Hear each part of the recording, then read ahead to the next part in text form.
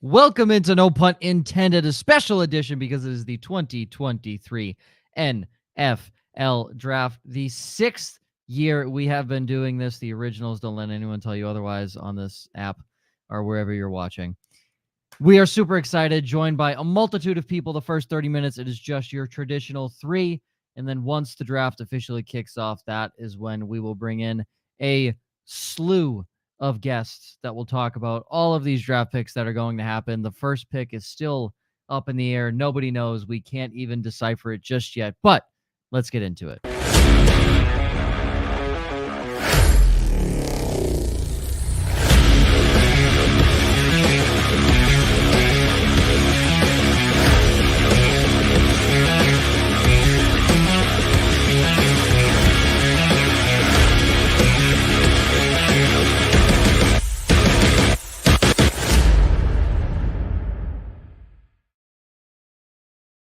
Welcome into No Punt Intended, presented by Club Fantasy. I am your host, Joe Zolo. As always, Josh, Ryan, who are muted because I forgot to do that. I forgot to unmute you guys. That's on me. Even though you guys have back-end access, you could have done it yourselves. But yeah, you know, I was doing other things. I was still lazy. Tweeting. So yeah, I didn't even need it. Stay lazy. Stay lazy. Oh, as you can see, I have moved always my and forever laziness to the couch for this long night. Because my 41-year-old ass cannot stand sitting in an office chair this whole time. So. Hey, 24. I feel it, dude. Getting up there in age, I get it. I understand. You know, fuck off, Joe. I would actually consider murdering another human being to be 24 again. So. Would you? Yeah. Would you consider that? Can we get that recorded in case you ever have a political career and I can use that as blackmail? Literally being recorded as we speak. Yeah, I know, but can someone clip that in case? In case I'll say it every show. I'll make it my outro if that's what it takes. You know what? You know what else we have as a clip? You know what else we have as a clip? Fuck them kids. Fuck them kids. That was a great show. Yeah. All right. Well, draft this year in Kansas City. A lot of red out there. It would just be a kiss on top of Kansas City trades out of the first round. And the fans. And it seems likely they will. Like, I mean, unless the wide receiver they're in love with falls there, it seems very likely. Zay Jones was catching passes from Patrick Mahomes earlier this offseason. Well, he plays for Jacksonville. Zay Flowers. Excuse me. I was like, is Jacksonville planning to trade Zay 3 minutes Jones in, I'm already fucking shit up. That's great. Zay Jones is being traded for Josh. A first round pick now? I know, right? I was like, huh. So I had to give you a break today, Ryan. I appreciate it. Well, Oleta Adams, I can't hear her. I just see her. I think she's singing America the Beautiful, maybe. I don't know what's happening right now, but we're still 27 minutes away from the official start of the draft, which means we're about an hour and 45 minutes away from the official first pick of the NFL draft. I'm sorry. I know, right? TV, NFL wants to draw it out, all this stuff. The first pick should take 10 seconds. It's ridiculous how it plays out with the first pick, because for many years we knew who the first pick was for weeks heading up, and you just can't. Well, especially they traded up already. Yeah, and if you're still making you know who the pick is. Yeah, and if you're still making your decision up to this point, quit your job, do something different. Like, Ryan, this ain't it. That is exactly why I have "smarter than your GM" underneath my tag. There you go. At this point, I mean, is that Jason? No, oh god, I thought that was Jason Garrett on the NFL Network desk, and he's on NBC. I know, I was confused. I don't know. I just can't believe Jason Garrett has a job in media, deciphering football, a sport he could barely coach. So he was decidedly average at it. Decidedly average? He had 4 8-8 seasons. That's not decidedly. That's like aggressively confirmed. Not decidedly doesn't even begin to state how average he was. Too old for this shit. Exclamation point. Yeah. Lovely. Sonny Weaver Jr. traded up and almost missed his pick, said I imagine Kevin. Yeah, he was out there hustling. He did what he had to do to help his team. Out there hustling. I saw a bunch all his picks back. All of them. And he got them all back. Right.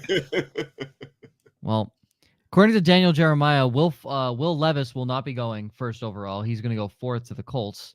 So you can count Will Levis out of the first round pick. Are you telling me Will Levis has been lying to his friends and family? Are you telling me the man that puts mayonnaise in his yeah, that's coffee? a good point. He's clearly a serial killer. Why was anyone trusting him to begin with? So we said that at work today. We're like, yeah, he eats bananas with the peel on and brown and also puts mayo in his coffee. And they're like, there's no way that's real. I was like, there's on video admitting it. So if going back to what you actually just said, if Levis goes before Anthony Richardson and to the Colts, that's just heartbreaking. I had made the comment ahead of time that Houston and Carolina are the most likely destinations for a quarterback.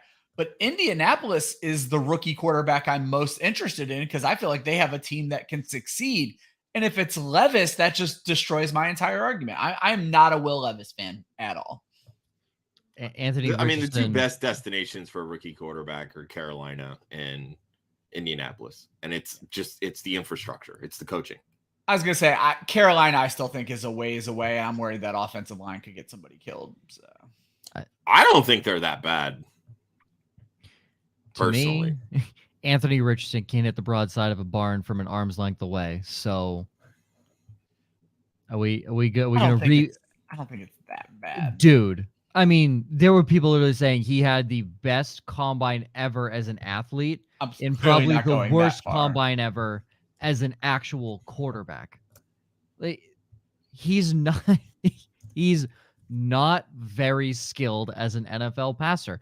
And Jalen Hurts had a same knock on him, is that he's not a skilled passer, but Jalen Hurts didn't have a freakishly athletic NFL combine. So, I mean, do we think Anthony Richardson turns into Jalen Hurts, or is he going to be worse than Lamar Jackson? Because he's as good of an athlete as Lamar Jackson, but we've seen as a passer, Lamar Jackson is not very accomplished as a passer in the NFL. So if Anthony Richardson can be better than him, then we're talking. But if you think his ceiling is Lamar Jackson, what is your team? A really good regular season team with a quarterback who's going to get injured? Who's on the hook for $260 million? Yeah, that's the big part. So I'm not saying his athleticism and talent will make him a fantasy asset, because it will. He's going to be a great fantasy asset as an NFL quarterback. It takes time. I mean, we were saying the same thing about Jalen Hurts. But at least Jalen Hurts was showing flashes in his last year at Oklahoma as an improved passer from when he started at Alabama.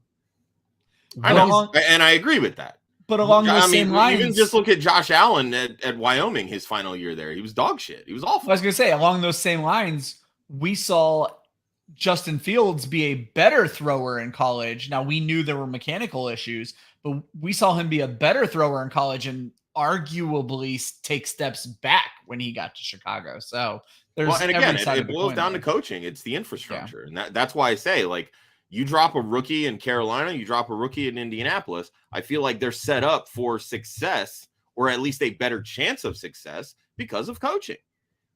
But outside of that, you still have to be able to put in the work yourself. That's what Jalen Hurts did. He went and he found himself a quarterback coach. He worked with him in the offseason, fixed those mechanics, and then worked with his coaching staff throughout the year.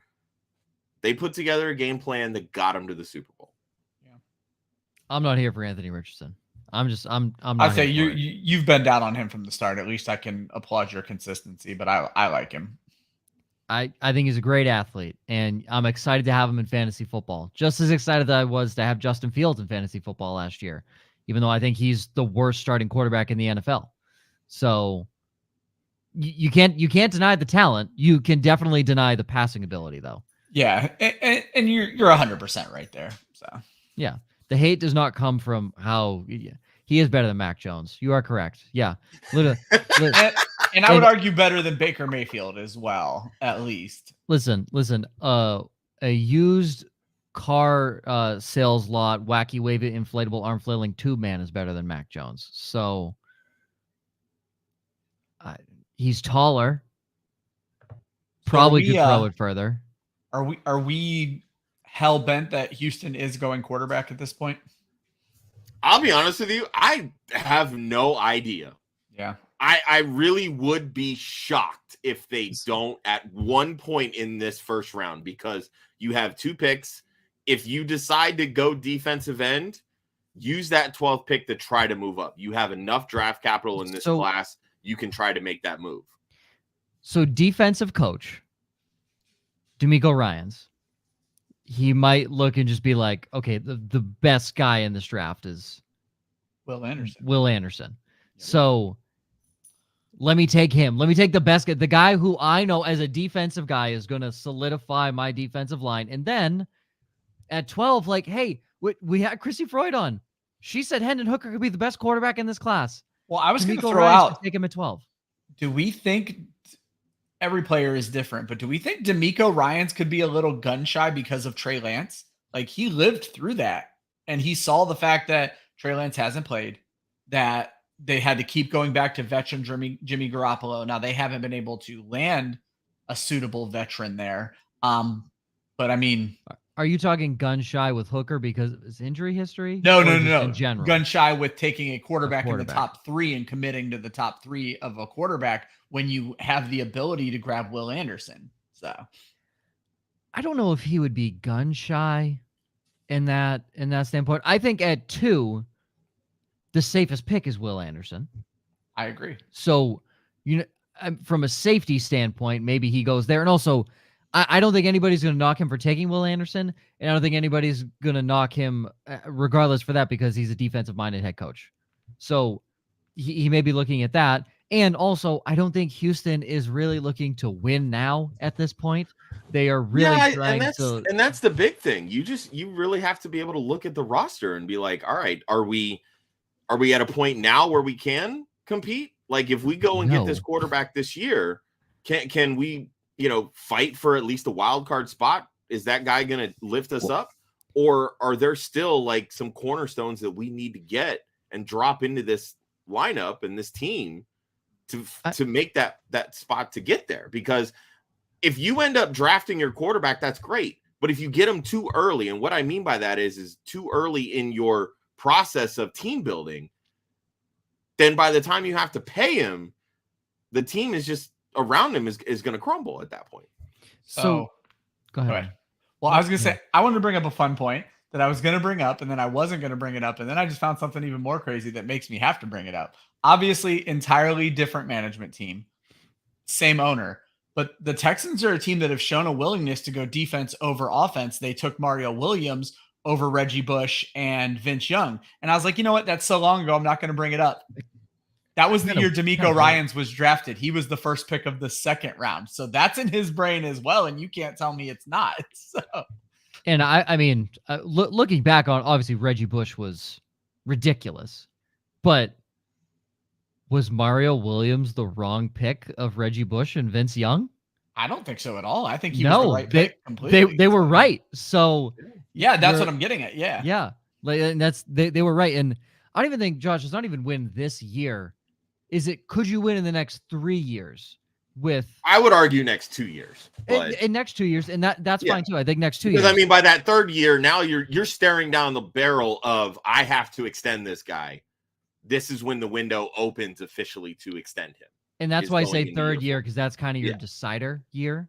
But looking at it, your number 1 wide receiver is Nico Collins or Robert Woods. Or a hopeful John Mechie. Listen, I still think, now again, injuries, what he had to deal with last year, that could very well change things. And I love John Mechie is ridiculous. He is really good. But again, he's a slot wide receiver who's going to need someone to take pressure off from the outside. So, and they don't have that in this offense currently. There's a lot of burners they could find in the middle. I was going to say, and thankfully the addition of Dalton Schultz is going to help create some cavities in the middle of the field as well. 100%. And they're not lacking in the run game. Damian Pierce showed he can do something, and Devin Singletary, again, contract year, but had his best year of his career last year. Well, I was going to say, and he has 2 good years left in him to be a complimentary back. I like what they did with the backfield. It's something that actually drug me away from having them select Bijan Robinson at 12 in my own mocks, because I just don't think they're going to hit a quasi home run with Damian Pierce last year, pay for Devin Singletary, not much, but they paid for him, and then go out and draft Bijan Robinson. I just don't think that's how you successfully build your team. 2 more things on it. They don't have a bad offensive line either. They have 2 first-round picks, Kenyon Green, Titus Howard in the last 4 years, Shaq Mason, who, while he's lax in passing sometimes, you could argue is one of the best run-blocking guards in the NFL. And then Laramie Tunsil, who I gave so much shit for the Texans. He's been one of the best offensive tackles in the league. He's been one of the best offensive tackles in the NFL since they've traded for him. So Scott Quessenberry is meh. He's not great. He's meh. But you're looking at a pretty solid offensive line. And then if you want to go defense, how about Will Anderson learns from Jerry Hughes? That's not a bad guy to learn from. So you can build something there, and they need help on defense, but you can build that a little later on if you need to. I think they go defense, and maybe they try and swing on Hendon Hooker at 12. It's a big swing because I don't think anybody projects him that high. But if they go them going defense could be the best thing to happen to the Arizona Cardinals, because their phone is going to blow up. That's a great segue, Ryan. Oh, because we have a Cardinals fan waiting in the wings. There you go. As she lifts her shirt up. Perfect. Hello, Miss Julia. I'm just out here rocking the Wu-Tang. I was like, am I going to wear my ball gown? Are they wearing tuxedos? And then I decided to go with this. I'm literally in overalls. So yeah, you're good. You look fantastic. How are you, Julia? That is cute. Thank you. It's a choice. Thank you. Real choice. It's my work uniform, but I mean, it's not like what all of those guys are wearing on the red carpet. Man, they are all done up. Well, they're all going to get millions and millions of dollars and within the next couple hours. So, dude, they probably. Well, let's be clear, with NIL, they're all already millionaires, anyways. Right? Yeah, 100%. Not whoever the Patriots take in the first round, because there's no way Cole That's Strange fair. was on Cole an NIL Strange deal was like not UT cashing in a Chattanooga. So whatever Oh my fucking God. 4th round pick Bill Belichick's going to pull out of his ass to draft in the first round. Not excited about that, but they're doing I some. tweeted about it, Joe. But are you missing Bill Belichick's dated kitchen table this year? Oh, Nike, my guy, my dog. Literally, we love Nike. That is the best draft photo ever taken, bar none. Is them showing Bill Belichick, but his dog is sitting in front of his computer. It's incredible. I mean, a bunch of people were like messaging me, and it reminded me like that was quite a draft. Like where we were as a country, like watching that, we were all in because we hadn't had sports, and we were so scared we weren't going to have sports. But man, that was so entertaining, that draft. Hey, let me go. I got to see who Nike drafted back then, because I honestly I forget who they drafted. You don't have that tattooed on you? You don't have that every year? No, that was in 2020. Hey, Nike didn't do too bad. Kyle Ducker, Josh Uche, not too bad. Nike didn't do too bad in the second round. Everyone else we don't have to talk about, but he did pretty good in the second round. So yeah, shout out Nike. Better, smarter than your GM. I mean, yeah, fair. I'm just saying, it's great. All right, and we can bring in an Atlanta fan, I guess. Why not? Hi, Austin. You gotta give us something. Come on. Hey, I root for the Red Sox, and they are an absolute. At least they're not the Athletics. How about that? At least they're not the Oakland Athletics. I am going to Fenway this year, though, so I'll be a Red Sox fan for a day. It is best ballpark in America. Shut up, Josh. We'll mute him so he doesn't have to respond to that question. All right. We are now about 10 minutes away. They are singing the national anthem, it looks like. People are putting their hands over their hearts. I imagine they're singing the national anthem at this point. Julia, Austin, Who the fuck goes number 1? Because I don't know. I don't know if you know, but I don't know. So I mean, I think great answer. Yeah, I know. It has to be Bryce Young, right? Does it though? Does You it? know what? No, I take it back. It could. I mean, it literally could be. It. I wouldn't be surprised at anyone at this point. Like the way that this whole draft season has been leading up to this. It could be short stack of pancakes, Bryce Young, Mr. Mayonnaise, Will Levis. It could be Usain Bolt. Boy. It could be Usain Bolt, Anthony Ray. Oh, but we're calling him Banana Boy too? Dang. I watched. So my husband's like doing like a hardcore cut right now, and he brought home tons of bananas, and he went to go get one, and I go, "You got to Will Levis that shit." And so he goes, "All right," and so we just started eating it, and he's like, "This is disgusting," You should tell him to put mayo in his coffee tomorrow morning. How about that? I'll just do it. Yeah. Oh no! Surprise! Nobody deserves that. We have I'm not here to take tests. I'm here to play football. CJ Stroud. Fair. Very Kyler Murray-esque. Yes. Very Cardale Jones was the exact comparison that I saw. So I'm not here to take tests. I'm here to play football. Are you though, Cardale? Are you? You weren't there to do either, so I guess that's fair. He was 50. Yeah. He was 50% right, which was probably better than his Wonderlic scores. So that's good.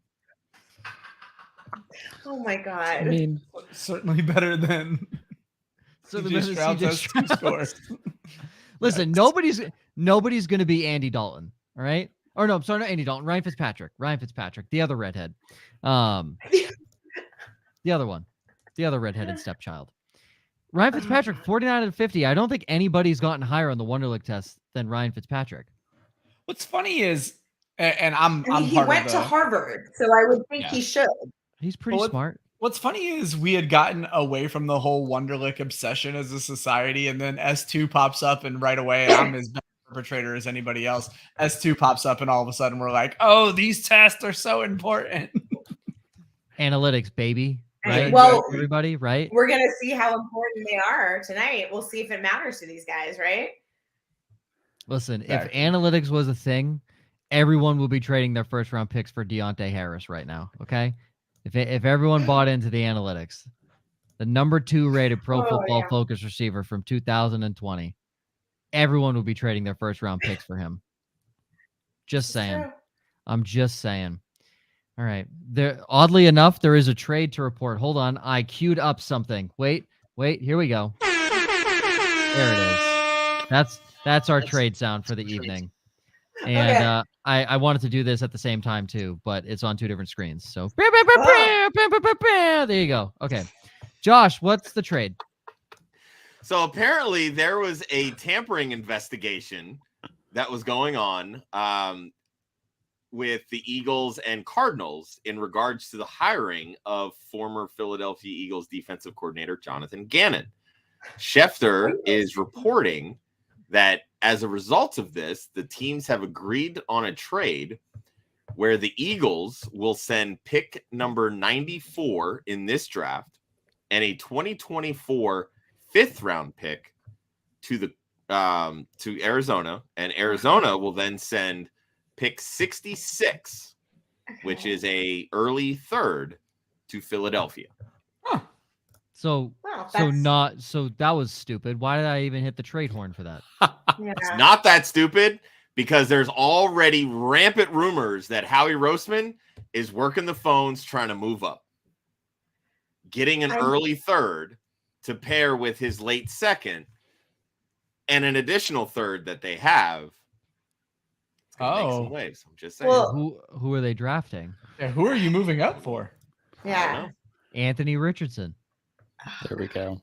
No. You know, somebody pointed out today or yesterday that the year after Carson Wentz had his MVP season, they drafted a quarterback. Yeah, drafted Jalen Hurts. I know. I did see a mock today where the Eagles moved up to get. No, it wasn't the. Never mind. I don't remember who it was now. Never mind.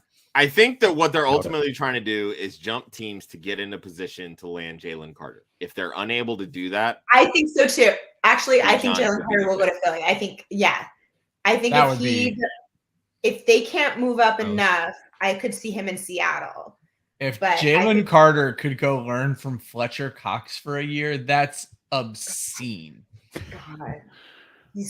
Or Philly's gearing up to trade up to jump Dallas, who's trying to jump them to draft Bijan Robinson. So it's just this, right? Yeah, exactly. Yeah. It's a chess match. Hey, if they want to come give the Falcons whatever they have for the 8th pick and draft Bijan, go for it. And then Carolina drafts Bijan and the whole world explodes. Could you imagine? Let's look at that. Plus 25. I can see it now. Scott Fitterer with that rolled up post-it note. Bijan Robinson, no matter what. That's plus 25,000 odds. Yeah. Bijan first overall. Yeah. If anyone gives you, you're telling me if I bet $10 on that. Yeah, I was gonna say you take. You're telling me if I bet $10 on that, I could win 2,500 if that hits. Vegas takes my money at that point. Yeah. DraftKings. I'm in North Dakota. DraftKings isn't a thing here. Does it seem like last year's draft was way fancier than this year? Like a Dave Matthews Band concert, right? Because it's outside. There's like a weird like half arena thing when last year it was so swanky. Last year was Vegas, right? I was gonna say we're comparing Vegas to Kansas City. I think that's what's gonna happen. Yeah. Let's like comparing, shout out to Kansas City, but it's like comparing steak to baby food. It's not really. One's the entertainment capital of the world. The other is in the middle of the Midwest. So, whoa, you don't need to do that to the Midwest. Austin, I live in North Dakota. That's not the Midwest. That is the Midwest. It's literally the definition of the Midwest. Midwest. The North, bro. Hence the North. Austin, where do you live? North Carolina. So in the fucking East Coast, why are you offended? My wife's from Nebraska. Okay, fine. That's the Midwest. But also, people say Ohio is the Midwest. Yeah, that's also wrong. Ohio's entire identity is built around being in the Midwest. But it's not, though. But it's when you think about it, it's not even in the middle, nor is it in the West. So how does one think of that? How does one think of that? It's a good question. Dumb. This is the great content people come to, no pun intended for. Yeah, this is why people come here. Guys, what the fuck else are we going to talk about until the Panthers draft in the next hour and a half? Okay, look how handsome Bijan looks. Did you guys bring me on for fashion? Is that why you brought me on to discuss that? No, that's sexist. We wouldn't do that. We wouldn't do that. Sure. Yeah, we would. But if you want to talk fashion, we will. Yeah, I mean, we you're brought not you on. Get much insight from us, but you know, we brought you on for the brains. So I don't know. That's so. Yeah, that's the right answer. And because your team drafts third, and we'd like to see you get angry at whoever they draft. So that's the goal. Did you see all the Hopkins rumors or semi rumors? Yeah.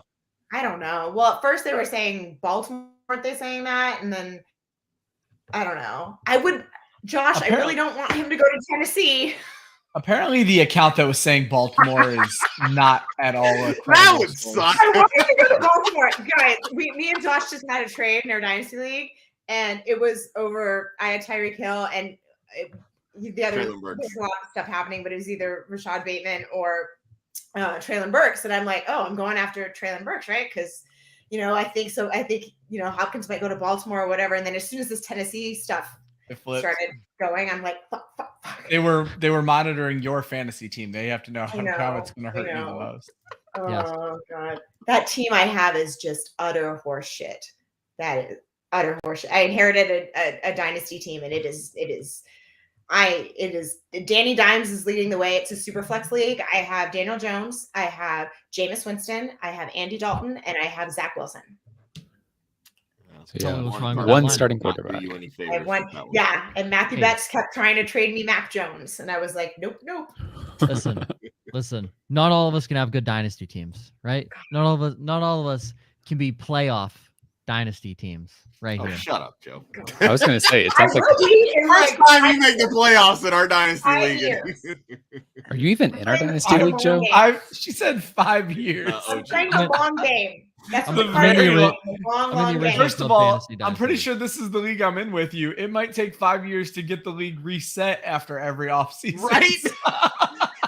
Oh No, we finally got a new commissioner. Yeah. Look, guys, look.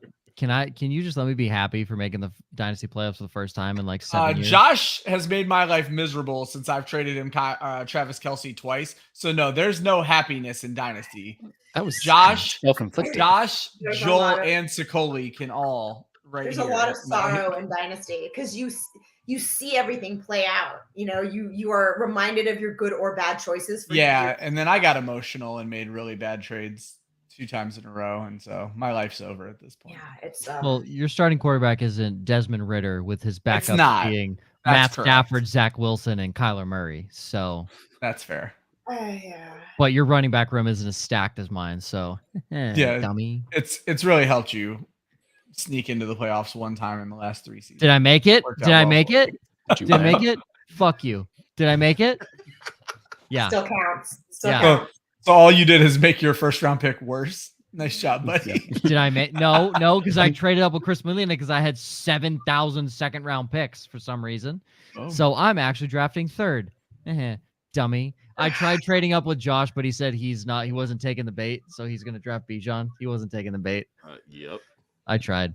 I'm also trying to get DJ Moore. That's how he's gonna win the league next year. He's not winning the league with Bijan. No, but I might with Bijan and Breece Hall and Garrett Wilson. It's going to be so fun when the Jets go 1-5 in the division. I know. I'm just waiting for it. I have way too many Jets on that fucking It's going to be so I also fun. have Aaron Rodgers, too, so there's that. Oh, man. I cannot wait for the Jets to go 1-5 in the division, finish third. Zach Wilson's life right now. How the turntables have turned. Yes. Right? I mean, I'm sure he's still hooking up with MILFs. So, I mean, I guess it's like half bad. He might be living his best life out there in New York. He just turned 18, so he can finally smoke legally. Still got a few years till he can drink, but. Oh, he doesn't drink. He's Mormon, right? Hey, listen, we had an intern from BYU, and she said that is a fucking lie. So. I mean, which part? The not drinking or that he's Mormon? I grew up in Arizona, so I was surrounded by Mormons. I don't know. I'm just saying. What is this? Can you fucking pick already? It is 7 o'clock. Please, God. Why do we go on 30 minutes early? Started the clock yet?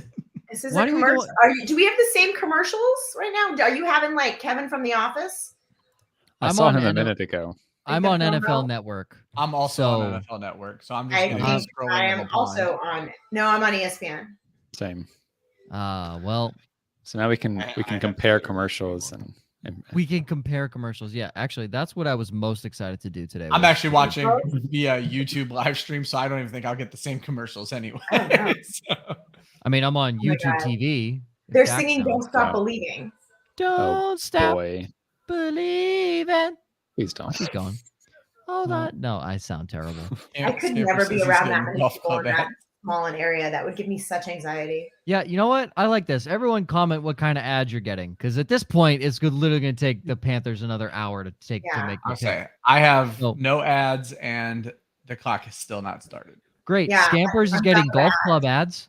So I'm looking at shoes. I'm looking at the Washington Commanders fans and their shoes. Yeah. Okay. Yeah. Oh my goodness, their overalls match yours, Joe. That's so exciting for you. This is my work uniform, and this is my brand now. You're conducting a train later? No. This is I'm the promo conductor. I'm the on-field host over here. All right. Not for this, for my actual job, but yeah. Well, hey, you know who I'd like to know what commercials they're getting? Jagger. What kind of commercials are you getting right now? Because if you haven't noticed, it's 7:04 Central Time, and they still haven't started the fucking clock. So we're talking about what commercials we're watching. To be honest, I'm not watching shit right now. I'm watching you guys. I don't have anything pulled up. Hell yeah. That is the correct answer, Jagger. Everything's for you, buddy. I mean, hey, as soon as Joe's on the stream, I've got to make sure I have a PFF tab up just so I can mess with him every 5 minutes. Exactly. I already brought up PFF. I already said Deontay Too Harris busy digging through traded. stats. Yeah. Currently just went on a Dave & Buster's commercial. Someone's playing cornhole in the back. I think this might be a Navy Federal Credit Union ad. So I have a Fast and the Furious 27. that movie looks terrible. The movie looks terrible. This is working out great for me. I gave up on Fast and Furious a long time ago. Like I think I gave up after 6. I don't understand what this franchise is about. Are these cars going into outer space? Are they? Yeah. Okay. I've been having this discussion a lot lately. Why don't they race anymore? I like the series when they raced. Like, they have lost. Do they not race anymore? No, there's like no racing. They fly and go to the moon. Yeah. But my favorite part. So while I had some time 3 weeks ago, I was like, I'm going to watch the Fast and the Furious movies. I literally only got through the first one. But more importantly, the whole movie is building towards race wars. And I have no idea how that name got past editing, but it's building towards race wars. Nice. And then we see 2 ancillary characters race. And not any of the main people. We have no fucking idea who won race wars. They just leave. I'm like, what the fuck? This whole thing. I need to know who won this. So Ryan, I have to ask, because am I looking forward to at 41 deciding on a random day when I have nothing to do to watch Fast 100%. And the Furious? Yes. If sorry, is that an older person joke? 100%. 100%. Okay, yeah. Thanks. Joe likes to tease us all the time because I say when your beard looks like this, I think you just ask for the older. Joe, how old are you? Oh, don't ask him that. What? 24. Oh my god. What you were? Yeah, he's a disgusting. Oh my god. You're 24? Holy shit, dude. Holy shit. I was born in 98. You were born when I graduated high school. Oh my 98? god. 98, yeah. If I was still single, you are actually before my cutoff. Like it's 25. Like I wouldn't even see you, dude. See that. There is so much to unpack with that comment right there. I don't know if I should be offended by that. Because I can't control that. Like my girlfriend is like months younger than me, but like I don't know. I learned in Denver when I was wilding out. I'm like, I moved to a big city, so now I got to be a shit, you know. So like actually dating someone 4 to 5 years younger than you is impossible. So. Yeah, totally. Yep. Oh, guys, it's happening. Yeah, it is good happening. else up on the stage. I think this is probably just the clock starting. They have one girl from Saturday Night Live, and then Eric Stone Street from Modern Family. Oh my God, is that Eric? I know who that is. Eric Stone Street. Eric Stone Street is out. I like that they're doing this though, because a friend of mine's a huge Ravens fan, and he got to read one of the picks last year, and that nice. I love this. Yes. Eric Stone Street has done a few things with the Chiefs. He's played Andy Reid's like long lost brother in a couple bits with them, and it works well. The greatest thing that I love from Modern Family is that if you watch that show like throughout and you had no idea about the actors' personal lives, you would never have guessed that Jesse Tyler Ferguson is the one who is actually gay in real life, and Eric Stone Street is straight, because it is just. You just wouldn't get it. They're great actors, those two. Fantastic actors. So Heidi Gardner. Watching How I Met Your Mother, Neil Patrick Harris is amazing. And PH. Oh, Chloe Feynman. Okay, I know who that is. When you said person for SNL, like you're talking all kinds of shit about Eric Stone Street. Oh no, it's Heidi Gardner. Heidi Gardner. I can't stay up that late. That show's on at like 10:30. No, that is Heidi Gardner. That show's on at 10:30. I don't know how I'm going to stay up for this. You're on the West Coast. Yeah, what time does that come on for you? That comes on for us at like 11:30, 12 o'clock. Yeah. SNL is 11:30 Eastern. That would be 8:30 your time, Julia. Is that still? Are you making an old joke? Are you making an old joke? For me, I think. I don't know. I haven't watched it in years. Hey, don't worry. You're missing absolutely nothing. Nothing. Yeah. Well, this year is the worst it's been in a long, long time. I was actually surprised with last year, but this year is bad. Hey guys, in case you're wondering, it's 7:10 Central Time, and they still haven't started the fucking clock. Oh no, this is gonna take forever. you know, how drunk is Travis Kelce? Oh, that dude is smashed. You kidding me? All the way. This is now just turned into a Kansas City thing. Seems unnecessary. Well, my mock draft's busted. So, Your mock draft never stood a chance. I know. So in case anyone was wondering, we're 0 for 1 from the mock draft yesterday. We're 0 for 1. So while the clock hasn't officially started on NFL Network, the Carolina Panthers officially select Bryce Young to be the future of their franchise as the number 1 overall draft pick in this year's draft. Obviously, the S2 scores swung this immensely. So the only possible explanation.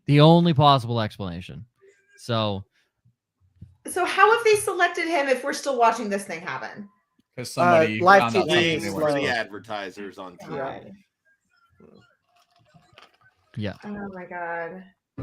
So really, we're spoiling it, guys. If you guys want like real live analysis, come watch us here right now. Exactly. Tell your friends. Roger Goodell literally just opened up the NFL draft. He said, I just got the clock too. Yeah. We'll now officially start the There we NFL go, draft. yeah. Sorry to break it to you, Roger. We've already started it. So fuck you. And that Duff Kleinman guy was actually right this time. It is Bryce Young. There we go. Are we sure that he's a guy? I feel No, like it's I think some, he's like, AI generated thing. At this Little point. baby Bryce. Have you ever actually met anyone named Dove? Is that Swedish? Exactly. Is that, yeah, is that like Dove Cameron, but that's a woman. So exactly. And that's So we're not spelled sure like it's Dove, a guy. like- yeah, it's spelled like a dove, like the flying, you know. I can't make a dove noise. But yeah. They traded multiple first round picks, their number 1 wide receiver, to go get Bryce Young. Isn't he what's the stat? The smallest quarterback ever drafted with the first pick or something along those lines?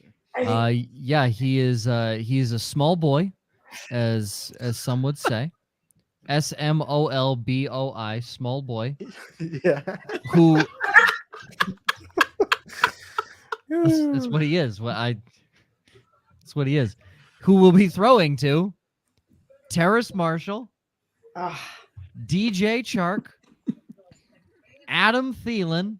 What a powerhouse. LaVisca Chenault Jr., Shi Smith, Preston Williams, and the dog of them all, Damiere Byrd. Oh, yeah. I mean, I knew you were going to be excited. I mean that wholeheartedly. Damiere Byrd is that boy. He's. That's your best guy. I love Damiere Byrd. Dog, absolute dog. Surely they pick a receiver later on in this draft. Yeah, right? they definitely will. They have to. They have to make a trade for one at some point. Yeah. They did go out and get Hayden Hurst at tight end, who is a very solid tight end. Yeah. And they went and got Miles Sanders, who him paired with Chuba Hubbard could be a pretty good pairing. Yeah. So, and Hayden Hurst can also block and pass catch very well. So they have a very good, versatile tight end. He's so handsome. Look at him. Good looking dude. Great guy. Very handsome. He's very well spoken. Yeah. They need a little help on their offensive line, to say the least. Hear me out though, guys. Who was Alabama's number 1 wide receiver this year? Jahmyr Gibbs. Yeah. Exactly. So I think the first year it's going to be okay, and then they hope to get Marvin Harrison Jr. in 2024 or something. It also How are they helps going to do that though? They gave up their first round pick in the deal to get Bryce Young. You sacrifice somebody. I don't know. Yeah, you trade Bryce. You trade Bryce Young. Yeah. They'll find a way. Is Brian Burns still available? Because that's who I would eat off my roster. But you're right. You hope you sign somebody. I don't know what the free agency class is next year, but we can find probably out. not good. Could be T. Higgins if everything plays to this point, yeah. Oh, that's the dream. But like, let's mark it right now. We're gonna hear the dumbest fantasy analysis. Miles Sanders is Jahmyr Gibbs. Mark it down. Like, the Twitterverse is gonna spit something crazy out like that, meaning that they have no wide receivers. Miles Sanders is actually a good receiving back, and everyone's going to assume since there's no one else, we're going to play the vacated targets game. Like I can already see it. The mental gymnastics is not that hard. Oh yeah. Well, I know this much. The last time that Miles Sanders was with Deuce Staley in an offense, he had 50 catches. Yeah. So it's not that Miles Sanders can't catch the football. It's just they just don't do that. Not to throw to well, hey, in the Super Bowl, he could not catch the football. He had 3 drops. So I mean, he's definitely had some inconsistencies over the last 3 years. I will wholeheartly agree with that. Yeah. Well, he can catch the football. He had 2 things working against him. Statistically, there's low target yield for running backs that are both in an offense with a good tight end and a good rushing quarterback. If you have a good tight end or slot guy, they live in the same area of the field. So it's hard for them to get targets that way. And then we all already know about the rushing quarterback. They're more than likely to get more with their own feet than they are to dump off and then get tackled by TJ Edwards or something like that, So I think Miles Sanders is going to have a really good year. I think he's going to be no one's going to think he won't be a sexy pick. And I think people will get him at a good value and he will be consistent. He's good enough. He's good enough at least to not. Yeah. He's not running behind the best offensive line in football. He's arguably running behind one of the worst offensive lines in football. They ran the ball pretty well last year. I mean, Deontay Foreman killed it. Yeah. Deontay Foreman is also the great value version of Derrick Henry with how big he is. So Miles Sanders also small boy. So he's a wee lad. He's a wee lad. He's not as big as Deontay Foreman. So I disagree. They did run the ball well, but they ran the ball well with a refrigerator with legs. So according to Pro Football Focus, as a team, Carolina ranked 21st in run blocking last year. How were they in pass blocking? That's fair. That's fair. Ungood. So. Pass blocking, they were 11th. Wow, so they were better than I thought they were. Yeah. That's also good for Bryce Young because, like we talked about, I think we talked about this last night. He had like a 10% pressure to sack rate, so he does not take sacks and pressure a lot, and so that offensive line stays that way. I mean, he could be set up to not have to take a lot of heat right out the gate. And him and Anthony Richardson are the best dancers in the pocket. And then for real, if you look at Bryce Young's tape, that guy, I mean, for being as small he ducks and weaves, keeps his eyes downfield, and then rifles it. So, like I said, if anyone can do it, it's this guy. And they're going to need it because it's not like they have the best separation at wide receiver. Thielen and DJ Chark, these guys aren't beating people immediately off the line to where if he can move, Thielen's still a guy who can find a soft spot in the defense, and DJ Chark is still a guy who can stretch the field if Young can find him. So if he can move and keep the defense on their feet for a second longer than they're supposed to be, it could not be a disaster. That's good. Yes. Guys, the Panthers pick is in. The Panthers pick is officially in case anybody was wondering. Just a mere 17 days later, the pick is in. Why would they wait? Because they have advertisers and they have. Those 2 girls are so drunk. You best believe if my show, I need to get over on ESPN. ESPN showing all the good stuff. Fun fact: no more ESPN Wide World of Sports, or not Wide World of Sports. No more ESPN Sports Zone at the Disney Boardwalk. They tore it down. Oh, really? So went there to try and watch the Celtics Bruins game when I was in Orlando, and they wasn't there anymore. So, but the Celtics and Bruins can both kick rocks because they shat their pants the last 2 games. So, I'm just happy that my Suns closed it out because that was a scary end of that game. Yeah, fuck the Celtics. They better win tonight.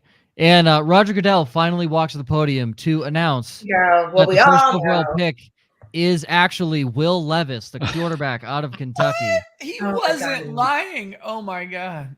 There's no way. Which I checked the betting odds right before we got on the live stream. Bryce Young was at negative 20,000 to be the first overall pick on DraftKings. Wow. Dude, easy. I'll just put my life savings down for $100. Not even a problem. Exactly. Not even an issue. Oh, he's so Break the little. 401k. Look at him hugging everyone. He's so little. Yeah, he's. We're Julia, about to we've get said- 1,000 Twitter posts with people taking photos of all of these different hugs and comparing the heights. He's barely in frame. Look at him. He's barely. What kind of shoes? What kind of shoes are he wearing? That's the only thing I give a shit about right now. He's got stilettos on. He's wearing looks like just white flat shoes. Yeah. They're not panning down that far. Not doing himself any favors. He actually looks nervous. You know what they're not doing themselves any favors with is they're shooting from an upwards angle, which is making him look even worse and smaller.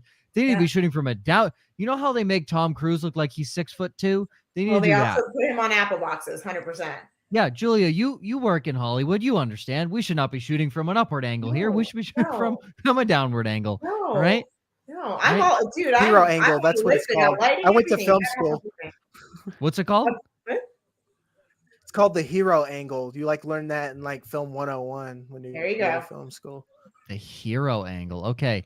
Listed at 5'10" and 1/8 inches, which sure, you're 5'10". I mean, I guess that's what he's listed out on Tinder. So he's really 5'8". I was gonna say that when I was on online dating and people said they were 5'10". I was like, you are not 5'10".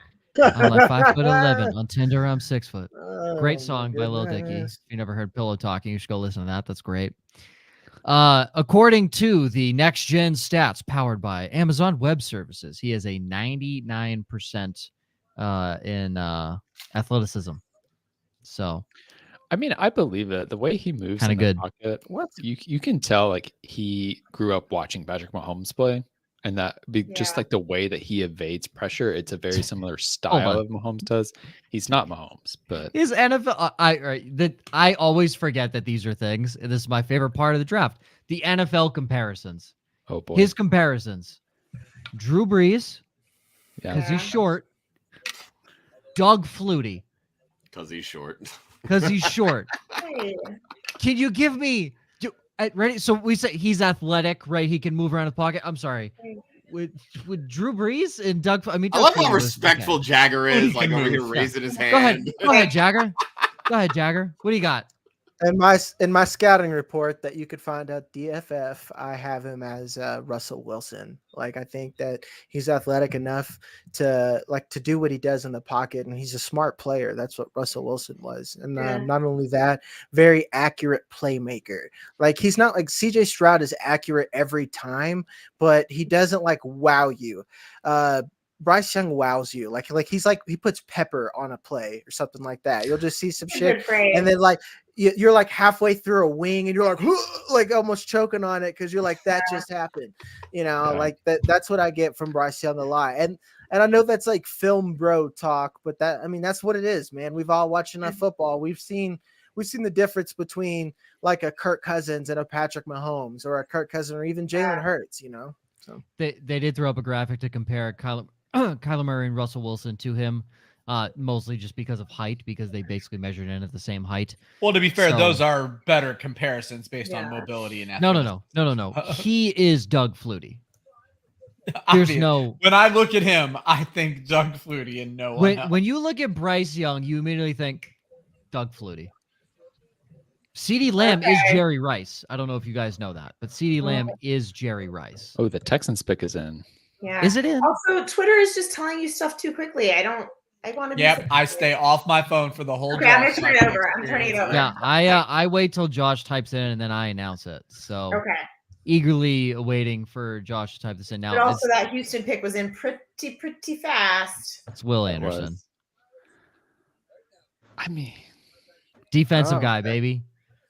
Defensive guy. I hope it is. Okay. As long as it's not Will Levis. Well, Julia, you might have the chance because they went CJ Stroud. Okay. So the Texans officially take CJ Stroud. I feel like the earliest of mock drafts had teams 1-2, either Stroud or Bryce Young. So congratulations to everybody on Mock Draft 1.0. You were probably right back then. That What if we probably all fucked just everything up for the Cardinals. talking ourselves into this frenzy, right? Of all these things, of all this rumors, and it just goes exactly how everyone thought it was going to go. That's exactly what Austin said was going to happen. He said all of this is just because people got bored. Oh my God. Draft Twitter has been like, Ryan, we got bored in 30 minutes talking about the shit. They've had to do this for 3 months. We were talking about which commercials we were watching. Some of our best content. Yeah. Hell, the running back show, we had Devin O'Shane as like a late first round pick by the end of the fucking show. So you can talk yourselves into anything. Man, at this point, I'm the only one who I'm a little tired of this draft class, but I don't get too tired of it. I'm an absolute geek for this shit. I'm probably gonna have postpartum depression or something like this. After it's all done, Dragon needs a draft therapist. I've been so into the rookies that honestly, I don't even remember who's on any NFL team at this point because I've been so into this stuff that you're naming off everyone on Carolina, and I'm like, oh, I forgot about that guy. Yeah. Oh, so I have to bring up Scampers because he's here all the time. But he says that Bryce Young is Paxton Lynch. That hurts. Which now, correct me if I'm wrong, but Paxton Lynch I think you have to stack two of them on top of each other. Yeah. Is he crying? Is CJ Shaw crying? He is crying. He is crying. Yeah, because you want to know why? He's playing for the Texans. He realizes that he's now in Houston. It's all problems. Yeah. I think NFL.com is anyone using NFL Network? I think they're giving them Madden ratings. They had athleticism 83. They really? Ooh. That's actually kind of dope. That's amazing. I like it. It's kind of cool, actually. In my language. Yeah, so Stroud gets drafted. Did they just say Rancho Cucamonga? Is that what he's from? Rancho Cucamonga, yeah. It's such a good name. I don't know who named that city, but it's a great name. It is it's not a great not city. Americans, I'll tell you that. I've heard it's not a great city. Oh, look at him. It doesn't need to be a great city to have a good name. Yeah. But CJ, I mean, so at this point, he has nobody to throw to. So they're very well change someone up at 12. They're picking someone up at 12. ASN to the Texans, baby. Oh, 100%. 100%. Well, here's where it can get spicy though. We're at the third pick. So I still think that Levis or Levis or Richardson could go to the Titans here if they get a deal done. Yeah, do you think they're trying to get it done? Yeah. Yeah. Odds. That's the Texans take up. 2 quarterbacks. It's a big move up. And I wonder what they give up. It'd have to be Traylon Burks or something to get, because I heard they're trying to get DeAndre Hopkins. We're not having Traylon Jagger, you weren't on here earlier. Could you imagine Dynasty where I got Traylon Burks and I need him to stay where he is. I need him to get a quarterback and we need to move on. No. You want him to leave. Okay. You want him to leave. Could you imagine they traded AJ Brown to draft Traylon Burks and then a year later they're like, yeah, fuck it. We get rid of him already. They're doing it with Willis, Malik Willis. I mean, they should have done it to begin with. They're the reports that said they're losing faith. I'm like, oh, really? Losing faith? Yeah. Barely had faith to begin with. I feel my watch vibrating and I can't look at it because I'm sure it's going to tell me who the pick is. You're wearing your watch right now? Yes. I have to know my steps. I know I'm sitting, but I have to know. I'm waiting for it.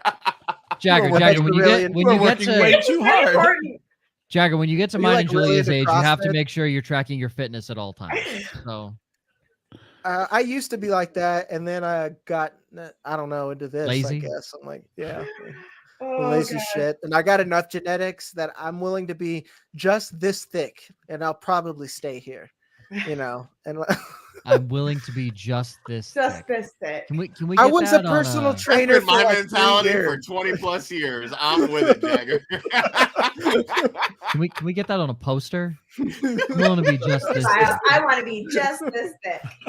Yeah. That's great. Well, the 7 Houston Texans fans that showed up for the draft party are excited. So they're just going to be confused with the Kansas City fans because they're all wearing red. Yep. No, at the actual Houston Texans draft party in Houston. Oh. Yep. Even worse. Yeah. No, There were more than 7 fans there. There was more like 10. So congratulations, Houston. You'll sell out one section of your stadium this year, and CJ Stroud will take you to 4-13, and you'll be live again next year. So why are the Cardinals taking so long? I feel like they're trying to do a trade. Yeah, that's got to be it. Yeah, I mean, I haven't heard from Josh yet, so I'm waiting. But yeah, I mean, you got to wait. You have to wait the whole time if you're the Cardinals. Will Anderson, best player available, you take him. But you have to. You need so much. You have to wait. Well, and there's been a lot of talk too that Paris Johnson could potentially be their guy. Wow, getting somebody to. Who's gonna be Uh-oh. There's a trade. Is that official? Houston coming back up to number 3? Get it, Joe. What? Hold on. Is it? I need to know if it's real. I haven't seen the trade thing yet. I haven't seen the trade. Adam Schefter's on right now Joe, talking through the something. banner. You just need noise. Yeah. Texans are coming up to 3. Take it 3. Texans are coming up to 3. Yep. Bam, bam, bam, bam, bam, bam, bam, bam. There you go. Wait, what did the Cardinals get? Back to 12? We have a trade, folks. We have a trade. Now they're going to get Will Anderson. This is great. They are 100%. They're going to get Will Anderson. Could you imagine? Wow. Could you imagine that? D'Amico Ryans dog. I fucking love D'Amico Ryans. Like he's already head coach of the year. Yeah, I love D'Amico Ryans. I'm going to put money on him for head coach of the year. D'Amico Ryans. Love it. Dog. Oh, what a dog. What else do we get besides 12? That's all you got. Just a lot of pressure off. Fall back to 12. Saves you some salary cap, Thank God that phone stopped ringing.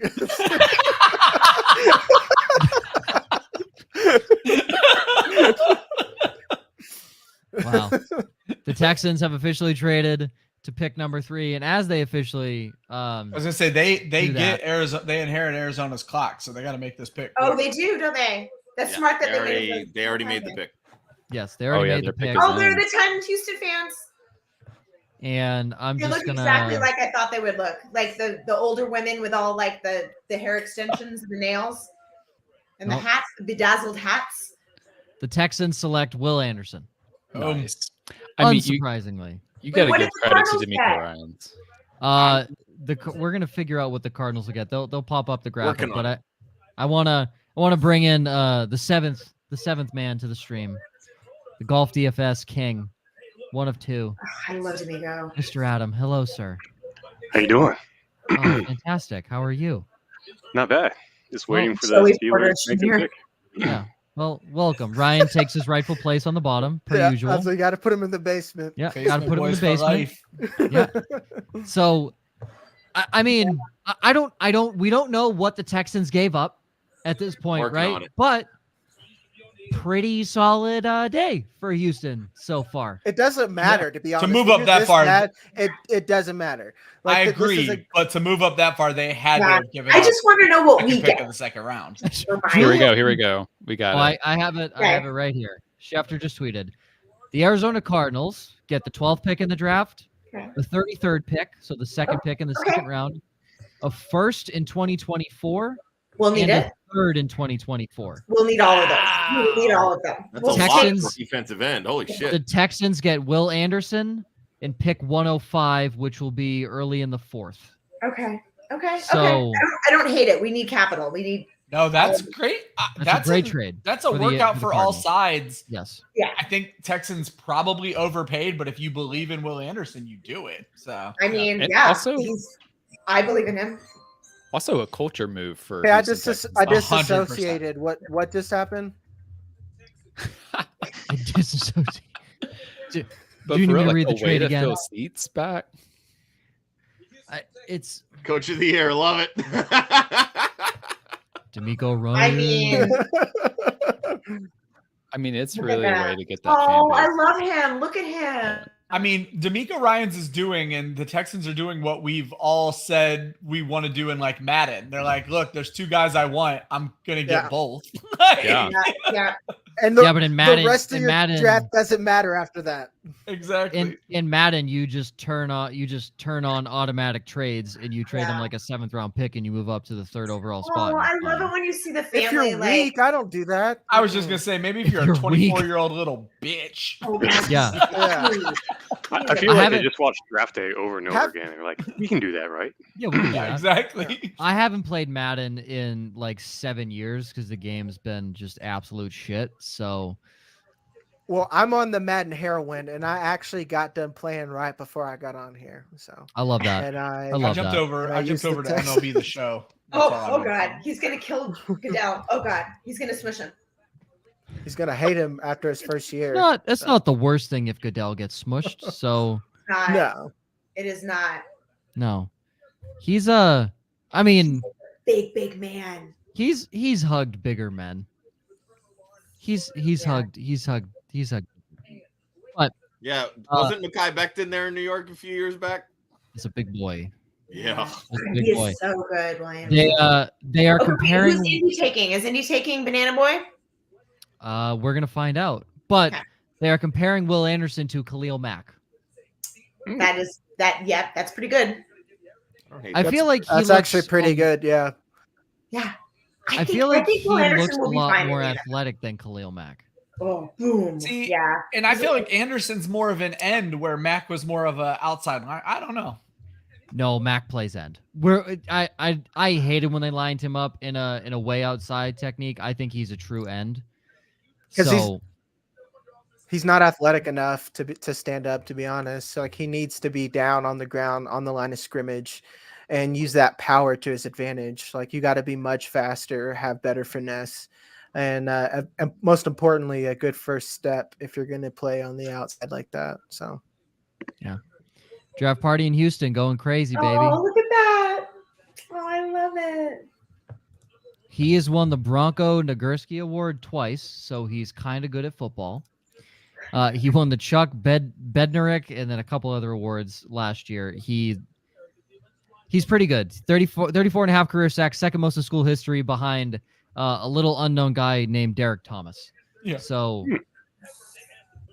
he has won SEC Defensive Player of the Year the past 2 seasons. And he led the SEC in tackles for losses and sacks last year. Jesus. You might say he's good at the game. He's good at the football. He is good at the football. Indianapolis on the clock, anxiously awaiting their pick. They have 4:20 left, and I am seeing that their pick is officially in. Okay, I'm not looking. Okay. They didn't waste any time on that. Well, don't you worry, because the pick is going to. If they get Anthony Richardson, I'm going to scream. I got to mute myself. Well, Jagger, you should mute yourself because the Colts have selected Anthony Richardson with the 4th overall pick. Wow. In the NFL draft. So Jagger goes on mute. He's going to run around his house a little bit, get some energy out. He's leaving. He's going streaking. He's doing it in his pajama pants too. I love it. Oh my God. Yeah. So That's a good pick. with the cat. Yes, bring the cat into the stream. Oh, there's a kitty. Let me see. There is a kitty, and the Colts select Anthony Richardson. So, wow. 3 quarterbacks in the first 4 picks. Wow. I don't think people are surprised by that. Go ahead, Jagger. Man, that is best case scenario. I kept buying Anthony Richardson because I'm like, if Shane Steichen gets a hold of him, oh man, and that's what's just happened. He has the best situation. He's got Jonathan Taylor. He has Jelani Woods is okay, whatever, but Michael Pittman is a good enough receiver. Michael Pittman is better than any receiver on the Texans, or we just talked about the Panthers right now. And they didn't have to trade much to get there. So they're still going to be drafting at the top of the 2nd. They can get a pretty decent wide receiver there, or, keep playing best available. This is a slam dunk pick for fantasy, for football, for Anthony Richardson. Call me an excited boy, and boy is spelled B-O-I. So B-O-I. Are you an Indy fan, Jagger? No, I can give a shit about it. He is now. All Colts fans now, guys. All Colts fans now. Blue, baby. This is about football, the sport. So with this pick, I love him. I can't wait to see what he can do. I bet you another quarterback gets taken right here with Seahawks. You think they'll go Levis? Yeah. That doesn't seem his speed. That doesn't seem. Did you see that? Did you see that thing that Pete Carroll tweeted? He's tweeted like a draft hint. Yeah, draft hint, and it was like I was like, look at you, Pete Carroll, on the Twitter. He tweeted his hint was one of his hints was Kelsey Plum throwing a T-shirt into the stands at a San Antonio Spurs game, and something was above his blind thing. I don't know. I saw a few things, and I was. I mean, for Jordan Love. Yeah, that's why I was like, Could you imagine? What if Pete Carroll just doesn't know how Twitter works and he's like, I'm just gonna put these random things in here. I mean, he is 85. I buy that. He's 110. I know. Yeah, so Ryan, Ryan, as he's crying. Julia loves when they cry. Loves when they cry. They're these big, tall men, and they're like human. Think about how they're boys. They're so young, and it's like it's cool to see them be humans, like for so long we're just looking at the numbers and all that sort of stuff, and we just see them at the combine or pro days or whatever, and now they actually are human. So I want to hear from the Gardner Minshew fan in the audience. Oh man, I'm still I knew Gardner wasn't keeping this job forever. This is best case scenario. Anthony Richardson, low-key, was my favorite quarterback in this draft as well, not nearly as much as Jaggers. I'm not trying to jump on that bandwagon at all. But I said literally as the show started, this is the best landing spot, and Richardson could be the best, especially fantasy quarterback in this draft. Oh my God. Wait, hold on. Jalen Hurts only threw 150 passes his rookie year, essentially in this offense. So I'm not overly concerned. I think Gardner's going to play. I think Gardner's a fun pick for Superflex leagues for 2023. Anthony Richardson is that guy. Gardner does not keep the job the entire year. But more importantly, Shane Steichen knows how to use these guys. Even if Gardner is the starter, Richardson is going to see the field early and often. Hurts ran the ball 63 times his rookie year, despite Carson Wentz playing most of the year. So the comparison is Cam Newton, and I'm here. Yeah, that's been the comparison. Yeah. And I'm here for it because Cam Newton couldn't throw at the end of his career. So that's just chef's kiss. So we might be getting ready to see another trade. Oh, you think we're seeing another trade? Ian Rappaport saying phones are ringing in Seattle. Jeez. Okay. Everyone needs to chill out a little bit. Okay. We can only hit the trade buzzer so many times tonight. Yeah, right. I just need to hit it all night. Hit it all night. I'm here for all the trades. Jalen Carter's going right here. You think he's just if he doesn't go? Yeah, I could see him going to Seattle. It just better not be Atlanta. If Atlanta starts trading up, I'm like, what are we doing here? I know the Steelers want Patriots, guys. To get okay. Bill Belichick. He's like, I got 1 year left anyways. I need to get my one and only 5th overall pick. Adam, who did you hear they want to trade up for? Jalen. Oh, really? Yeah. Well, with Cam Hayward being 800 years old, that's not a bad trade up. So. NFL comparison, Donovan McNabb. Hey, Ryan, he's 800 years old, and he's still probably the second best defensive tackle. Oh, 100%. NFL.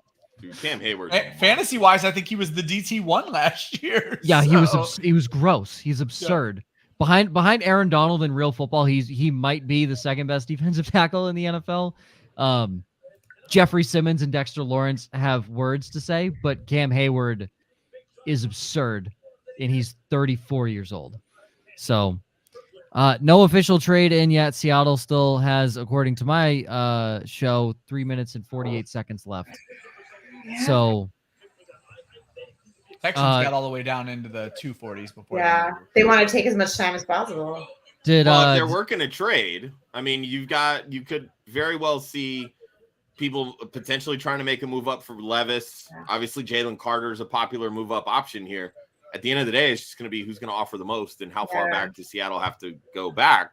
before making their ultimate trade, because they do have a second first-round pick.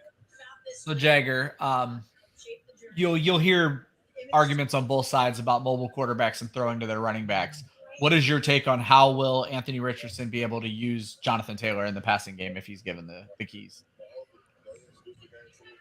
I don't think it's going to be good, to be honest. Like, I think Jonathan Taylor is probably looking at top 5 ceiling and not so much fighting for the 1-on-1 when you consider the usage that Breece Hall's likely to get, and even Kenneth Walker, and then what we have coming in like Bijan Robinson or something else. And then CMC is like a borderline wide receiver for the 49ers. He played even quarterback for him for a little bit. So like Jonathan Taylor's very good, but let's just be honest that he's probably like his ceiling is top 5 at best, and not the dynasty like 101. He shouldn't be. You shouldn't be taking first rounders with him anymore. I don't think he's more of a. I think he's like at the turn type guy. Like I would rather have any of the receivers right now. You got to think about how boosted Garrett Wilson's value that is now, and how that kind of boosts the wide receiver market. So if you're super flex, especially Jonathan Taylor. If you're super flex, he shouldn't be sniffed for a while. So. Yeah, but even in like single quarterback, I don't know, man, because I'm even one to think that you should consider some quarterbacks in the first round of single QB leagues because of the positional upside. Think about the positional upside of Jalen Hurts on your team, and you still could draft somebody like AJ Brown later, which is a good stack. That's plus EV. That's winning you weeks. So little game theory, I guess. Yeah, I think you're really right on that, Jagger. I think this just solidifies too Bijan Robinson ahead of Jonathan Taylor in dynasty startups. Yeah. Like this actually feels good because I put out a trade for Jonathan Taylor that a dude's sitting on. And I was like, I'm willing to bet that Jonathan Taylor's value drops after this. So I'll let you do the whole waiting game, whatever psychological games. If you want to play Succession with me, whatever. It's a negotiating tactic. It's a negotiating tactic. Exactly. It is. So are you in this scenario? Are you Kendall or Roman? Seattle is drafting. Oh, me? Their pick is in. So their pick is officially in. Not nothing that I'm Team Roman because I'm my family Romans. Honestly, I'm so thankful. I was getting nervous. I'm like, the pick please is in. Don't be Atlanta. It took them until they gotta under take 1 Carter. minute. Yeah. I don't know who else you would take here. But you know what Pete Carroll does? You know what Pete Carroll does? He says Choose gum. He said, well, he does. He aggressively chews gum. He's single-handedly keeping the gum industry afloat. But you know what else he does? He says, "Fuck you" in your mock drafts. Because the Seattle Seahawks select cornerback Devin Witherspoon. With the 5th overall pick. Interesting. That actually makes a lot of sense. That's a hell of a secondary they're building there. Jalen Carter's going to Detroit 100%. Could you? That's gross. If he goes to Detroit, Aiden Hutchinson, James Houston, Jalen Carter, and then you put Alex Anzalone behind him. I mean, disgusting. This Seahawks secondary is really shaping up. Yeah. Tariq Woolen, Witherspoon, Quandre Diggs, and then you get Jamal Adams back. Julian Love. They added Julian Love. And Julian Love too. Is that sort of like swing? Legion of Boom too. Oh man. Wait, how did his hints work on this Devin Witherspoon thing? Or were Carroll's hints? Do they make sense?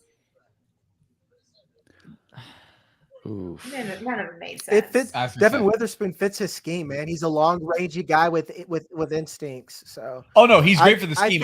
She wants to know how they fit the Twitter. Oh no.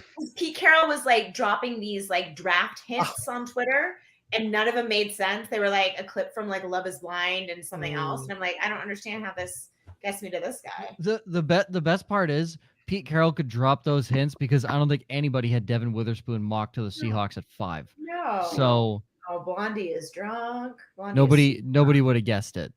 So okay, my first guess: did the Seahawks have a conversation with Devon Witherspoon?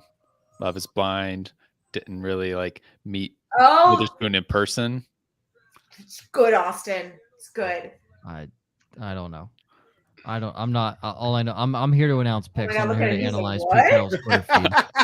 What is this critical thinking stuff for the NFL draft? Yeah. This is a mess.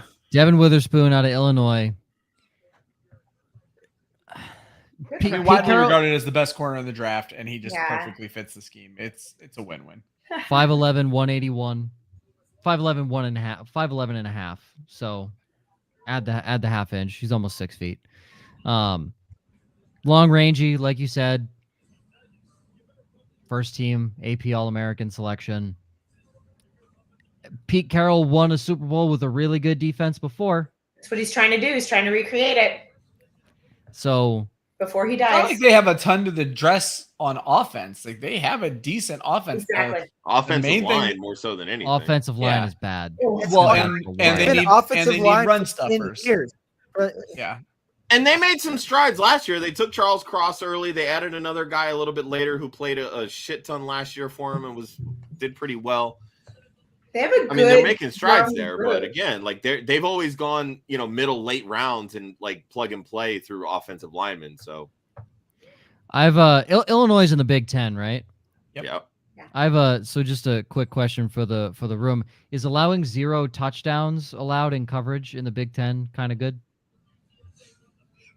When you have to play Ohio State every year, I was gonna say kind of good. Yeah. Pretty sure JSN and Marvin Harrison play in the Big Ten. Yeah. He also in 42 games, 159 tackles. Jesus. Yeah. So he's good. Not afraid to stick his nose in there. He's good at the football. Hey, for you IDP players, that's pretty fucking good for a cornerback. Yeah, I was about to say for a cornerback.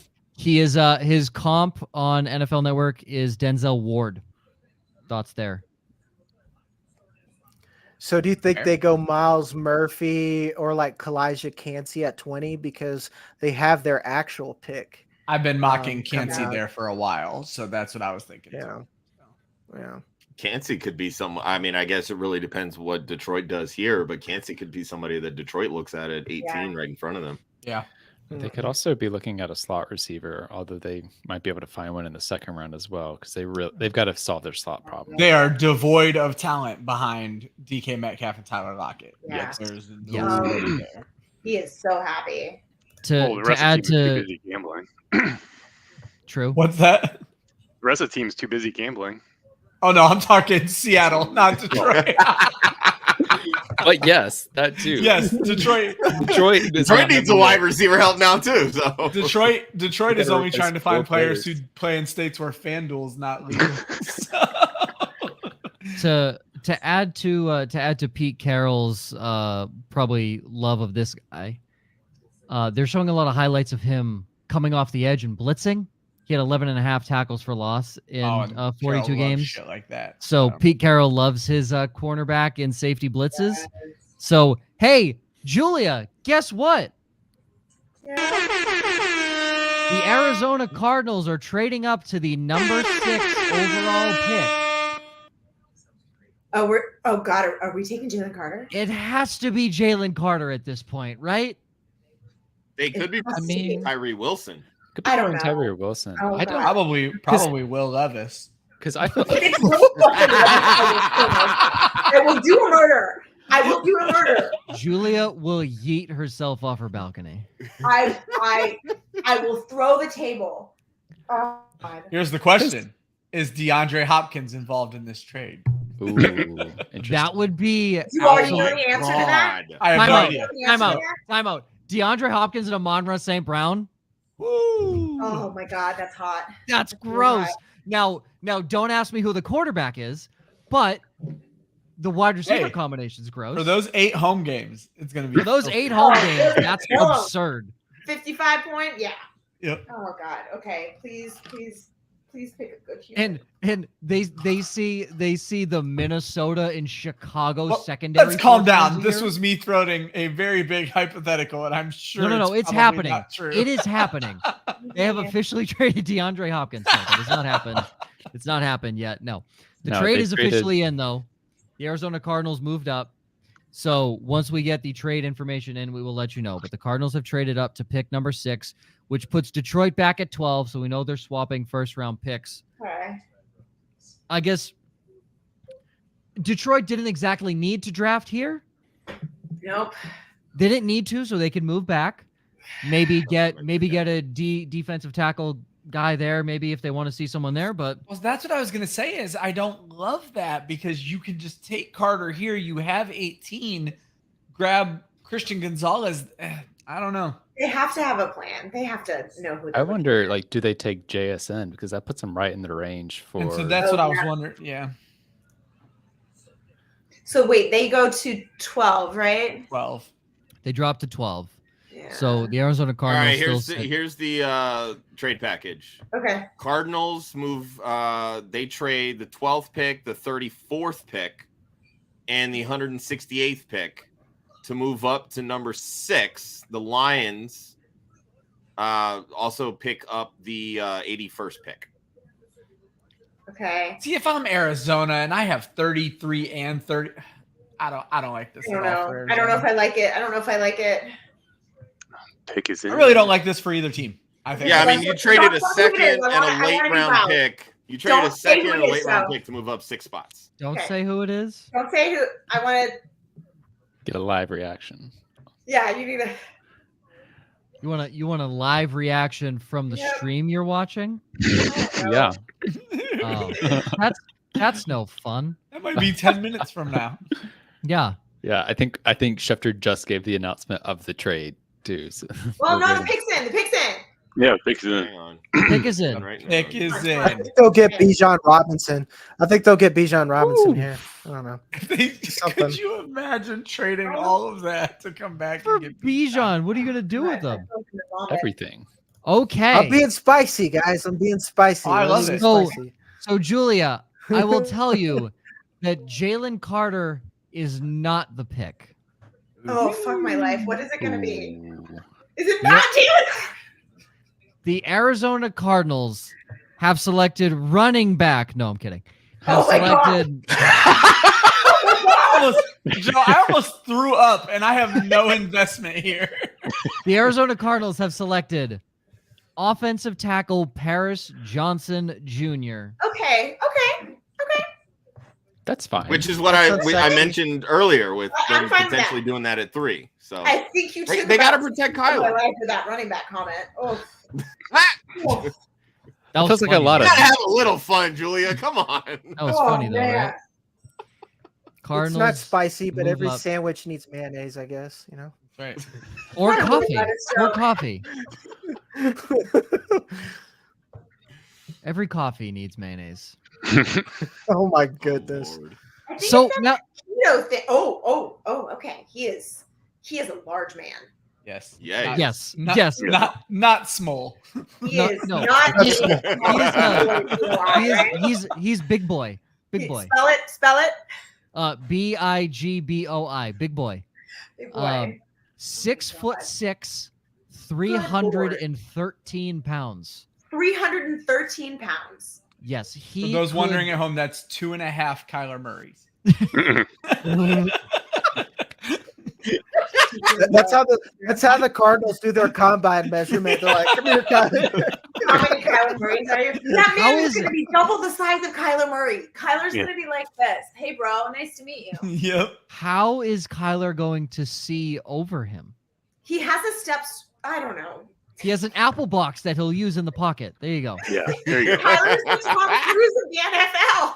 He's going to climb on his shoulders and form Voltron. Man. So, hey, quick question.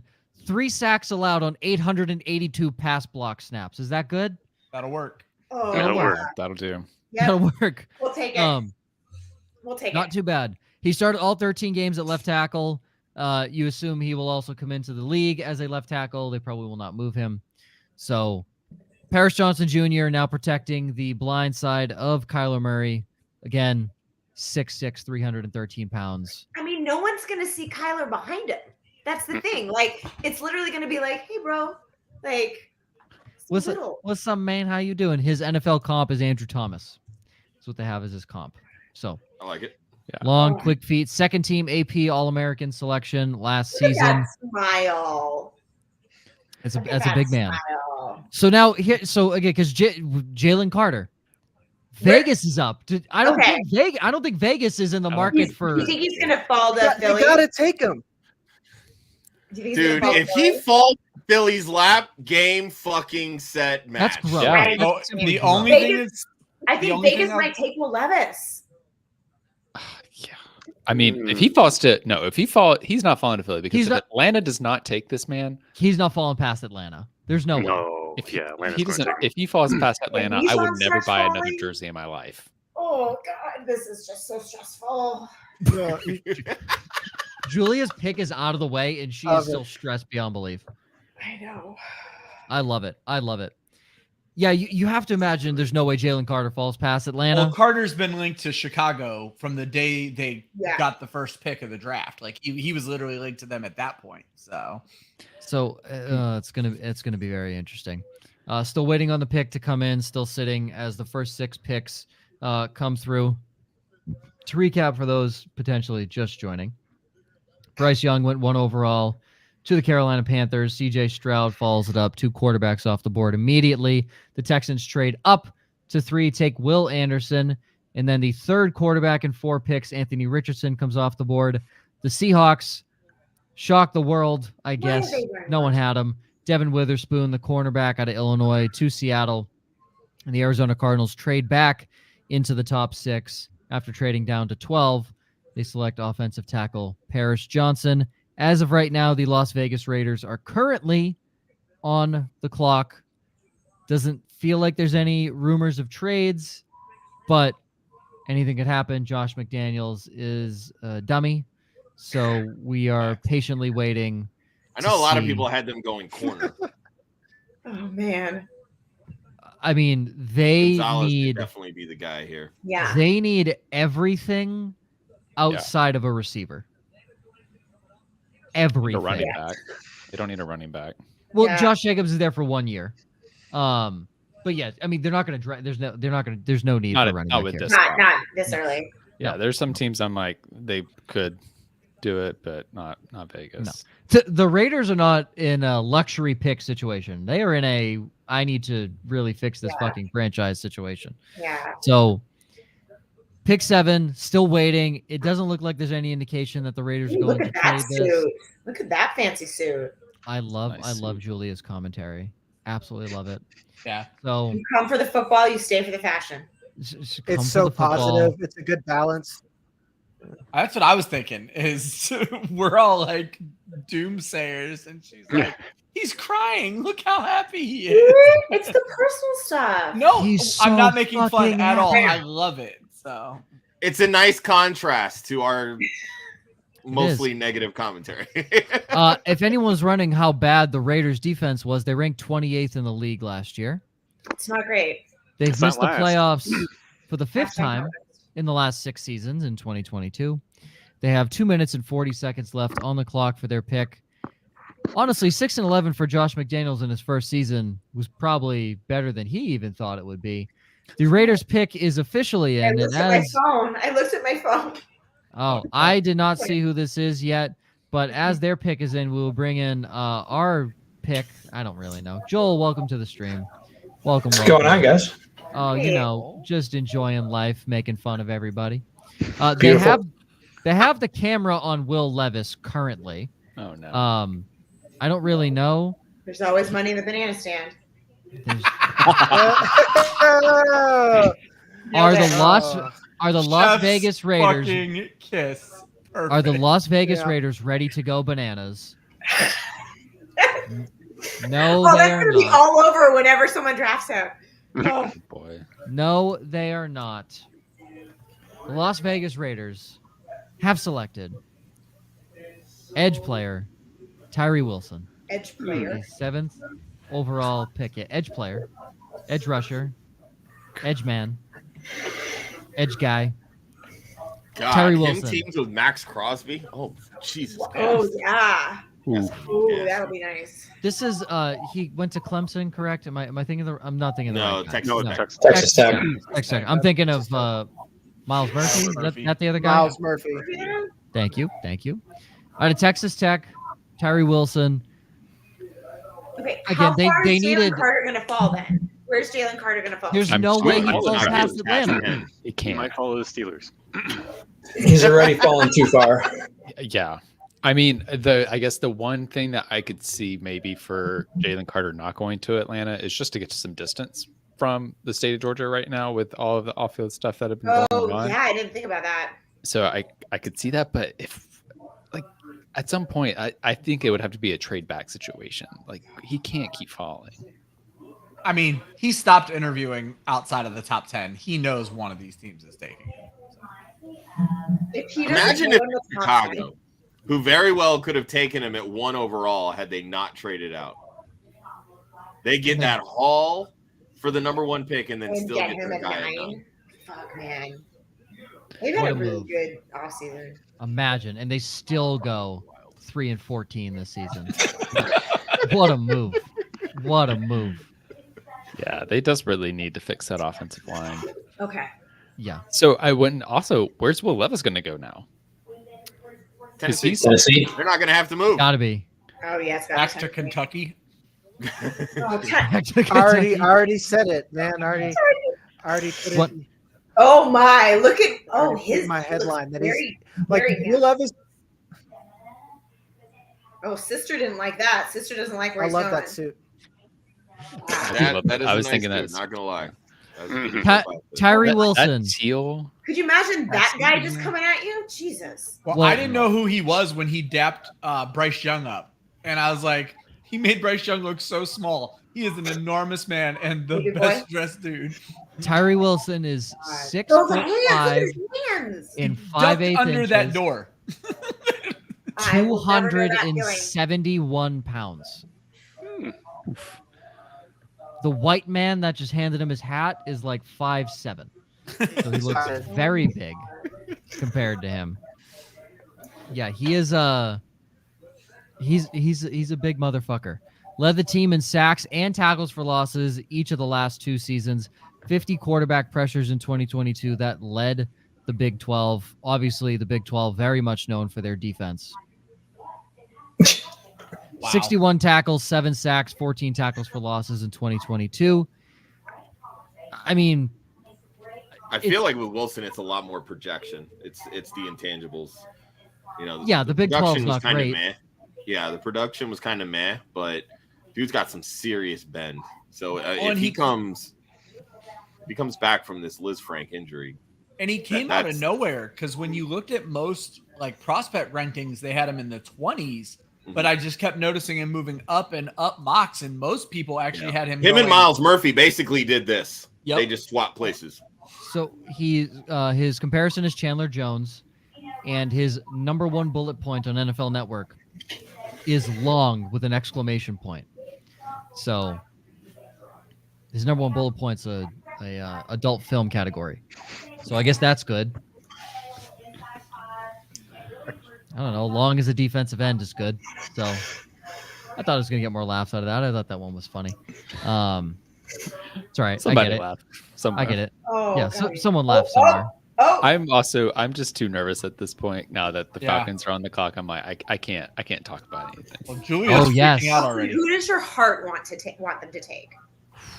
Bijan. I mean, Jalen Carter. No, she wants to tear your heart out of your fucking chest. I mean, as a Tyler Algier fan, I would like them not to take Bijan, but my fun pick is Bijan. Oh, Will Levis got a haircut. Look at him; he looks so handsome. If they take Will Levis, though, could you imagine? I think they have to stick with Ritter for another year. I think they love Ritter too much. If they did. My dynasty roster depends on Desmond Ritter starting. So mine too. I would like. Last year, and I was like, I hope he starts. I love him. I'm a big fan of him. Julia, so am I. But actually, I wouldn't say big fan. I just happen to be a fan because he's on my dynasty roster and he's my only fucking hope at the quarterback position at this point. So the good news is, though, Atlanta's not trading out of it. The pick is in. Okay. Oh, pick is in. Okay. Atlanta has officially chosen Jagger. Slides out of the stream just in time.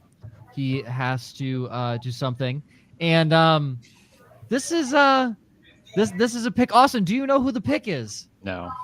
Well, he says excitedly. The Atlanta Falcons I don't like the look on Joe's face.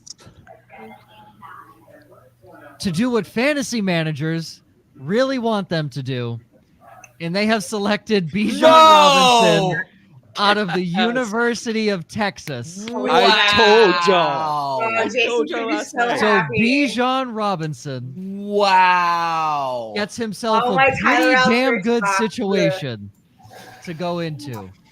Let's go. You know what? Vibes. This is the all vibes team now. Jalen Carter is still on the board. He's gonna. Oh, is he gonna go to Chicago or is he gonna go to Philly? He's gonna go to. I think he goes to Chicago, but if he doesn't go to Philly, he's dropping all the way to Baltimore at this point. Like, oh god, yeah. I think if he doesn't go to Chicago, he's going to Philly. So our resident always in the stream Elixirs Falcons fan, Bijan. It's like Elixirs has been calling for this for so long. And I believe his first comment when he came in here was Bijan to ATL, and I think there was another one that was even better, but I could be missing it. But I'm pretty sure he said Bijan and Younghoe Koo, the best tandem in the NFL. Younghoe Koo. Yeah, that was last night. Kickers are people too. That was last night. Yes, kickers are Man, people if Desmond Ridder hits, holy shit, this offense could be fun. He's not gonna have to. He passed for Josh. 15, All he 20 needs to do is be a game manager. Yeah. I know. A lot of pressure This off is going to be fun, and they added Jonnu Smith, so they have some bigger bodies to block Joe. They added Jonnu Smith, not to catch balls. Jonnu Smith is a very good blocking tight end. He is not there to do anything else except block, because Kyle Pitts is not doing that. So, yeah, exactly. They tried that for a year, dude. It's hell, you could put Bijan in the slot or spread him out wide and still put Tyler Algier in the backfield. Yeah. Thank you for making me feel better. It's going to be because you could put Kyle Pitts and Drake London out wide and then have Bijan in the slot. Like, this is going to be a fun team. I think they're going to really start embracing the positionless football. I think it's a really good move for them. I think they're gonna, like you guys are saying, they could be a pretty decent team. Like, and part of this too, like just from like a football management perspective, like they have not been filling up Mercedes-Benz Stadium. They need to bring fans back, and having a fun offense is gonna bring fans back. Yeah. You know, it's a sad day when the soccer team that plays in the same stadium as you is pulling in more fans than the football team. That's the only time that stadium sells out is when Atlanta United is playing. Yeah. And Adam Taylor Swift performing this weekend. T-Swizz, baby. The GOAT. Adam or Joel, any thoughts on Bijan here? Obviously, this is a fantasy manager stream. I'm wondering if I can buy Kyle Pitts and Drake London low now because Desmond Ridder is still terrible, and that's going to be a very run-centric offense. No one's here from you, Joel. Adam, what do you think? Desmond Ridder, because like Desmond Ridder just hasn't had a chance yet. So just Thank you, Adam. Who are these people out here with Roger Goodell? Oh, this kid's so excited. Look at him. Yeah, there's he looks nervous. He's definitely very nervous. I don't think the Eagles have traded up. Ooh. What? With the Bears?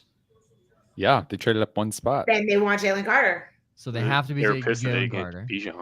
And they gave up a 4th round pick in 2024 to move up one spot. So not even a pick this year. It's worth the sound, but not the. This kid's gonna be so happy. So we just bounced out. And it looks like Adam bounced out potentially. He might have just lost connection. The past 3 first-round picks, if you want to talk about building your offense, have been Kyle Pitts, Drake London, and now Bijan Robinson for the Atlanta Falcons. Seems good. Seems good. Seems okay. And you know, we talked about last night, the Falcons built a lot in free agency on the defensive side. So they set themselves up to not need to get top end defensive talent. It would be nice, but there's other players in this draft that they could go for and try and develop over the next couple of years. 5'11", 215, runs a 4.46. So handsome. Look at that smile. Not too shabby. Not too shabby. Won the 2022 Doak Walker Award, nation's top running back. But we're all wondering, what does this mean for Cordero Patterson? What does this mean for Cordero Patterson? It means he can work on locking down that touchdown return touchdown. Kickoff returns. Kickoff returns. Yeah. Kickoff returns. The best kickoff returner in NFL history. Yeah. I don't think Bijan's going to be used outright, though. I don't think he's going to be used as a passing rusher or a passing catching running back. I mean, and they barely used running backs that way last year anyway. So you're probably right. It's the best way to use Desmond Ridder, though, is to throw short passes. So. Yeah. Why is Joel on the stream? Who invited him? 104 forced missed tackles. Is that good? Just a little bit. So. Yeah. Just a little bit. 18 rushing touchdowns in 2022. That was third in the FBS. In 31 career games, he had 3,410 yards with 33 touchdowns, and that doesn't even include 805 yards through the air.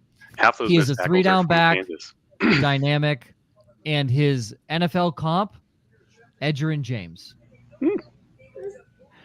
I'm was already Edgerrin James that was he that bulky? 5'11", 215? I thought he was a little leaner. Yeah, more spelt.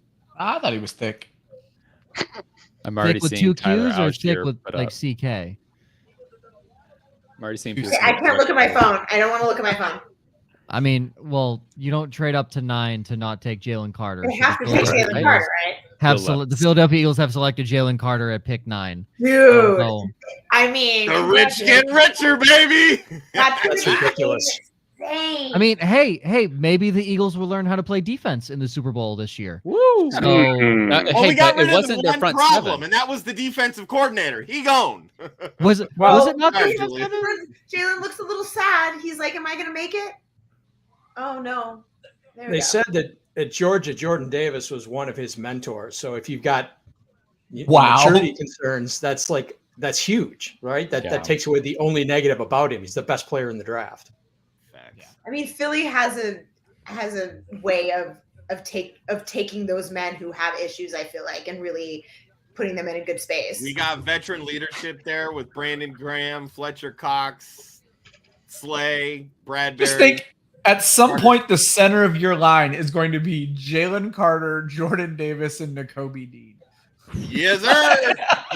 So congratulations. The University of Georgia is not playing defense. Pretty sure they won a national championship. Baby. The whole school over. All three of those guys have a little bit of national championship experience. I just realized that we are parroting what Faith is saying in the comments as well. Yeah, so. 2.0. Yeah. Ugga, baby.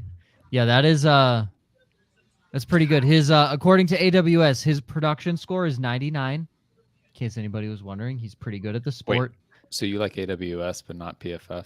No, I don't like AWS, but okay, cool. No, it's all stupid. It's all dumb. It's all dumb. Everything's stupid. I hate it. Philly pick is in. Jalen Carter. Chicago is on the clock unless they decide to trade back again. But at this point, I just want to see Will Levis go, and then I need to go make dinner. I'm so hungry now. Well, Julie, we might be here a while. I was not prepared. I didn't make a snack. So Chicago most likely taking an offensive lineman here. Yeah. They got to, right? Yeah, I wonder if they go T-Rex arms here. It's got to be Skoronski. Skoronski. Northwestern, get the local kid, put him in. Yeah. It would make sense. I don't really know if there's obviously other needs for the team, but protect your asset. Also, another NFL comparison that they're bringing up on NFL Network is LaDainian Tomlinson.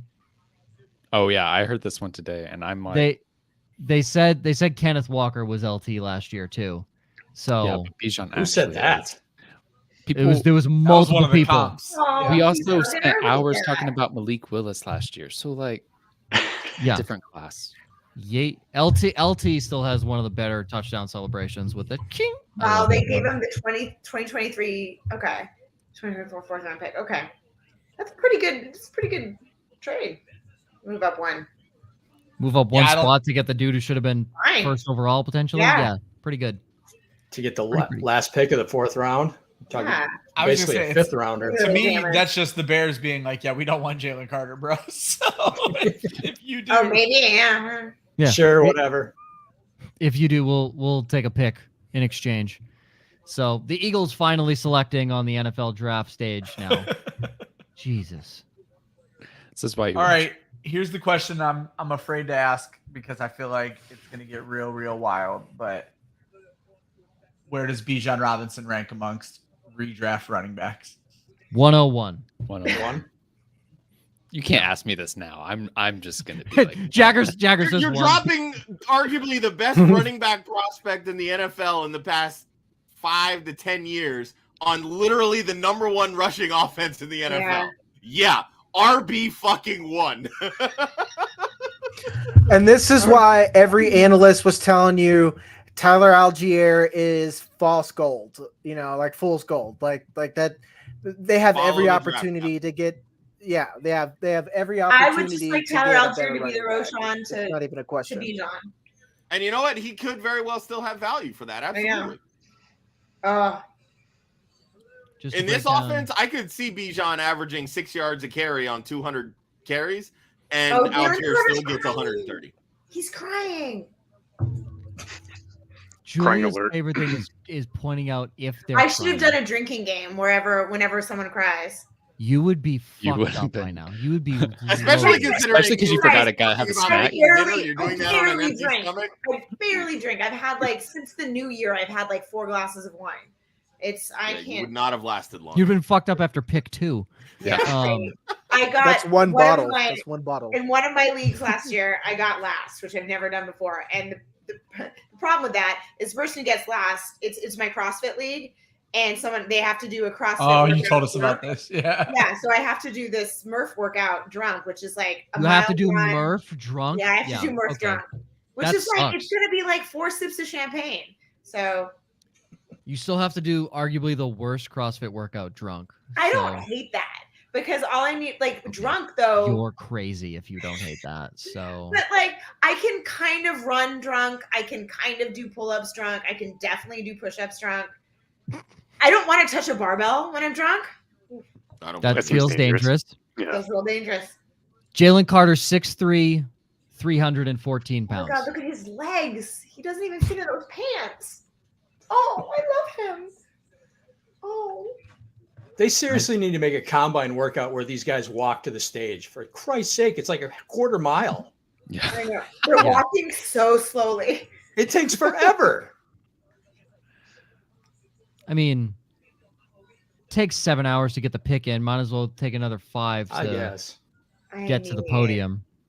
The Chicago Bears pick is officially in. Okay. The Bears are not moving back. They are selecting an offensive tackle. Just happens to be not Peter Skoronski. Oh. Offensive tackle Darnell Wright. Nice. That's the only other one on there. I think it's fine. Yeah. I think it's fine. Yeah. Will he play left or right tackle for them? Right. It doesn't matter. You could, it doesn't matter. Yeah, they just need something. That offensive line's so bad. Yeah, just get your best 5. Yep. I literally thought they could get Darnell Wright or Skoronski. I don't know why I don't like Broderick Jones more, but I feel like Darnell Wright is like the Anthony Richardson of tackles. Like his upside is really good. You got to think we just talked about this on yesterday's show that he didn't give up a sack to Will Anderson, right? yes, one pressure to Will Anderson. Yeah, I thought he gave up one pressure all season. One pressure to Will Anderson. He gave up 0 sacks all season going up against the SEC. That's nutty. Absolutely nutty. So very good pick there from that. And Miss Julia will be leaving us. So gotta go make dinner for the child. All right. Been fun, Julia. Thank you. Appreciate you. Great, Josh. Can't wait to see who goes to Tennessee. Woo. Let's go. Will Levis. Good time. It's Will Levis. Thank you. I know. Yeah. All right. Thank you guys. Bye. Thank you, Julia. Bye. And let's put it this way. Oh, go ahead. It's Will Levis or Peter Skoronski. I'm willing to think. Yeah, they definitely need some line help there after releasing Taylor Lewan. As one lady leaves, A lawyer joins. Hello, Chris. How are you? I don't know. There was Hello, everyone. alliteration with the L. I think that's not an L here. It's a W. Wait, Big W's. What are you doing here? I thought the Rams didn't pick tonight. They never picked tonight. Well, here's the thing, Austin. He's actually here just in time because our resident lawyer, how is Jalen Carter's legal situation looking? I mean, I can't speak to the laws of that state, but I wouldn't read too much into it until like actual charges get filed. Okay, there you go. Jalen Carter's fine. He's chilling. Yeah, he's fine. He's been exonerated. He's chilling.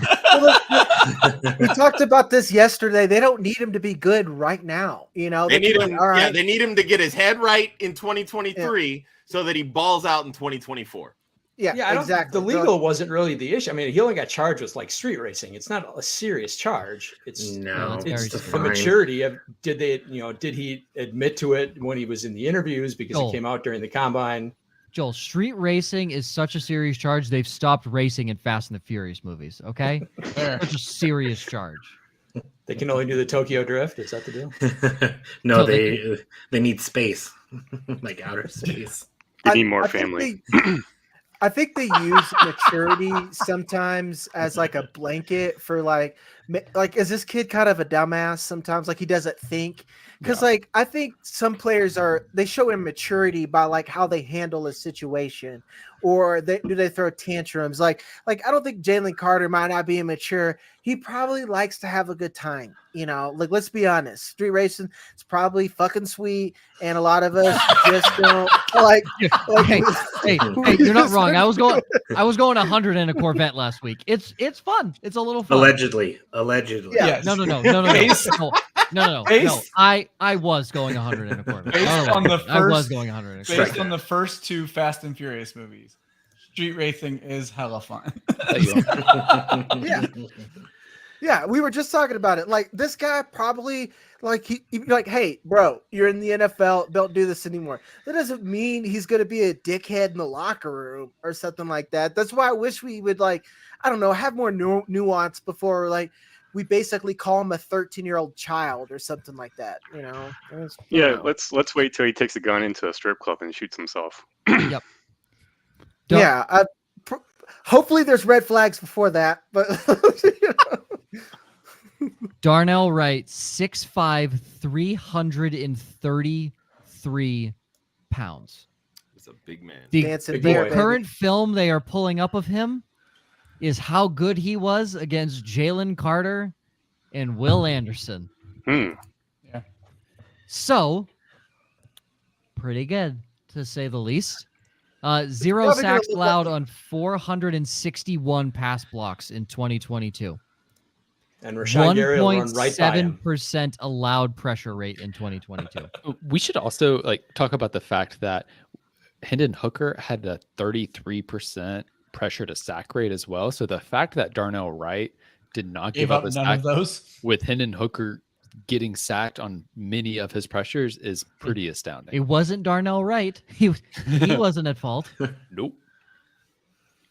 I mean, for this big of a dude running a 5 flat 40, I feel like that's kind of fast for that big of a man. Yeah.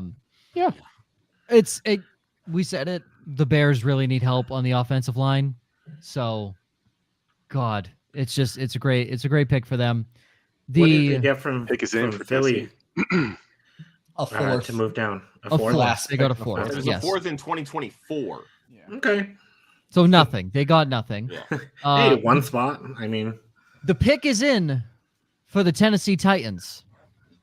It has been rumored to be Mr. Mayonnaise himself.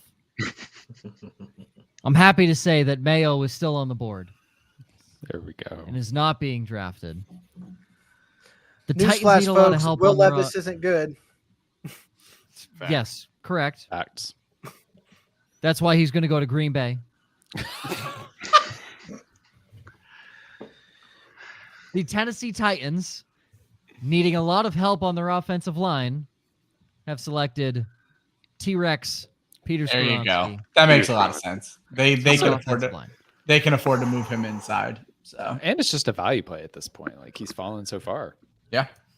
I mean, there were JSN might just fall in Green Bay's lap at 13.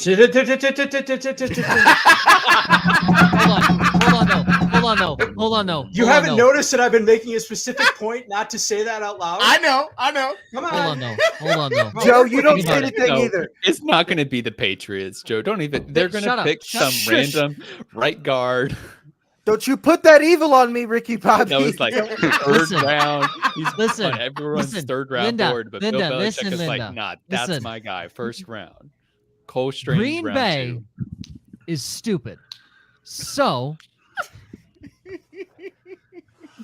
he could. I'm not saying it will, but he could. I mean, Detroit could also do that and then pair JSN with Amon-Ra St. Brown. My God. That would be disgusting. That would also feel a little bit duplicative because St. Brown lines up in the slot a decent amount of the time. It feels like they wouldn't be going for JSN. They're essentially identical players. Yeah. JSN's better, but don't talk about the sun god like that, okay? No, that's high praise. He's a very good player. Be careful though, JSN's he'll a remember very your good name. player. Is JSN named after a fucking Egyptian god? No. Yeah. He is not. No, he's not. All right. Not yet. Yeah, they're gonna name Egyptian gods after him. JSFNN. So Skoronski there really helps the Titans. I mean, for Derrick Henry dynasty managers, and I mean just in redraft this year, obviously you're hoping Skoronski you're hoping that Skoronski helps that offensive line. It's not like Derrick Henry exactly needs blocking because he is his own blocker. He fell off hard last year. That offensive line collapsed. The offensive line was bad. Derrick Henry is also just a massive human. So it's going to be very interesting. Ryan is dipping out to take a break very quickly. He will be back in a little bit. The Tennessee Titans in 2022 ranked 30th in the NFL on offense. Not last. And they were one game away from the playoffs. How's that possible? Oh, that whole division was kind of... Oh, the whole division was bad. Yeah. And at this point this year, I mean, the Jaguars are set up not even to just absolutely dominate that division, but find themselves, I think, pretty high up in the AFC. We had two teams in that division picking in the top 4 of the draft. Yes. And Tennessee's picking at 11. And Tennessee's picking at 11. So they were 3 one win away from the playoffs. So far, the AFC South has 4 draft picks inside of the top 11. Jacksonville is not one of them. So, yeah, the division's really bad. I mean, outside of what Skoronski does to help Derrick Henry, I really don't think you're staying away from Tennessee in all aspects of fantasy football imaginable this year if it's not Derrick Henry. Right? Yeah. I don't know if anyone disagrees with that, but nope. Yeah, you're staying as far away as you possibly I wouldn't say can. that. Okay. I think like even in the current iteration, I think Chigakonkwo is worth a roster spot. I think Traylon Burks is worth being your wide receiver. He's worth being a wide receiver 3. Like, don't go and be like, well, he's a sophomore wide receiver and he's gonna like take a leap and then bank him on being your wide receiver 2. But if you get him as your wide receiver 3, you could feel okay in some formats. So let's just leave that what it is. First round picks for the Titans haven't been too nice to them lately. The best one they've had, which is a very good one, is Jeffrey Simmons, but everyone else has been very irrelevant for them pretty much in recent years. So hoping that Peter Skoronski... Wilson didn't make it through the first year, right? Didn't they cut him in December of his first season? Yes, he's bad. So really hoping Skoronski flips the script for them on first round picks in recent years. Again, Jeffrey Simmons, a home run pick in 2019, but recently it has not been great. Skoronski, 6'4", 313 pounds, balanced, powerful. His NFL comparison is Elijah Vera Tucker. Don't know if anyone disagrees on that. It's a good comp. Thoughts on? Okay, fantastic. Because I feel like the comps have been pretty decent tonight. A lot of them in years past have been absolutely asinine, but I feel like the ones tonight have been pretty solid. They're showing him in a lot of pass pro, but do we believe he moves inside because of his tiny arms? Yes. Like, no doubt he moves inside. I don't know. Yeah, I probably. think he will eventually. I think they'll give him a chance to play tackle because, again, they lost Lawan. They need somebody to take over that left tackle spot. They're also comparing him to Bob Skoronski, who I'm going to assume is his father. So Grandfather. Great. Bob Skoronski played in the NFL for the Green Bay Packers. Packer legend, Bob Skoronski. Bob Skoronski, Packer legend. Who did we lose here? Austin had to jump out real quick, but we've got Mr. Mark Drumheller with us. Oh, the from dog. Yahoo Sports. What's up, buddy? What's up, fellas? On Jalen Carter? Yeah. I appreciate you guys letting me back after I trashed Drake London last year. I know that was a hot topic, so I was glad I saw the invite come through this time. But yeah, incredibly excited about Jalen Carter. How can you not?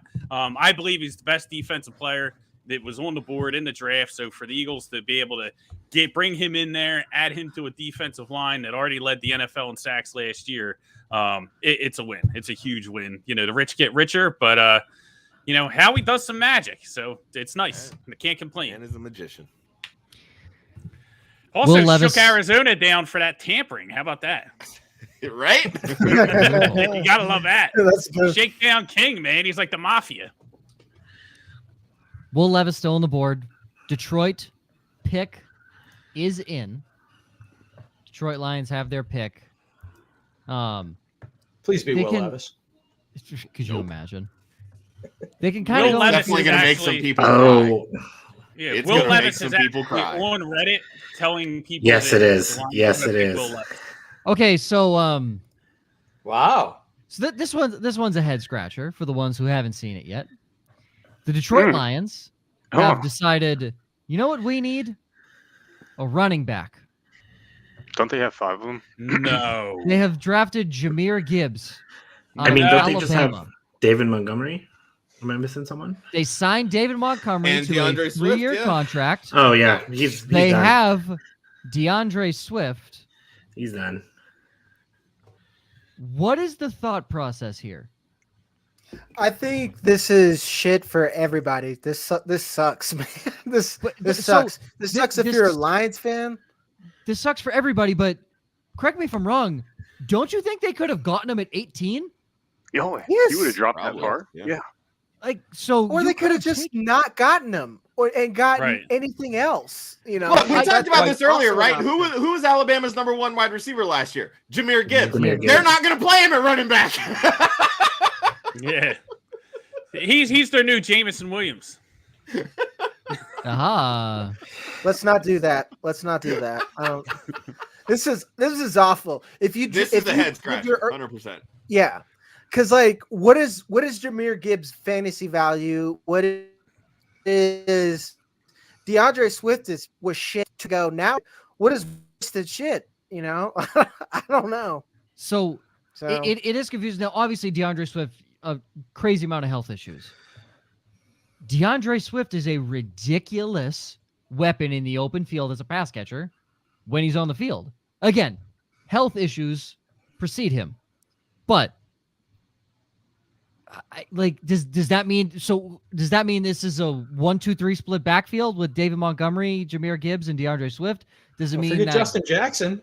Well, for the first 2 games, and then Swift will be injured, so it's fine. But then at that point, so then is Montgomery the lead back, and Gibbs is just a gadget running back that's going to spread out wide for them in the passing game? He'll probably get 60, 70 targets, but yeah, Montgomery's going to be the number 1 running back. At least for this year, I think. Yeah. So first off, this just helps me because that means David Montgomery just falls further in drafts. Love that. I'm going to take him as like my 4th or 5th running back, and I'm here for it. Swift's a free agent next year. They're not going to pay him. Bad teams stay bad. Yep, that's it, man. I don't know. I mean, I would assume a bad team would have paid DeAndre Swift a lot of money to stay there instead of just drafting his replacement a year ahead of schedule. With the 12th, yeah, but when you let up as many points as the Lions and you let defensive player, you trade back, don't help your defense, and then draft a running back, which really doesn't have like Christian Gonzalez is just sitting there. Yeah, that's kind of what baffles me. Like, why would you go Gibbs here? I mean, Jeff Okudah didn't really work out for them the last time they went cornerback with their first pick. For the first time in forever, this division is available. Go ahead, Jacker. I'm just playing devil's advocate. You have to keep dipping. Yeah, I mean, you have to keep dipping at a position if you whiff, and then you fire scouts, and then your defensive guy. That's what you do. That's how you should run your team. Like honestly, they could have went any other position, and it would have been fine. If they go JSN here, it's fine. And you got to think that they're pretty set at wide receiver. But after Jamison Williams and Amon-Ra St. Brown, there's nobody. So I get it. You could have went offensive line. That makes sense. Their defense is a run funnel defense. Like in fantasy, they are a must start defense. And then and to put that in NFL terms, they could have put anybody on there. They could have drafted Drew Sanders, which I think is a reach. And it would have made more sense than this to me. Let's just say what it is.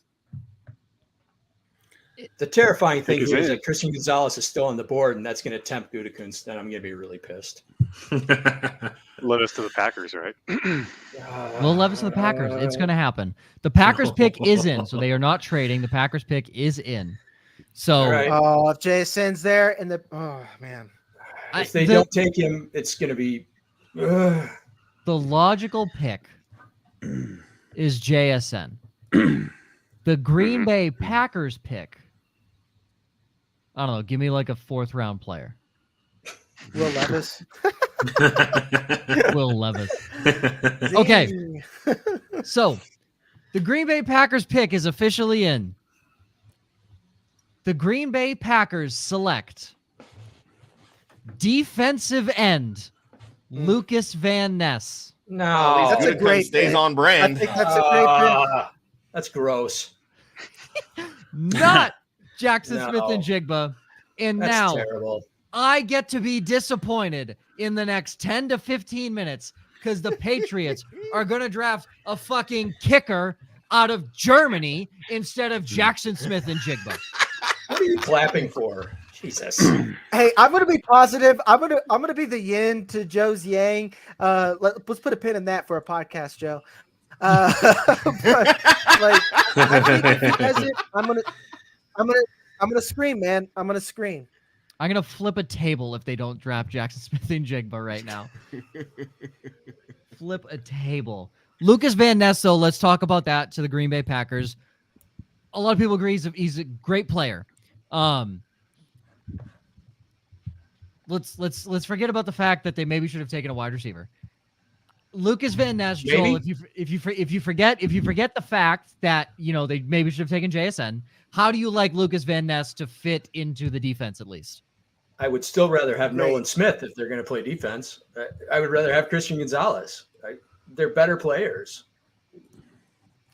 I disagree. I think Lucas I Van get Ness, that they need. They need flexibility on their defensive line. Like their defensive line is super thin. They need edge rushers with Rashawn Gary hurt. They need someone to replace Preston Smith eventually. I get it. There's better players on the board. It's a bad pick. Okay, can we go back to Jahmyr Gibbs and talk dynasty? Chris is pissed. No, I want to talk dynasty rookie drafts. Does that change anyone's opinion of him being the 102 RB consensus? Yes. No, anyone who followed me, I told you that Jahmyr Gibbs was a risk because he's landing spot dependent. Let's say if Bijan Robinson goes there, we would be like, man, that's kind of shitty, but we're still drafting him. We're not even really thinking about it because he's vastly more talented. But now that you have Jahmyr Gibbs, what is he? He's going to be, at best, he's going to be what DeAndre Swift was. So I don't know, man. That's why you have to worry about these guys who don't hit size thresholds. I say, here's the thing though, I don't agree nor disagree. Swift was never healthy, so we don't know what DeAndre Swift was, and Swift is gone next year without a doubt. So I think there's value in Jahmyr Gibbs. The 102 feels rough because something we've been talking to a lot of dynasty people about, and Kevin Coleman is the one who sticks out to me, is you want players who are going to hold their value. The second you draft Jahmyr Gibbs, he's worth less than what you probably paid for him in dynasty. Nobody's coming to buy Jahmyr Gibbs off of you until the end of this season. Everybody's going to want him next offseason. So if you buy him, you need to understand you are holding him win, lose, or draw for what he does in 2023. Reminds me of A.J. Brown with the Titans with Mariota.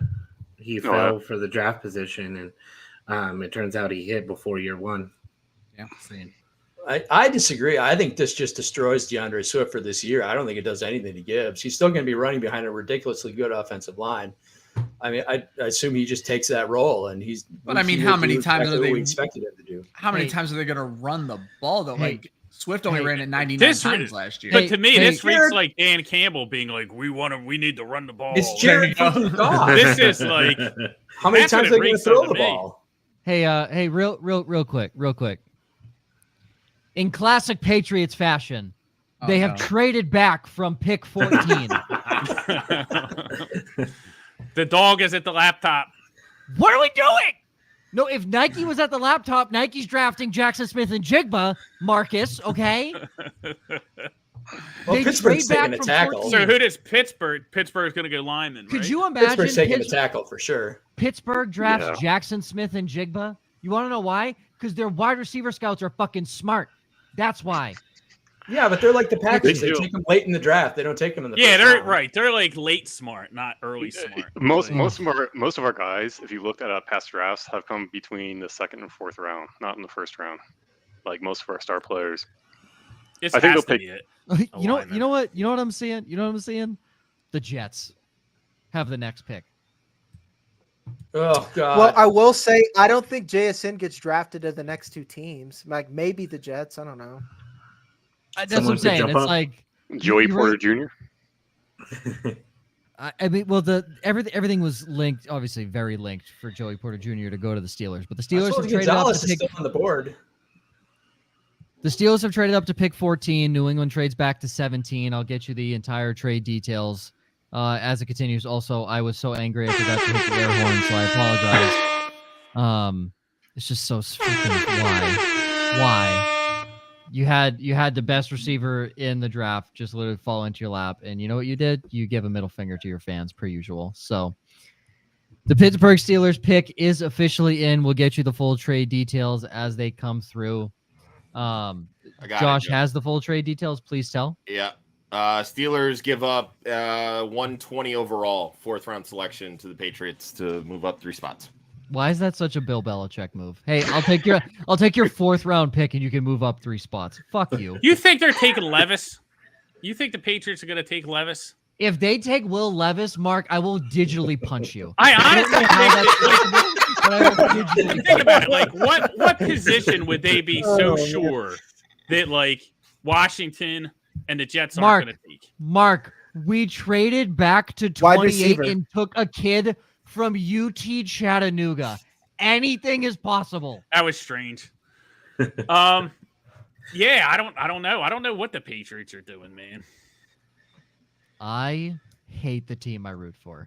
Yeah, do you think they wanted Gibbs and then that's why they bailed? Why the fuck would we want Gibbs? Ramondre Stevenson Bill wants to run the ball.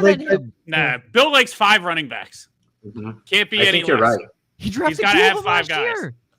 He's got to have 5. Given Belichick's track record drafting receivers, I think we need to hope he doesn't take Jackson Smith. No. Or he wanted Van Ness. No. He could have wanted Van Ness. I mean, that seemed like a Belichick. I mocked Van Ness to them, so that's kind of what I was wondering as well. So. And then they're like, Bill's just like, you know what, I'm done. Like, just send me back. Keep me out of this. He's like, we'll go behind the Commanders. They're going to mess it up. No big deal. I am so angry. And yes, Adam said it. The Steelers trade up for offensive tackle Broderick Jones. I don't think that is a surprise to anybody. They need an offensive line just in general. So Broderick Jones is the draft pick for the Pittsburgh Steelers. That leaves the Jets and Washington ahead of the New England Patriots.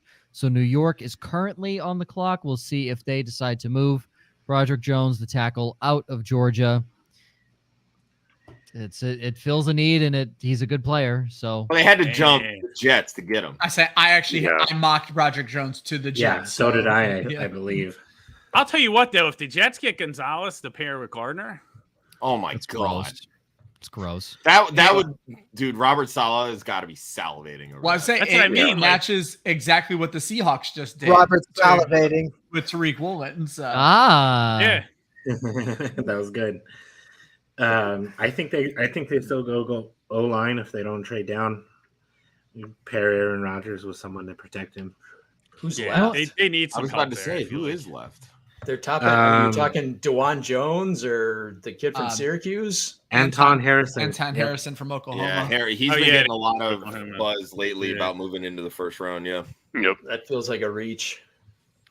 Broderick Jones, 0 sacks allowed on 449 pass block snaps in 2022. So, good, to say the least. Or do you where they trade out?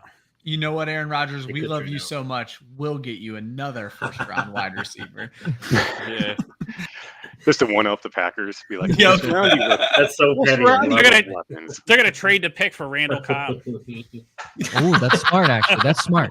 That's smart. They should do that. Or the Packers could take their 2 seconds and trade back with the Jets again and get JSN. Wait, what if the Jets trade Aaron Rodgers back to the Packers? No take and back. then And then draft Chase. That's something that would come right out of draft day. They draft Levis. Jets draft Levis. I mean, hell, who's their future after Aaron Rodgers? Might as well be Will Levis. Exactly. Yeah, I know. They talk like, Rodgers is going to teach Wilson the way, but you can teach all you want. If the Bucks and Seahawks pass on Will Levis, then Will Levis, it is like statistically, he's not good. Like he's probably not that good, So I know. I loved Will Levis. Like I made a killing betting Kentucky unders this past year. So, like, I wish he went. I'm like, Will, what are you doing, buddy? Can't you get we played for 6-7 years now in college football. Like you can't find a way to come back. Kentucky unders were bam, bam, bam. The best was they were showing the highlights for Van Ness. Like every other one was like him planting his helmet in Levis's chest. New York Jets on the clock, 23rd in offense, 4th in defense in 2022. So they've obviously addressed probably the biggest offensive issue, and that was the quarterback. So why not make the defense a little bit better? That might be their go-to here. Zach Wilson, 1,688 passing yards in 2022. Fun fact. How many Everyone moms, was though? painful. How many moms? They don't track that, sadly. The Jets offensive line, though, had the third worst grade according to Pro Football Focus. So this is when I like Pro Football Focus, when they agree with me. So they had the third worst offensive line in the NFL in 2022. So I know we talked about potentially going offensive line. Is there anybody we think that they could take here for offensive line? Sounds like anybody will be an improvement. Anton Harrison. Yeah, I was going to say, Chris, you're an Oklahoma guy. Tell us about Harrison. Truth be told, I didn't watch too much Oklahoma football this year. It's a rebuilding year, but it was probably smart of you. I got to save my mental health. Have a lot less hair if you did. Yes, but we have a history of putting out really good offensive tackles. So if they're reaching for him, I like the pick. Still mulling it, so they could be potentially trading. There's 3 minutes and 27 seconds left on their clock. Teams normally by now have had their picks in. If the Jets knew who they wanted, they probably have it. So a potential trade in the works, just because it's taking a little bit of time. There's a lot of spots they could go. Christian Gonzalez, I think, is one that would make them incredibly better, as we've talked about before. Need your offensive line. Is there any shot we think they take Jackson Smith and Jigba to just make Aaron Rodgers super happy. I mean, I think there's a good shot that Joe Douglas just asked Aaron Rodgers what they should pick. Well, because it seems like that's how this thing's going in New York. And right now, McCole Hardman is penciled in as their slot wide receiver, and he's not that. Like, JSN actually does work here. Yeah, if you can't make McCole Hardman work with Patrick Mahomes, you're not gonna work with Aaron Rodgers. And he's not a slot guy anyway. He's fast. He can't separate. Yeah. Their current offensive roster looks like Aaron Rodgers, Breece Hall, Garrett Wilson, Alan Lazard, and Tyler Conklin. Has anybody heard any update on Mekhi Becton? Because I knew it was all bad last year. He had the injury. He was coming in over 400 pounds or whatever. Well, that's why everybody's been mocking tackles to the Jets. Exactly. And I mean, their right they tackle. Just don't know how healthy he's. I mean, look, when you're carrying that much weight, it's hard to stay healthy. Mm-hmm. That's why they all lose it off when they get out of the NFL. I can confirm, Josh. I can confirm. Robert Saleh is currently on the phone. It doesn't. Rodgers. I don't know. He doesn't look excited, so I don't know if he's trying to make a trade here. That's because Rodgers has a gun to his back. I can't see it. He's got the Death Stone. He said, right "Go get me Randall Cobb right now." He said, Rodgers is in the darkness. He said, "If you don't take the guy I want, I'm taking you on a meditation retreat with me." So I will say, I think it would be really strange of the Jets and very much a Jets-like move to trade Elijah Moore only to use your first-round pick on another wide receiver. Yeah. Well, they currently have a minute left on the clock. Jordan Addison, anyone? Do I hear Jordan Addison? To play Madden GM a little bit, you got to think if they go wide receiver here, they have two guys on rookie contracts for at least 4 years. Aaron Rodgers is probably gone in 1 or 2. So they can ship Aaron Rodgers off, make a deal to get another guy sooner rather than later, and pretty much set themselves up for the future without hamstringing themselves like the Rams did to get like Matt Stafford and Jalen Ramsey. So, and didn't I read that Rodgers is making like the league minimum against their like salary cap this year? Like it's something insane. Yeah, like that was just to get the trade to go through. They're going to renegotiate that. Yeah. The New York Jets pick is in. They are not trading out of pick 15. The selection is in. Goodell slowly about to make his way to the podium as we anxiously await whoever the hell the New York Jets will be drafting. Because again, why would it take 10 seconds to walk out to the podium when it could take 10 hours? Gotta build that suspense. It actually makes sense a little bit. Do we think teams call about DeAndre Swift? I'm like so concerned right now. They very well could. Well, they probably destroyed his value. Like teams are just like, hey, you're going to get rid of him next year anyway. You know, that's fair. Yeah, you're letting him walk. Why am I paying you? Wait him out. Like you sabotaged. The New York Jets pick is in, and I'm pretty sure I did not see this guy's name in our mock draft yesterday at all. Uh-oh. The New York Jets has selected defensive end Will McDonald IV out of Iowa State. Yeah. I saw him mocked towards the end a few times, but interesting. Yeah, going to 15 feels like a massive reach. That feels like a Packers pick. He's a really good player. Feels like a Packers pick. Is he? I wanted him. He was on my pipe JSN here. Now it's genius. It was JSN, Will McDonald, and Darnell Washington. That was my pipe dream draft, and I'm not getting 2 of them. Whatever. Well, turns out Aaron Rodgers does not give a shit about fans' opinions, Joel. I think this is where Will Levis goes, is Washington. You think? That would make sense. You don't think they have faith in Sam Howell? No. I don't have faith in Sam Howell. It's a 6th round pick. I thought he was a 5th. Yeah. Same difference, but still. I thought he was a 4th. Same thing. I had graded him in the 1st. There is. I might like Sam Howell more than Will Levis, though. To be honest. Oh my God, is that Zach Wilson announcing the pick? I was gonna say there's a little kid dressed up in a suit. You guys. He hasn't stopped waving his hands, getting people excited. Awesome. This kid's very excited to be there. I mean, he does look older than Zach Wilson, which is kind of sad. He will announce the Jets selection of Will McDonald. Can anybody give me a little rundown on Sounds Will like McDonald? Joel. Excellent pass rusher, not very good against the run, but he's super athletic, hyper productive at Iowa State. Very good player. Thank God they got a guy not really good against the run, considering they see Ramondre Stevenson twice a year and Josh Allen and a San Francisco 49ers-esque offense. So that's good. Jets, 1-5 in the division. Count it.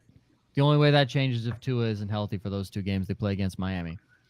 It's a real possibility, though. And that's a very strong possibility. That is my only caveat to them not going 1-5. Who is Miami's backup now? Mike White. Skylar Thompson. Oh yeah, Mike White. He'll win the first game and then tank after that. This kid sounds older than Zach Wilson. Like I think he hit puberty before Zach Wilson. Very deep voice. Very excited. 6'3" and 5'8", excuse me. 239, 4.7 40. He's pretty damn fast for a guy his size. His NFL comp is Leonard Floyd. Zach Wilson should have went. Zach Wilson should have went full heel and went on stage and ripped the card away from the kid. This is my team. That's some Kanye shit right there. Being like, they're gonna get me out of here. I'm not sticking around for this Aaron Rodgers circus. What can I do to get out of here? It's the Big 12, and I cannot stress that enough, but he is tied for the most sacks ever in Big 12 history. Wow. With 34. Again, it's the Big 12, but he has a record. So, third team, Big APL 12 American hasn't in always 2021. been bad. So to have the most ever is something. So. It's just been bad. Now they're showing a video of him jumping over a car. So he's a little athletic, to say the least. They're showing videos of him dunking. Yeah, this man is an athletic freak. So you pair him with another first-round pick you had last year, Jermaine Johnson on the edges. Yeah, but they had Carl Lawson, who played pretty well last year. The guy he's replacing, I forget the guy's name already. John Franklin Myers had 5 sacks last year. So, I mean, they're basically just building themselves a nice little like stable of defensive ends. Like you're going to have fresh legs out there at all times. Yep. They'll just rotate them in. Yep. In the pick for the Washington Commanders is in. It's going to be good. It is going to be good. Because we had one Miss Chrissy Freud on to talk quarterbacks. No. And I asked her on the show about a guy for a school she covers in Mississippi State. Yep. And I asked her. That's right. I asked her, how do you feel about Emmanuel Forbes? Because he's been mocked high in the second round. Well, he's apparently mocked high enough to go to the Commanders halfway through the first round. Cornerback Emmanuel Sanders from Mississippi State. What is going on with Christian Gonzalez? I was words out of my mouth, Joel. I'm like, what is happening with Christian Gonzalez right now? Wow.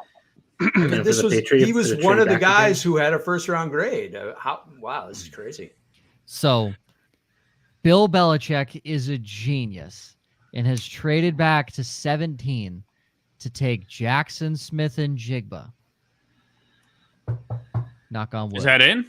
Oh, you're hoping that's what you're hoping for. I was like, is that in? Yeah. Oh, okay. Yeah, we got to be careful with Joel. I was like, do I got it? Not Joel, Joe, because Joe is convincing the world. Did I make you think it was Will Levis? That was pretty good, right? Did I make? Well, no, the DeAndre Hopkins one. The way you were talking, I'm like, you got to stop because it sounds like this deal is done. No, I will make sure you know if the deal is done.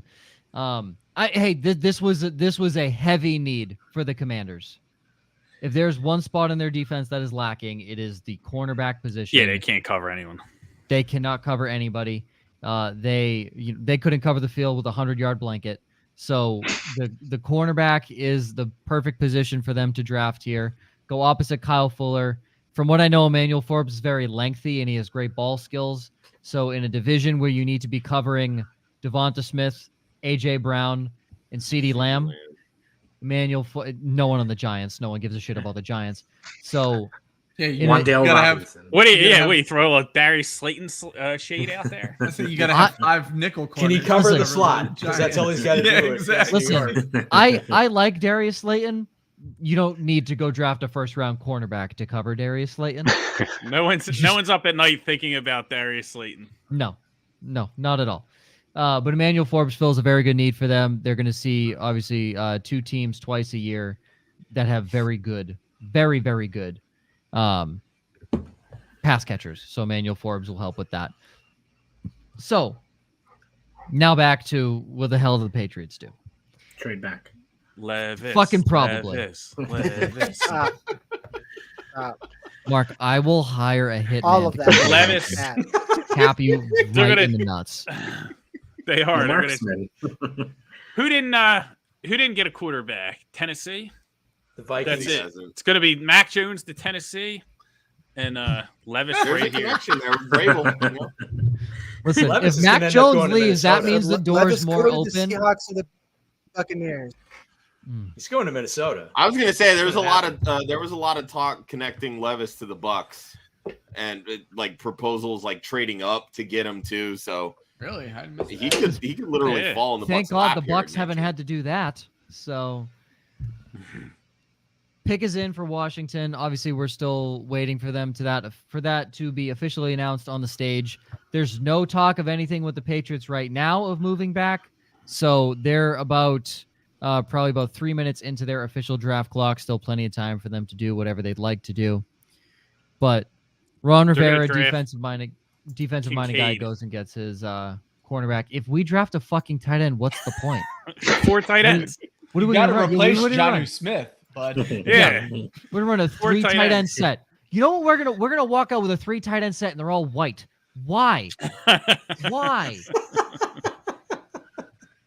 You're gonna walk out with 3 white tight ends and Tyquan Thornton. That's gonna be your offense, really? That's your offense. Put him in the backfield. It'll be like the old Army days for Belichick. Got the H back. Can we talk real quick that we've gone through half the draft and not a single wide receiver has been taken yet? Yeah, this is crazy. I know, it's crazy. This feels wild to me. What was it last year? Wild. It was 5 inside the top 15, right? Yeah, it was like most of them. Yeah, most of them went early on.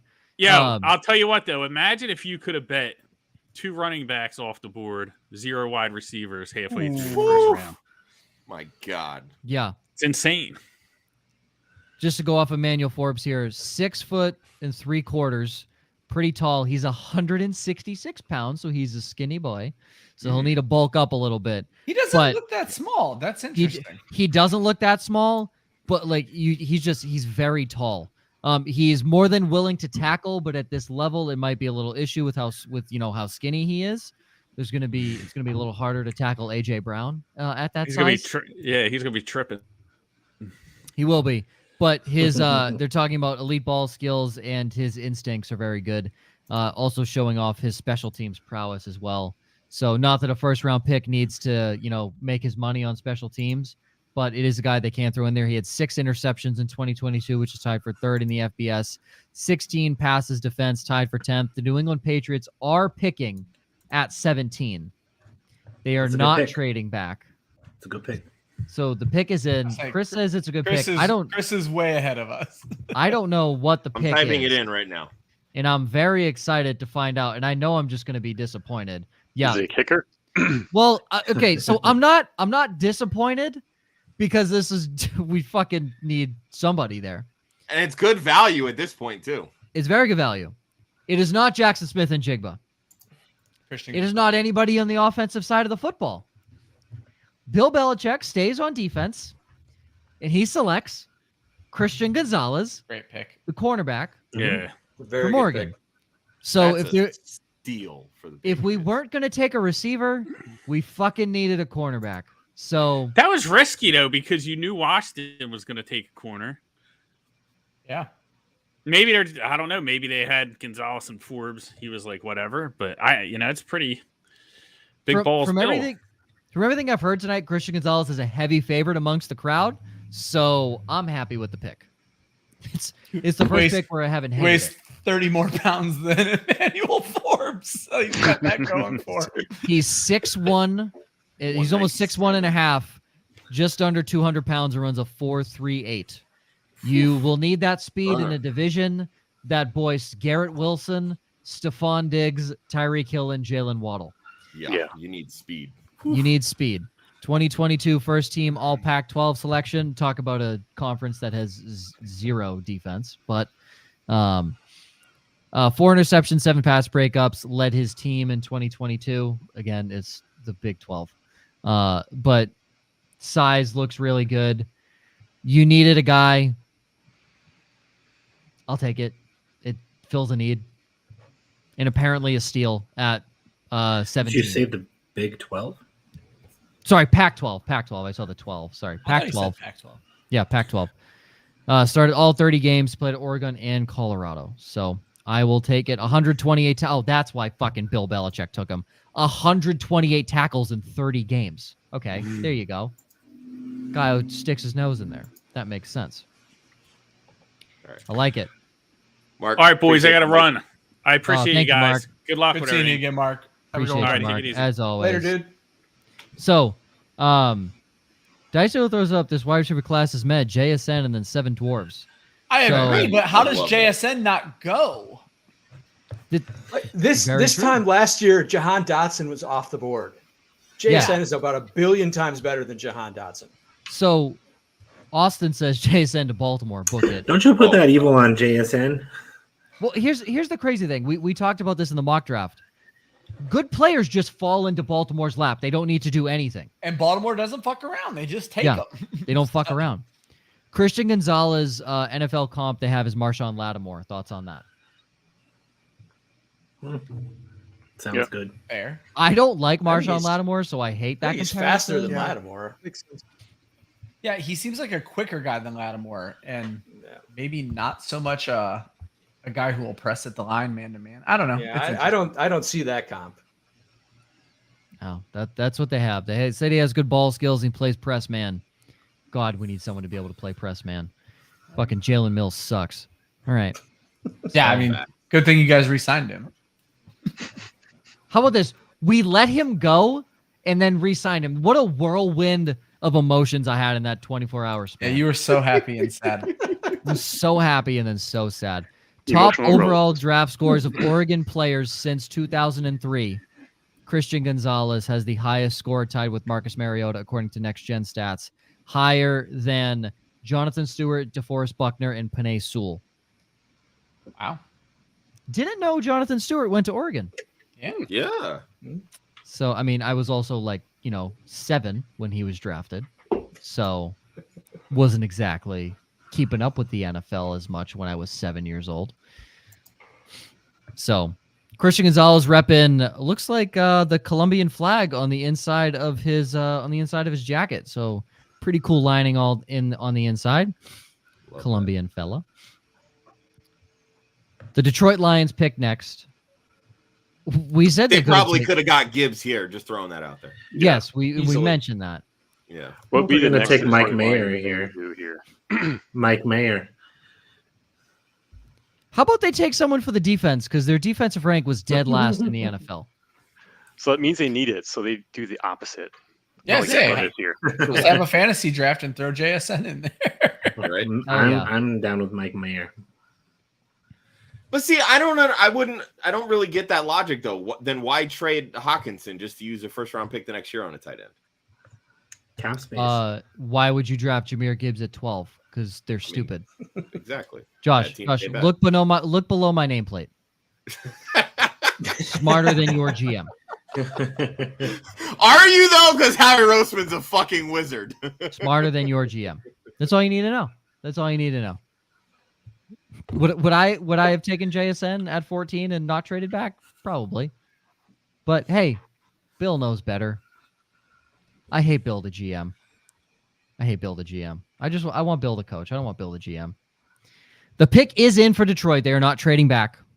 They will stay. I don't know the pick, but I feel like Nolan Smith or Kalijah Kancey could be really nice. Okay, Nolan Smith, Kalijah Kancey. But before we do that, Mr. Hallis must bounce. Adam, thank you for joining, man. Yeah, thanks for jumping in, man. Good to hang out with you. Yeah, it was fun. Like it. Thanks.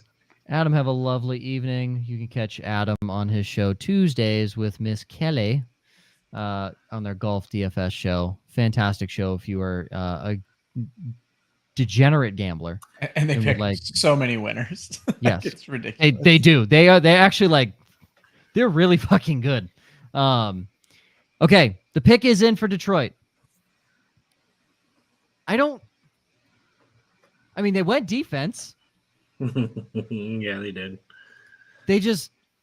They literally took the one position I don't think they need on defense.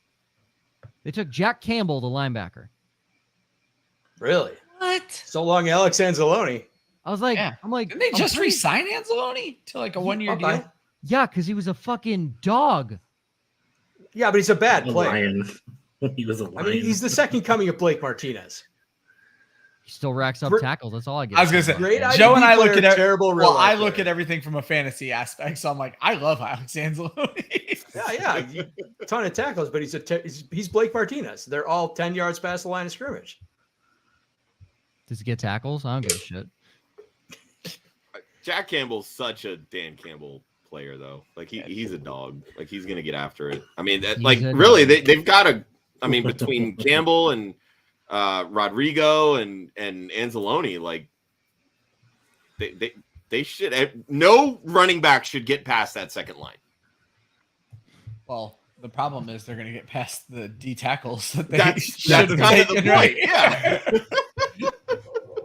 I mean, I don't really think there was great value at the defensive tackle spot, but I know there definitely wasn't value at the linebacker. I have it on good authority that Kalijah Kancey is Aaron Donald, so I think there's excellent value at the D tackle spot. Can you tell me on whose authority you have that on?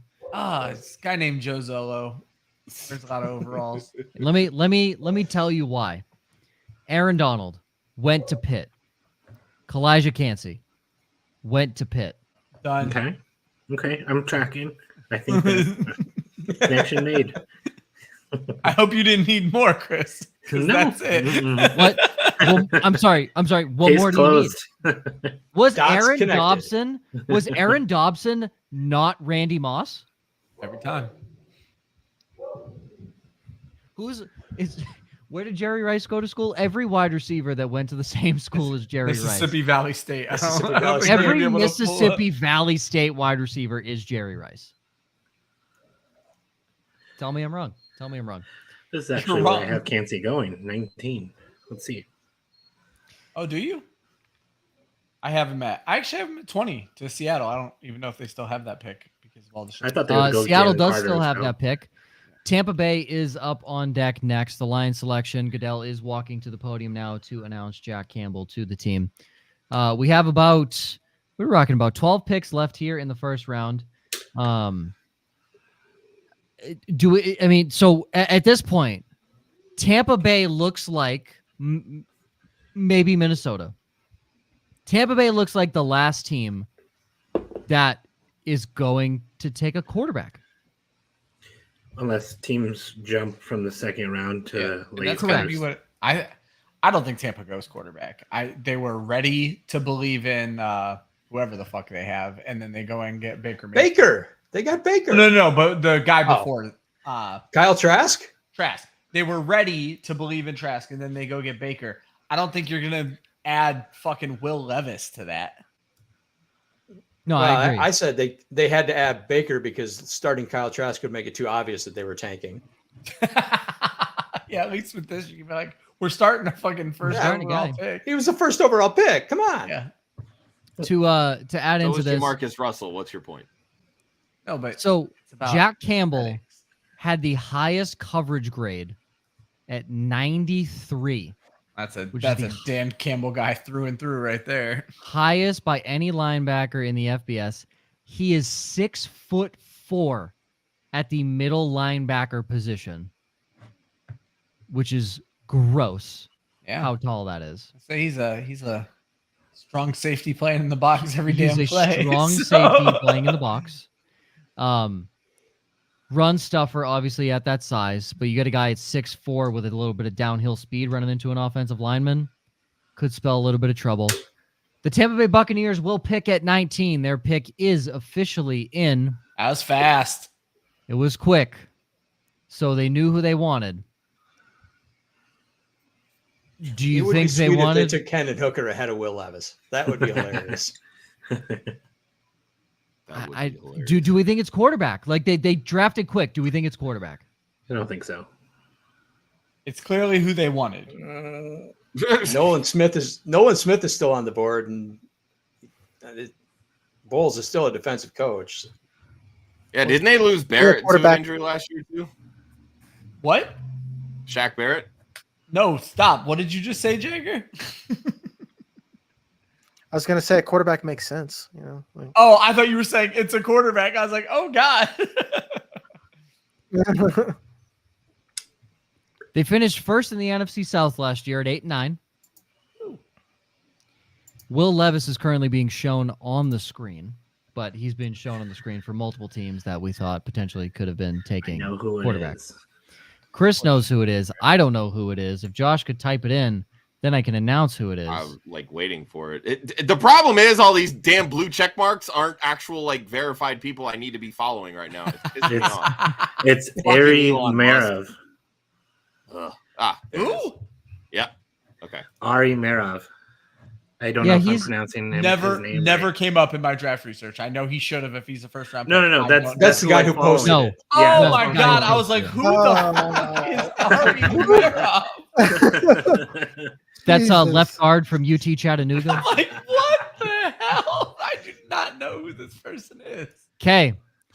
The Tampa Bay Buccaneers will be punting on the quarterback position for the 2023 season and selecting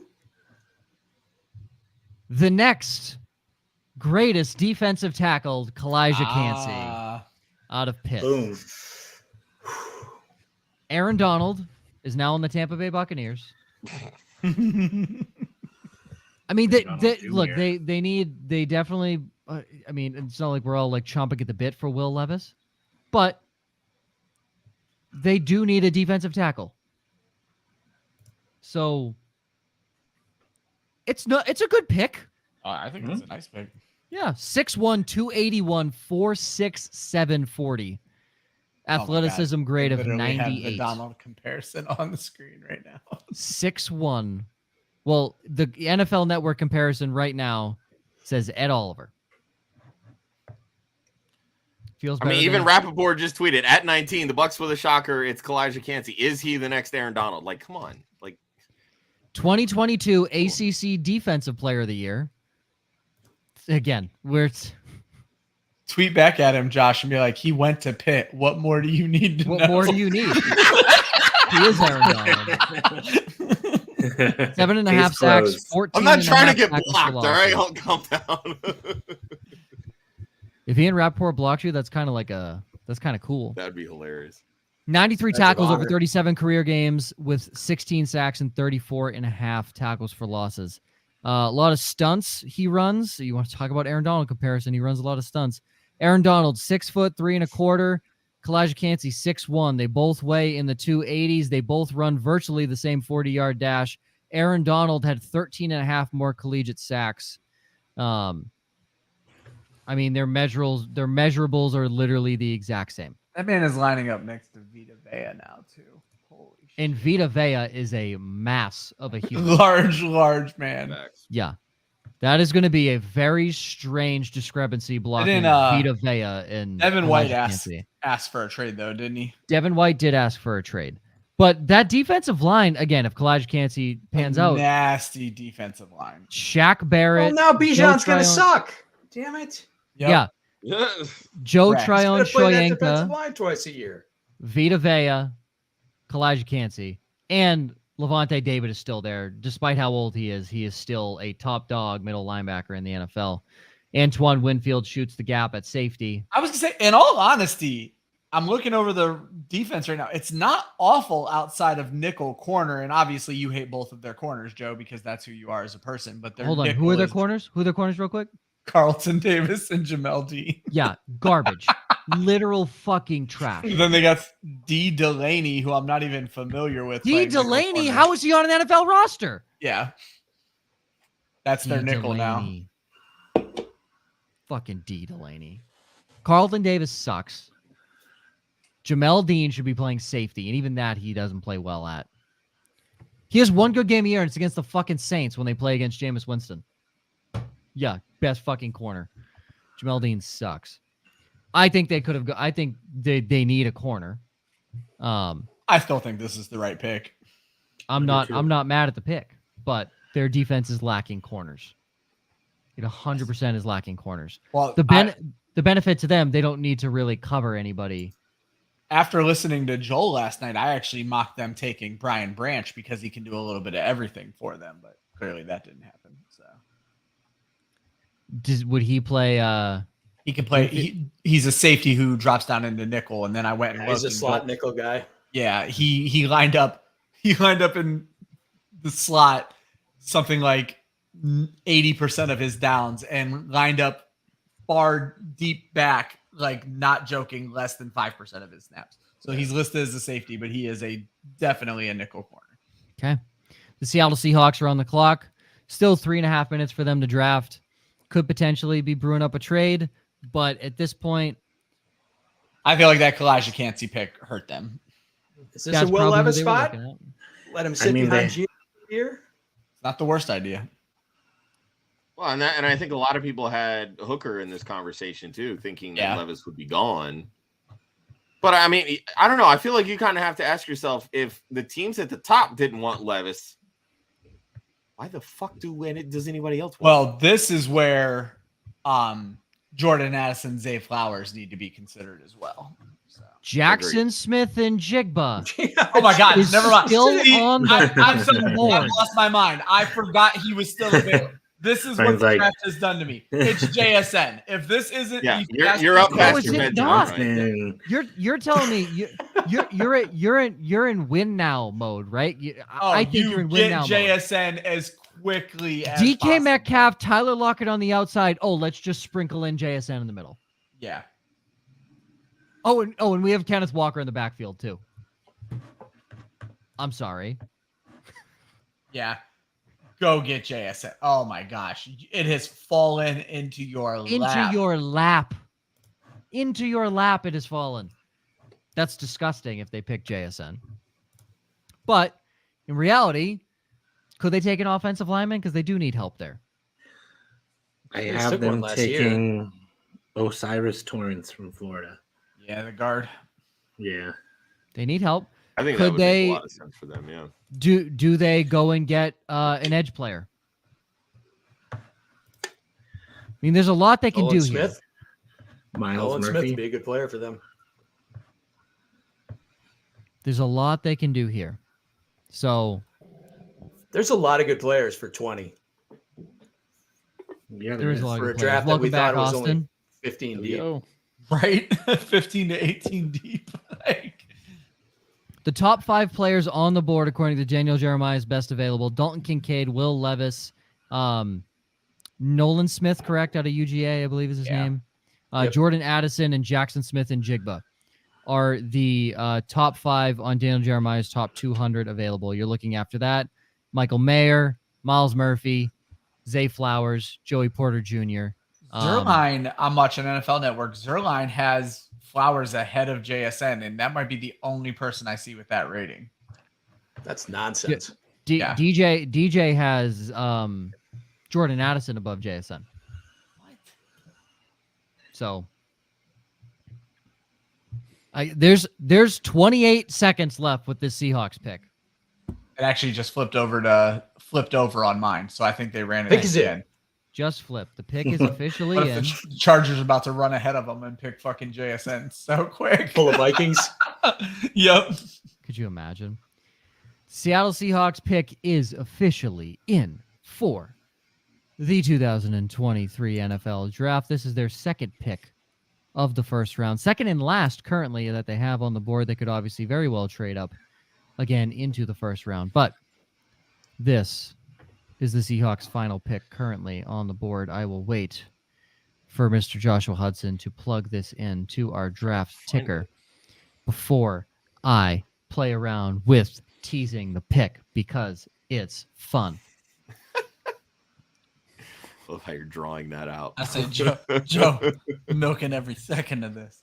It's great. Right? It's great. Well, hey, if Goodell can milk his walk, I can milk announcing it. Yeah. I just seen the pick. Chris knows who it is. Chris knows who it is. That doesn't sound like a There we JSN go. laugh. Okay, finally. No, it is. Is it? Yep. Oh, gorgeous. That's Uh, awesome. So without me announcing it, Molina has spoiled.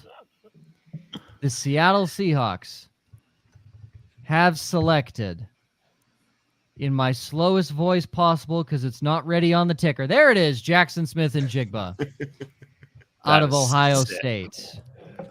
And as we welcome Mr. Sicoli to the stream, JSN, our first receiver off the board at pick 20. Yeah, I'm sure you offensive guys have been having a ton of fun over here, right? Not even a little bit. What do you mean? What do you mean? What do you mean? We had Bijan go off the board at 8. We're good. Jameer Gibbs went 12. We're fine. We're chilling. I'll be fair. I'm pretty sure they've only heard me, Joe, and Joel talk for the last half an hour on these defensive players. That is fair. I'm happy the Steelers grabbed Broderick Jones, so I'm running on that. But Jackson Smith and Jigba, it's the best player available here. They didn't have a wide receiver 3 on the entire roster very much. The baby Eskridge, not my cup of tea out of the MAC to begin with, and was a waste of a day 2 pick in the first place. So JSN, awesome. Tyler Lockett's contract was eventually going to expire, and he might expire too. So awesome. Love this pick. Great value. This has really got to hurt him for 2023, though, right? Yes. It's not great. Yeah. Yeah, because, I mean, we all know that Pete Carroll just wants to run the ball. But now he's got 3 pretty damn fucking good wide receivers. Like, goddamn. This could be a lethal offense if Geno is actually, like, a good quarterback this year. Yeah, I mean, I feel like this also sends Geno's stock up. Like, I would move him up draft boards and redraft now. Where did you have him to begin with? Avoided a quarterback pick. That's what's happened here. Jackson Smith and Jigba, wide receiver out of Ohio State, 6 feet 5 and 8 To me, we're in inches. Go ahead, Jagger. I was gonna say, to me now, I could see a wide receiver run. Like Zay Flowers makes a lot for the Chargers or the Ravens. I like Jordan Addison too here. You can see 3 consecutive receivers potentially off the board. Yeah, you definitely could. Yeah, these are all teams that need exactly. Nice little run.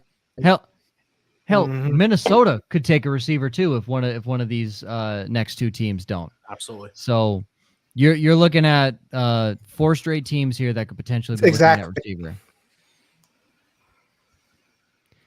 95 catches in 2021. That was tied for 9th in the Even FBS. the Cowboys might. No.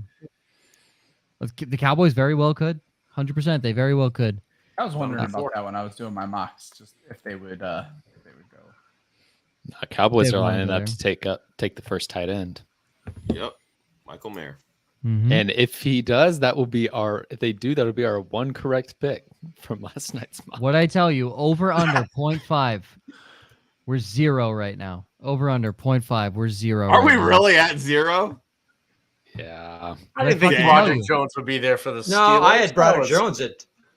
Oh no, he went to. Yeah, never mind. I was Yep. Wait, I'm confused. You guys didn't have Bryce Young number 1? No. Jagger. Where are you? Jagger really likes Anthony Richardson. He had the first pick, so he put Anthony Richardson at 1. So we are 0 for 20 currently on the mock draft. So yeah, it's all Jagger's fault. It is. I'm sorry. I have a mouthful of spaghetti. Escapes to get his noodles from embarrassment. No, I relate to that. I'm still eating the banana that I promised I'd eat the peel if Will Levis went #1 overall, and he did not. So, banana just the banana it is. It's how it should be. I might order DoorDash to my desk right now, and by that I mean texting my fiance to tell me to bring some food. That might be a move. Okay, so the Chargers here, I think we're all believing they probably take a receiver. I had Jalen Hyatt mocked here before the draft. Not my favorite receiver, but somebody that I thought the Chargers would idolize as a prospect. They've said they want a deep threat out of the, to give to Herbert. So, I mean, Addison, the guys on the board are not that. The Zay Flowers, they're not really that. So I could see it. Marvin Mims I think Jr. Zay Flowers is good deep.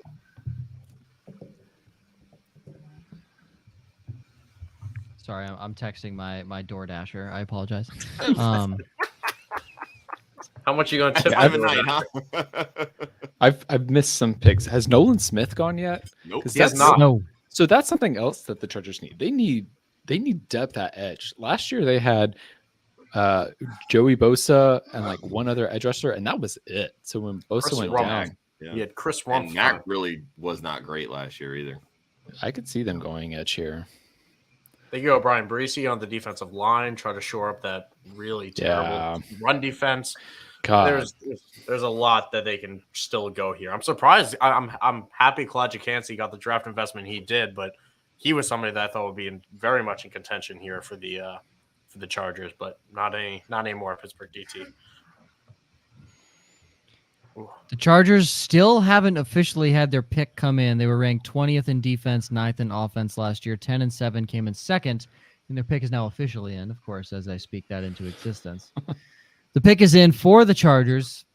Waiting to hear exactly who that pick will be.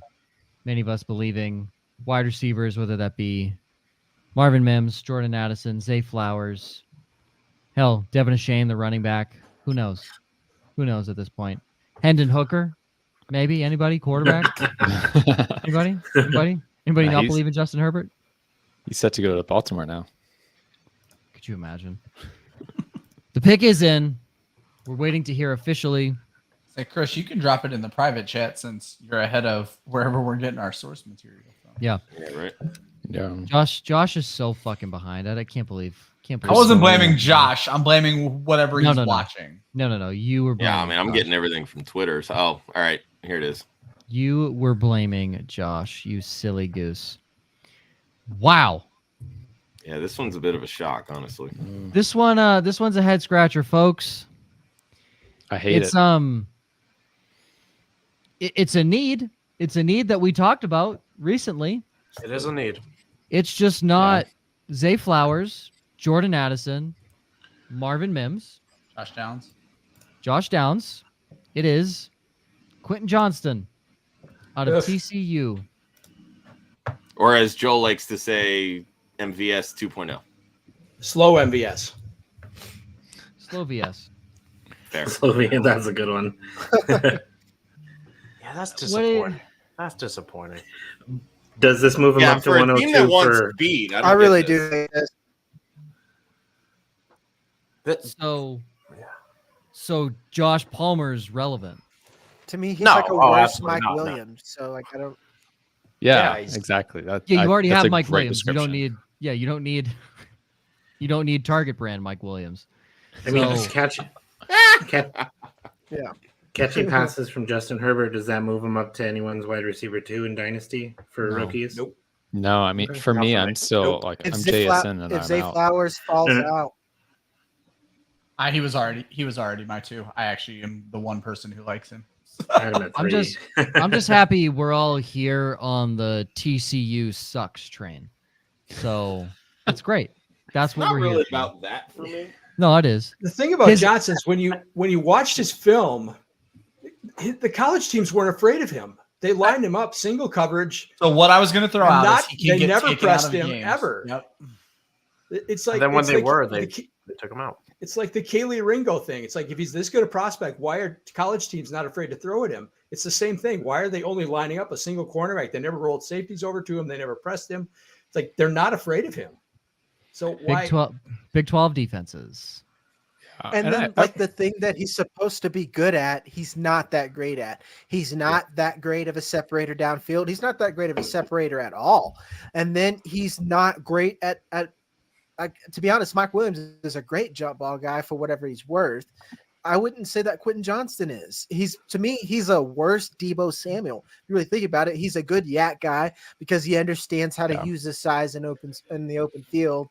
But I don't know, man. I hate this for everybody. I hate this for Herbert. I feel like there's an opening for a yak guy in Los Angeles catching balls from. You got to be able to catch the ball to get yak. That is actually fair though, because they are like surprisingly one of the lowest teams in terms of air yards, which is bonkers given you have Justin Herbert at quarterback. So when Austin Eckler has 1,000 targets. Yeah. Throwing this out there, but Mike Williams has an out after this year. As does Keenan Allen, I believe, right? Yeah, Keenan Allen's old, so yeah, could be a stash in Dynasty. That's why I thought receiver, but I mean, I don't know. I'm not in love with any of the receivers after this. So honestly, if we said any of the names here, I don't know. Like I was expecting receiver, and we could have plugged in any of the names, and I still kind of have the same lukewarm reaction. So yeah, I'm not a big Johnston guy either, and I'm surprised honestly that we have one Johnston truther in this call of the 7 of us here, but hey, the one guy that doesn't watch college football, he's the Johnston truther. This is everything I found out after the season was over made me like him. So I don't know if I'm the best truther for anybody. Yeah, I'm the Flowers guy. So far, like I'm the Flowers guy, and like to me, he still has really good landing spots. He's got some places he can land, and I would still like him as long as it's in the first round. But like, I'm surprised that he didn't go. I think like if you look at both statistically on film, Flowers is actually closer to Tyler Lockett than he is anybody like Tyler Lockett or Steve Smith. He plays bigger than his size. He's good on the outside. I think he's a better deep threat than Quentin Johnston is. So I'm really disappointed because that's like, to me, that would have been ideal draft destination, if not for like the Pats or somebody like that. So I don't know. Baltimore is on the clock. Go ahead. I was just going to say, I just lost my Quentin Johnston over 26.5 plus 128 prop. Tough. That's rough. I probably would have taken that as well if I was able to in Connecticut. So Vegas knows best, folks. Vegas always wins. They had Bijan as the odds-on favorite for the number 8. He was plus 175 before we started tonight. Will Levis second to go, second overall. Yeah, that was rough. Baltimore, under 4 minutes left for them to pick.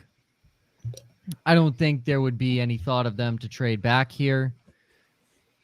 Got to get a weapon for Lamar. You have to think. You just paid him all that money. And I think my DoorDash has arrived. This is fantastic. Thank you. I have ordered a taco straight from my microwave. I'm very excited to eat it. It's just some classic ground beef, sour cream, some cheese, nothing fancy. We don't. How far is the nearest DoorDash to you? Like Minneapolis?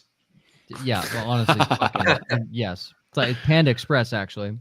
I hope everyone enjoys me eat. You know what? Why don't we take this segment 3 hours and 12 minutes in to do some eating ASMR? Well, while you're eating and that amazing ASMR, we had some terms with the trade with Houston before. It was their own first that was sent to the Cardinals, not the Browns first for 2024. Interesting. Thank you, Michael. Back to the ASMR. Yeah, no, I hate ASMR. Let's not do that. Does anybody like ASMR? You know, people like chew into the fucking microphones and like people, especially with food. Yeah, it doesn't work for me. Especially with food. People treat that shit like it's porn, and it sounds terrible. It's awful. ASMR is. Go ahead, ASMR is a proof that like humanity's just getting a little too weird. Like we're getting a little too weird. We need to go outside, touch some grass, and like I don't know, man. Like the fact that that's still a thing alarms me because I'm like, wow, this will surely die. This is weird as hell. I mean, the fact that 2 running backs went in the top 12 is another sign that we're not really learning as a species. But I mean, that's another thing. But that's another thing entirely. I mean, with Bijan, I get it. The one that really gets me is Jahmyr Gibbs. I just don't understand what Detroit's doing in this draft in general, but very stupid, particularly with that pick. Well, I should say, as a fan of an NFC North team, the team that everyone picks as the trendy team to win the division, took a running back and an inside linebacker at picks 12 and 18 overall. So I'm happy with two of the most depreciated positions in football today went in the first round of the top 20 picks to Detroit. It's pretty surprising. The pick is in for Baltimore, and they have taken a wide receiver, and that wide receiver is Mr. Zay Flowers out of Boston College. Thoughts on that pick, gentlemen? I dig it. Good real life pick. It's going to be tough for fantasy, I think. To me, they're definitely going to have an uptick in their. They have to have an uptick in throwing at this point. They can't run as often as they did, and if they're going to run a more modern offense, I think this is really good.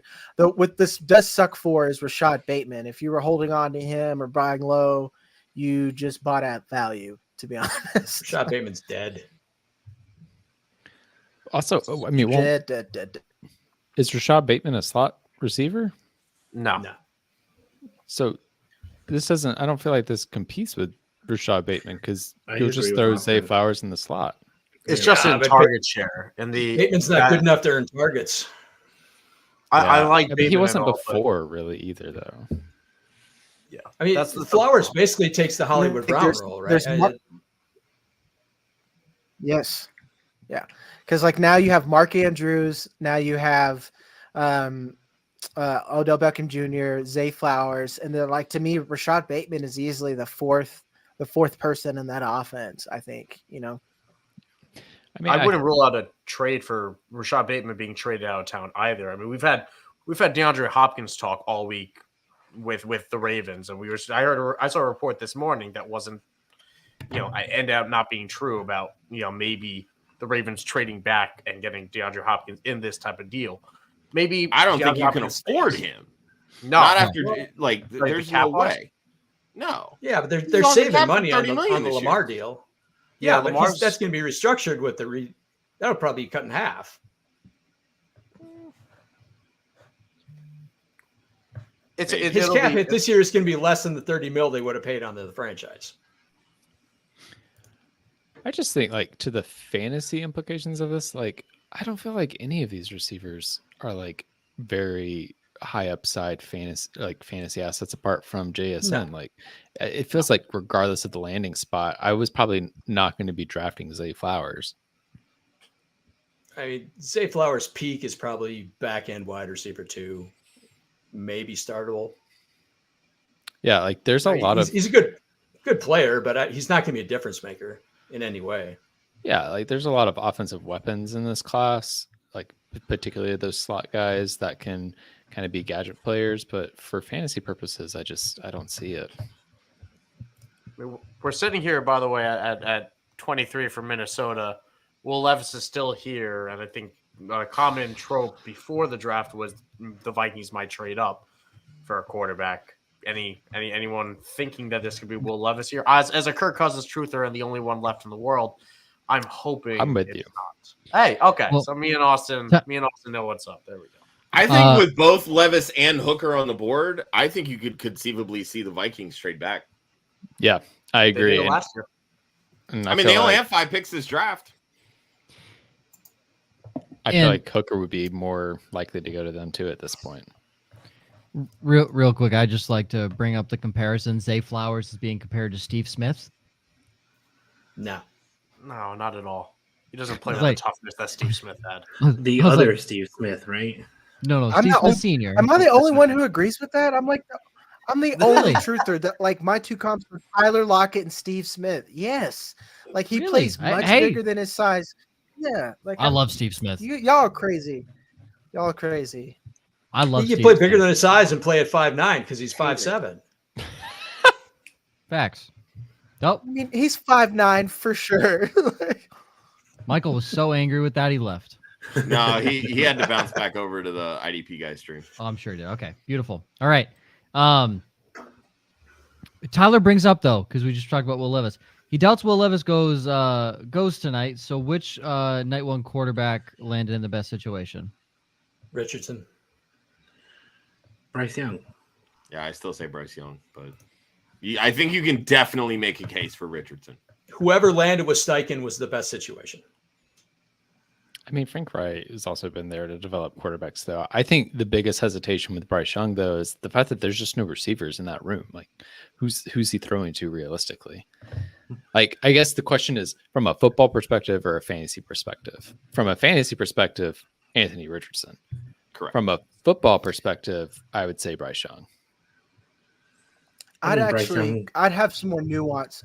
I think that Bryce Young would have been good in any situation, and like you said, anyone in Shane Steichen's offense would be really good. But for for a player, for them specifically to maximize their value, I think Anthony Richardson was the biggest winner.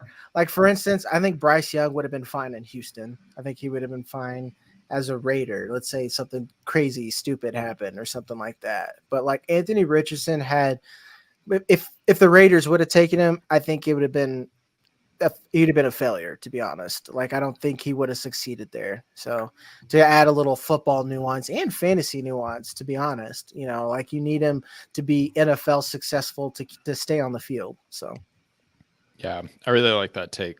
Looking at it as like who's going to develop these quarterbacks the best. I think that makes a lot of sense, Jagger. Mm-hmm. I think like Bryce Young was going to be good no matter where he goes, right? He's going to be a good player. Doesn't have massive ceiling, but he's probably, fringe, back end quarterback one is his ceiling, and his floor is, mid QB2.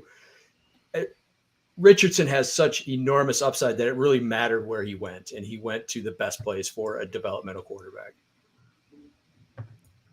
Zay Flowers to add into this, Zay Flowers is the highest drafted player or highest drafted receiver ever out of Boston College, and also the highest drafted player to play in the Shrine Bowl in over 20 years.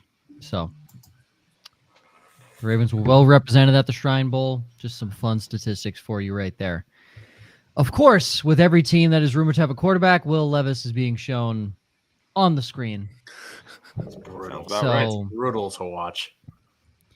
I mean, this is what happened last year with Malik Willis too. Like, yeah. Did Willis go to the draft? Rodgers? Yeah, it happened with Rodgers. It happened with Geno.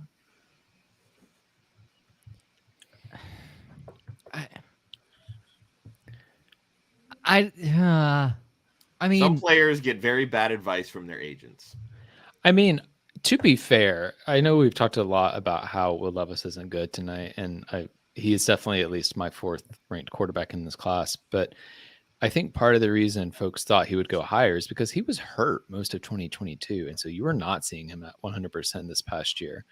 Now, the trope around this is reasons or excuses, and so I guess we're finding out that that was more of an excuse than an actual reason why he didn't perform at his ceiling last year. But I am surprised to see him continue to fall, and if Minnesota doesn't take him, it's going to be interesting to see just how far he does fall. 1 minute and 30 seconds left on the clock for Minnesota. Pick should be coming in any minute now at this point. I saw the GM for the Minnesota Vikings on the phone, so he made the call into the player. So there's that. Could have been making a call to try and make a trade, but at this point, I don't know if Minnesota's in win now or they're trying to rebuild.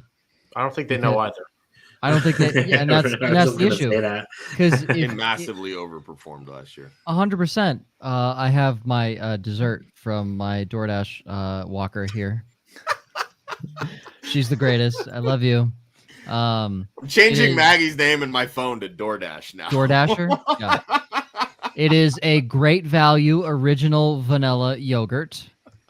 and I'm very excited about it because after talking for 3.5 hours, my throat's starting to hurt a little bit. So we need a little yogurt to help with that. The pick is officially in for Minnesota. They are drafting here. Jacksonville now on the clock, and it looks like the Vikings believe they are in win now mode because this is the 4th straight receiver off the board, Jordan Addison. Wow. We teased it. That's a good spot. There could be 4 receivers straight off the board. Now, that's someone that could be my higher wide receiver I can throw up there because I like Jordan Addison. I had some concerns, but that is one gorgeous landing spot. Is it though? Because for the 1 year, Minnesota was pretty successful with Justin Jefferson running out of the slot. Are they just going to keep lining him out wide all year? Or? Jefferson can play inside, outside, wherever they wanted to. And I agree, but he went next level with him in the slot. Yeah, I think you could also with this, you could do some interesting things where you line up Hawkinson, Addison, and Jefferson on the same side, and then bring Jefferson inside of the slot and keep Hawkinson outside, and then you have Addison there still in between those two guys and just getting open because all the attention they're taking. I think this is an interesting pick. And if Kevin O'Connell wants if Kevin O'Connell wants to go to the 3 wide receiver set that he ran in LA, he can do that a lot better with Jordan Addison than he could with Adam Thielen. Yes. Yeah. To be honest, I think this is we talk about ideal situation for players. I think this is ideal for Addison because in my draft analysis, I said that Addison could be an excellent wide receiver too. He could be a really, really good wide receiver too. But if you're going to ask him to be the guy, I don't think he's that. And as you guys have already kind of said, Justin Jefferson's going to command all the coverage already. And then especially when you got Hawkinson there, Addison can win a lot on one-on-one, and not asked to beat double teams and stuff like that. So this is really good. I'm happy for fantasy wise and kind of NFL of how this just has shaken out throughout this tail end of the draft. Now, is Kirk Cousins going to, lock into anyone else besides Justin Jefferson, though? He did throw to Thielen. Yeah, and from time to time. I think he's going to have to, and I think he will, because this is the second year that Cousins is going to be running this offense. I think that's part of why last year looked so rough at times, and I think they're going to evolve this year, and I think he's just naturally going to have to. The problem that the Vikings ran into in games so frequently last year is they would just target Justin Jefferson nonstop for the first half, and then the second half teams would just say, all right, we're double covering Jefferson, and Cousins would start forcing it and start turning the ball over, and that's how they got into so many close battles. Folks, we have a trade. I was like, is that what is happening? That's the trade horn. We haven't had to use it much in the last part of the draft. The New York Giants move up to 24. It's basically a 1-pick swap. You got to get that next slot. 1-pick swap. I don't really know if they thought somebody was going to jump them to take their guy, but I mean, a string of 4 receivers. New York needs receivers. This is true. That's reading the tea. Yeah, but they don't need any Smurfs. They need bigger guys. Yeah, I was going to say, I don't think there's a guy there. I don't think it's a receiver here.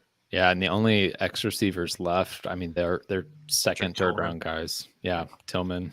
So Deontay Banks would be on my list here of somebody that's still here, and they could use another corner, maybe an edge if. Yeah, I was going to say Nolan Smith is too. Nolan Why Smith, is Murphy still on the board? Yeah. Get someone to pair with Kayvon Thibodeau. Yeah, that's what I thought. I thought they would get Will McDonald at this spot, but he obviously went 10 picks before. It's very interesting. They just move up one spot because they thought somebody was going to move up and jump them. So it is interesting to see where they go here. No indication what the pick is right now. They still have the selection being as made for the Minnesota Vikings on the stage, so they have changed nothing yet on the graphics for NFL Network. So officially, the trade is in. Giants move up one spot. They give up 160 and 240 to move up one spot. So you're looking at 4th and 5th, 4th and 6th, 7th. What am I thinking of there? 240 is late. 5th and 7th. 240 is the 7th. 5th and 7th, I believe. 160 is a 5th, probably. Yeah. So 5th and 7th pick to move up one spot. And obviously, Jacksonville will take the 25th pick. So Jacksonville recoups a 5th and a 7th. To move back one pick, nobody that they exactly were in dire need of right here that they thought. The pick is in for the New York Giants. We'll wait and see who that guy is. Current speculation is tight end. Okay. That's what I initially thought. They were trying to get ahead of Dallas. Wouldn't be the first time they jumped Dallas for. They were already ahead of Dallas, weren't they? Yes, but they were thinking Dallas would have jumped them and Oh, trade with Jacksonville. Interesting. Interesting. I mean, we are at a point where like New Orleans is literally the only quarterback spot left. So unless somebody trades up, Levis is not going to go in the first round. It's very, very interesting. Waiting for Josh to type it into the ticker here as we anxiously wait. I don't really know what to do in this instance. I don't really have like cool music, like waiting music or anything like that. We have the cornerback from Maryland, Deontay Banks. Nice call, Sicoli. Deontay Banks to the Giants. Mike, I know you got to go. Is there anything you want to say on Deontay? Yeah, I mean, this is about the range where I had him going, not going to the Giants exactly, but I had him going to Minnesota, which is close enough. I also had him going to Minnesota. Look at us. No, in our draft from yesterday, Ryan, you had Banks going here to the Jags. I did. Literally, that's the only pick we've gotten right. No, that doesn't count. He didn't go to the right team. No, we said draft slot. He went to the right spot at 24. I said team, but it's at least we did. Oh no, we said team. We didn't say slot. Yeah, we said team. So again, but we'll still give it to you. Oh no, we're 0 for 24. No, we're 0 for 24. Well, we know my Bengals pick's not happening with Jahmyr Gibbs at this point, but either way, that was my Bengals pick too, Sicoli. We should consult with each other and change those before the draft. And just we know they're wrong. Continually get picks wrong together. We'll call it a support group, if anything. There you go. All right, I have a good rest of the stream, guys. Great hanging with you, Michael. Have a good one. Thanks for joining. Later, dude. Later, all right, Jacksonville currently on the clock. Don't think they'll trade back, but for the Giants, cornerback, we already talked about it. You got to cover some pretty damn good receivers in this division. A.J. Brown, Devonta Smith, CeeDee Lamb, and now you're looking at the Commanders as well. Terry McLaurin, absolute dog. Jahan Dotson came on a little bit last year. He's at least a speedster. So Deontay Banks will fit into this defense, hopefully pretty well. I can't even think of who their starting corner is. I don't even know if anyone knows off the top of their head. Who are we talking about? The Giants, who their starting corner is. Adoree Jackson? Yeah, there you go. That's absolutely gross and disgusting. So they said they didn't even know if they were going to re-sign him, right? Dude, that's bad. They're not going to extend him or something? Yeah, they probably shouldn't. Deontay Banks, your new basically cornerback one there. No Julian Love anymore in New York as well. So yeah, that secondary is bad. Rough.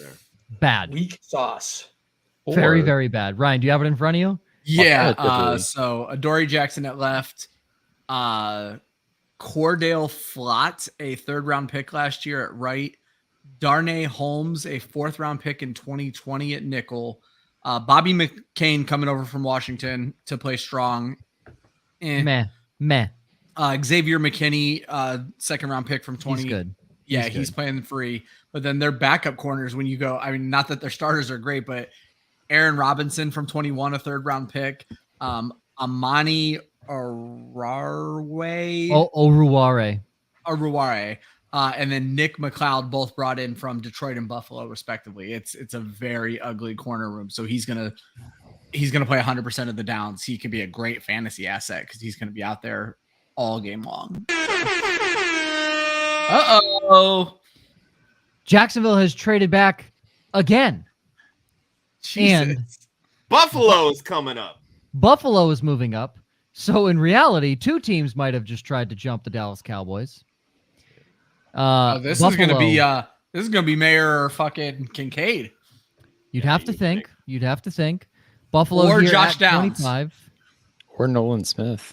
Or a lot of other Jaguars get pick 130 from Buffalo to move up. And did I miss Brian Branch? No, he's still on the board. Still available. Oh, that's where I would go. Yeah, my DoorDash has come with its final delivery. They texted me this time and said, "Hey, would you like some tea?" And I was like, "You know what? That sounds very nice." So, of course, you had to put it in a fucking Chicago Bears mug, but we can turn that side away from the stream for the time being. So, so Buffalo now picking at 25. You'd have to think if they're jumping Dallas, they're trying to take the tight end that they want, which is probably Mayer, because I know that was it Mayer or Kincaid? People were saying That was still Jason. feels strange. They just extended Dawson Knox.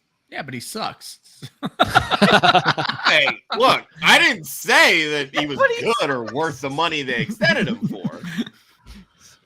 They re-signed Dawson Knox, yeah, but he's garbage. So if it's a tight end, I'm going right to Kevin Coleman's DMs and just shitting all over Dawson Knox immediately. So at this point, it looks like bring on Kev right now. We should. He's on his own stream with the Debbie Royale boys. Mm-hmm. Oh, I'm gonna talk shit. Let me pull it up. No. Pussy. Like just type that into the chat. Oh yeah. I don't know why. Like, why would you want to jump Dallas if it wasn't tight end? Yeah, because Dallas, and that's not a bad pick for them. They extended. Who's the guy they brought over from Atlanta? Backup. I'm just blanking completely. I don't know. I don't know. About Von Miller?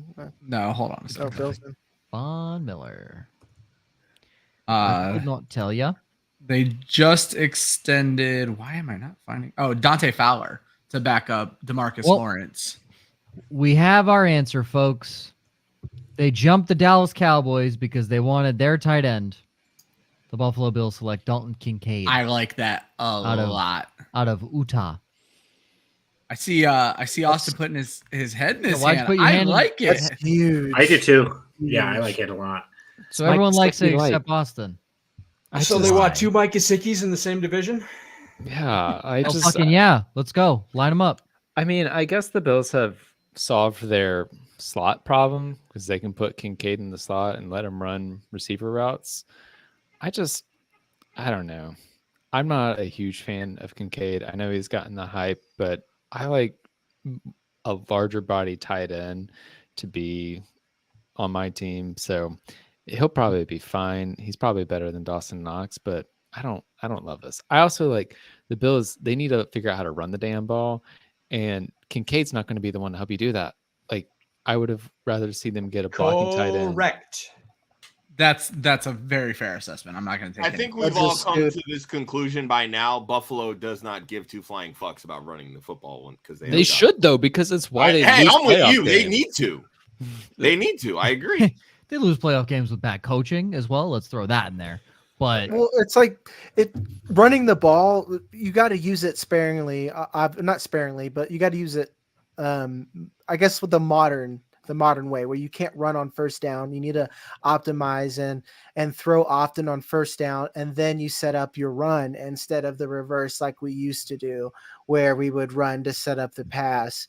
But still, that helps you control the clock, because a lot of their games are shootouts just because like they have no ball control or any clock control or anything, and they wear out their defense. So it just, I don't know. Like, I like Dalton Kincaid for fantasy, but for football sense, I don't really like it, if that makes sense. Yeah.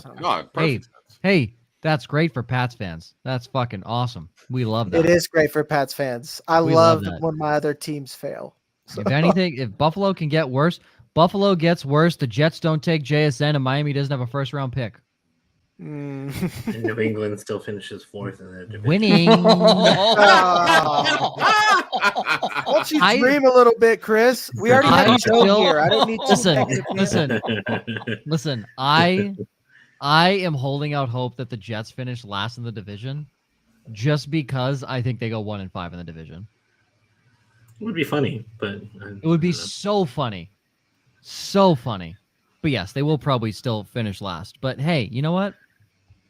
It was fun while it lasted. It was fun. Dallas is sitting there thinking Buffalo traded up to get ahead of them. They probably took the tight end they didn't want. I was going to say, Dallas probably would prefer Mayer. So. Yeah, 100%. 100%. Jimmo said Josh Allen RB1, and that's the truest thing. That we're willing. Yeah, there it is. Jimmo gets it. Fuck yeah, Jimmo. So, I mean, again, that feels weird to trade with someone who, like, would Jacksonville have wanted Kincaid? Wouldn't have been a bad pick for them with Ingram on a franchise tag. Yeah, but they've got Christian Kirk, they've got Ridley. Those guys are going to play the slot all the time. What's Kincaid going to do? And that's my point. Is like, did you trade with Jacksonville because you thought Jacksonville might have wanted Kincaid? No. See, now Jacksonville can still get Nolan Smith. There's still there's a lot of defensive talent. Yeah, right Jacksonville's in the catbird seat here. They really are. They're doing the right thing. They can get I know fantasy fans are gonna hate this, but I expect them to draft another running back. So now they have all these extra. I was gonna say, and they're a team with not a lot of holes. So which is weird. Acquiring all of this works out really well too. Yep. So. Really weird to say the Jacksonville Jaguars don't have holes on their team.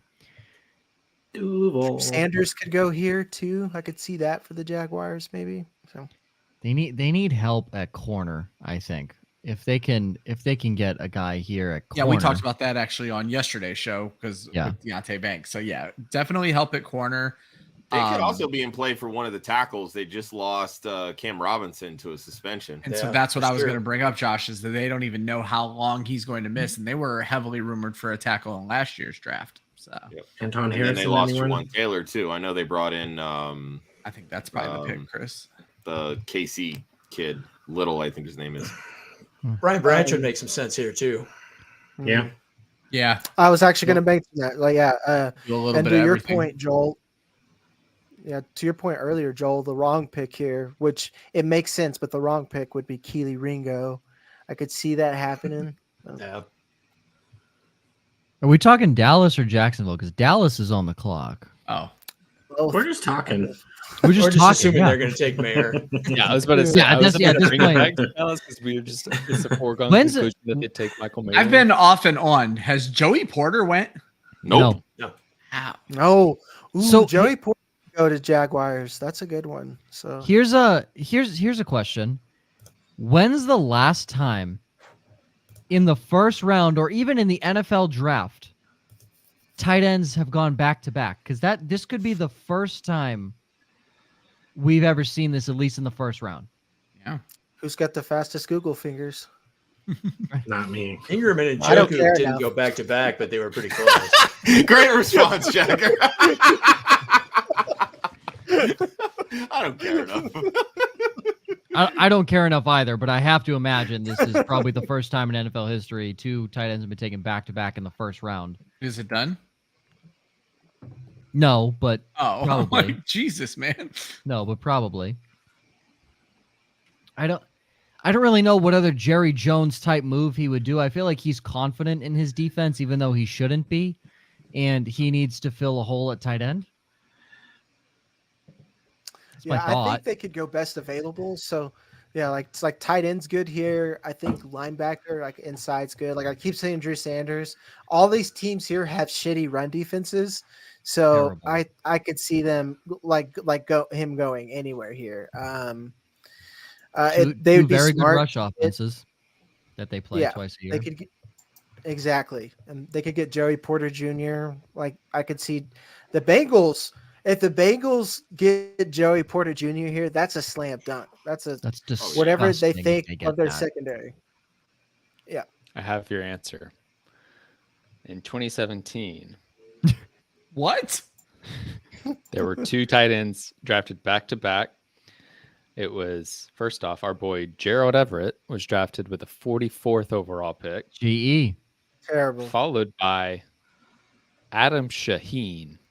Wow. Both still in the league. Pick. Yeah, but those are second-round picks.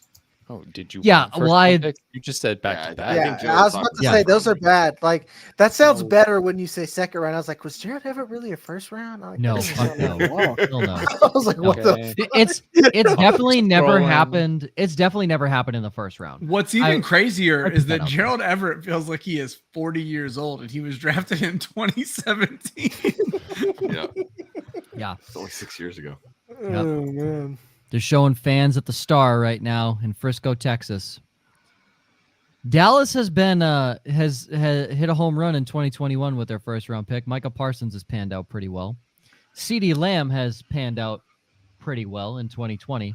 They've been pretty good with their first round picks recently. They still have a little over 2 minutes left on the clock right now.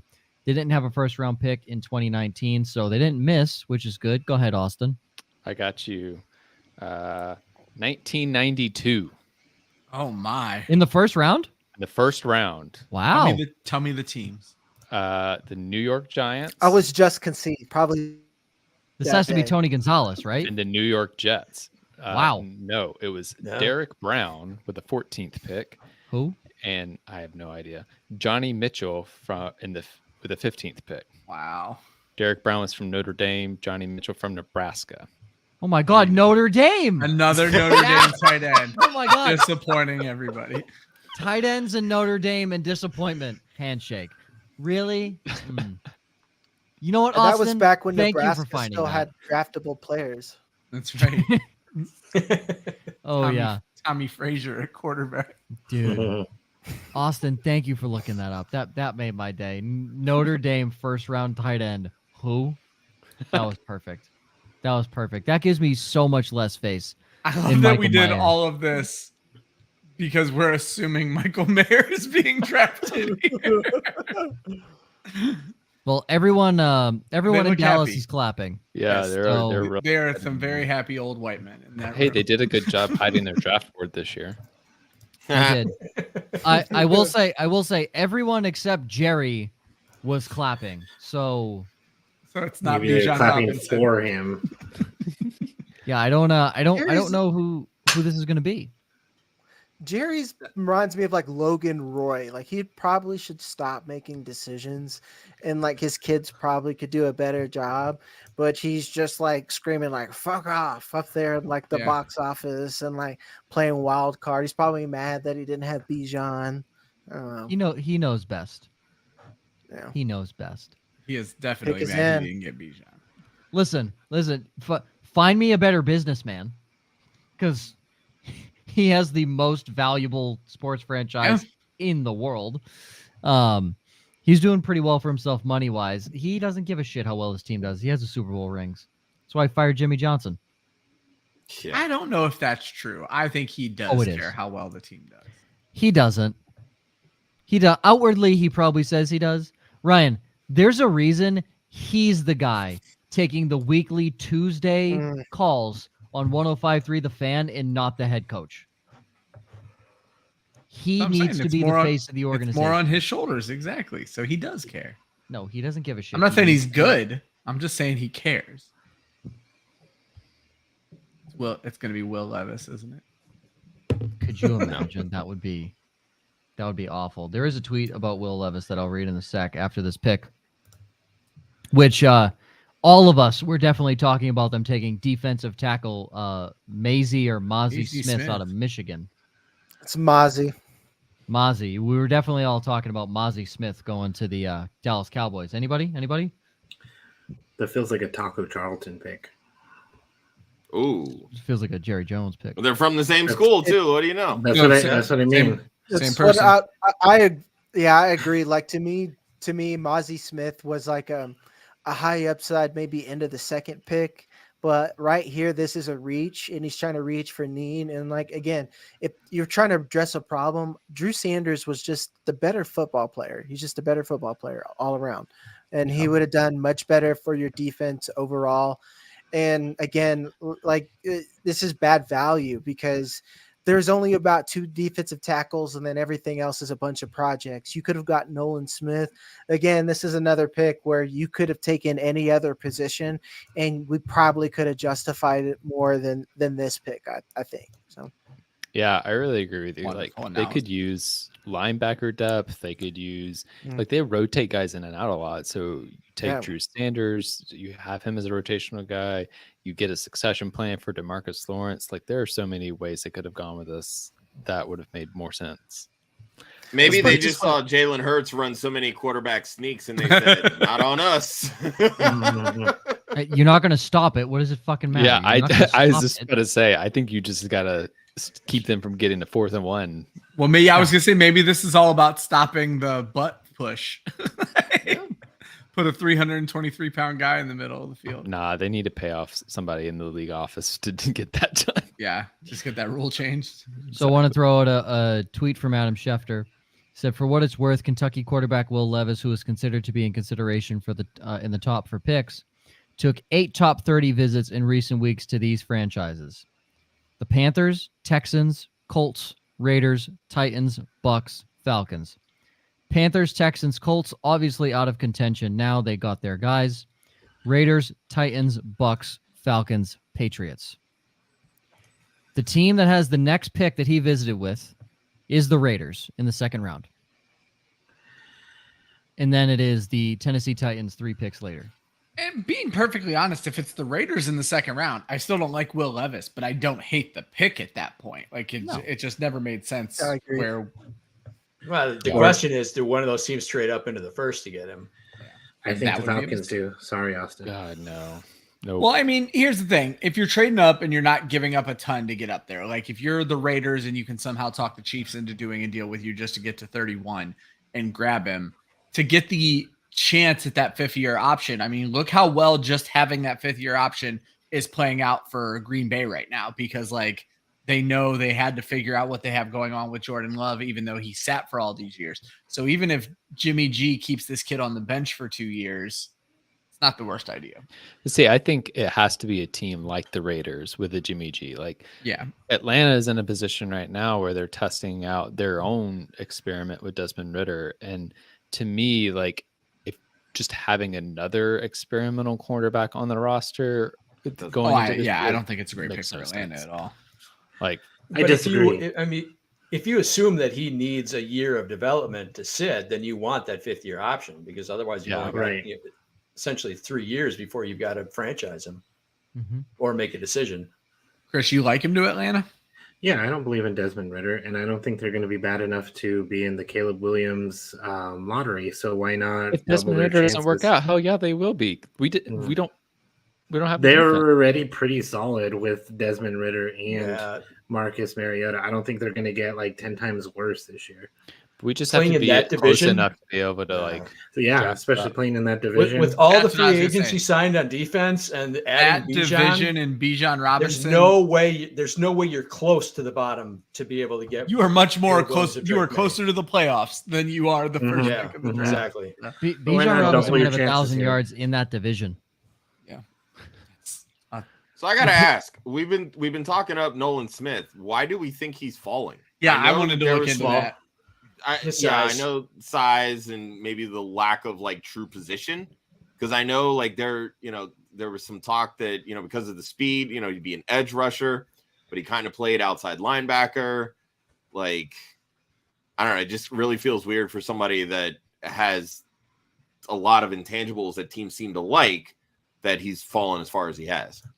He seems like he could be one of those guys that teams try to trade up for at the beginning of round 2, that we hear all day tomorrow. Teams are going to trade up with whoever's got the first pick tomorrow.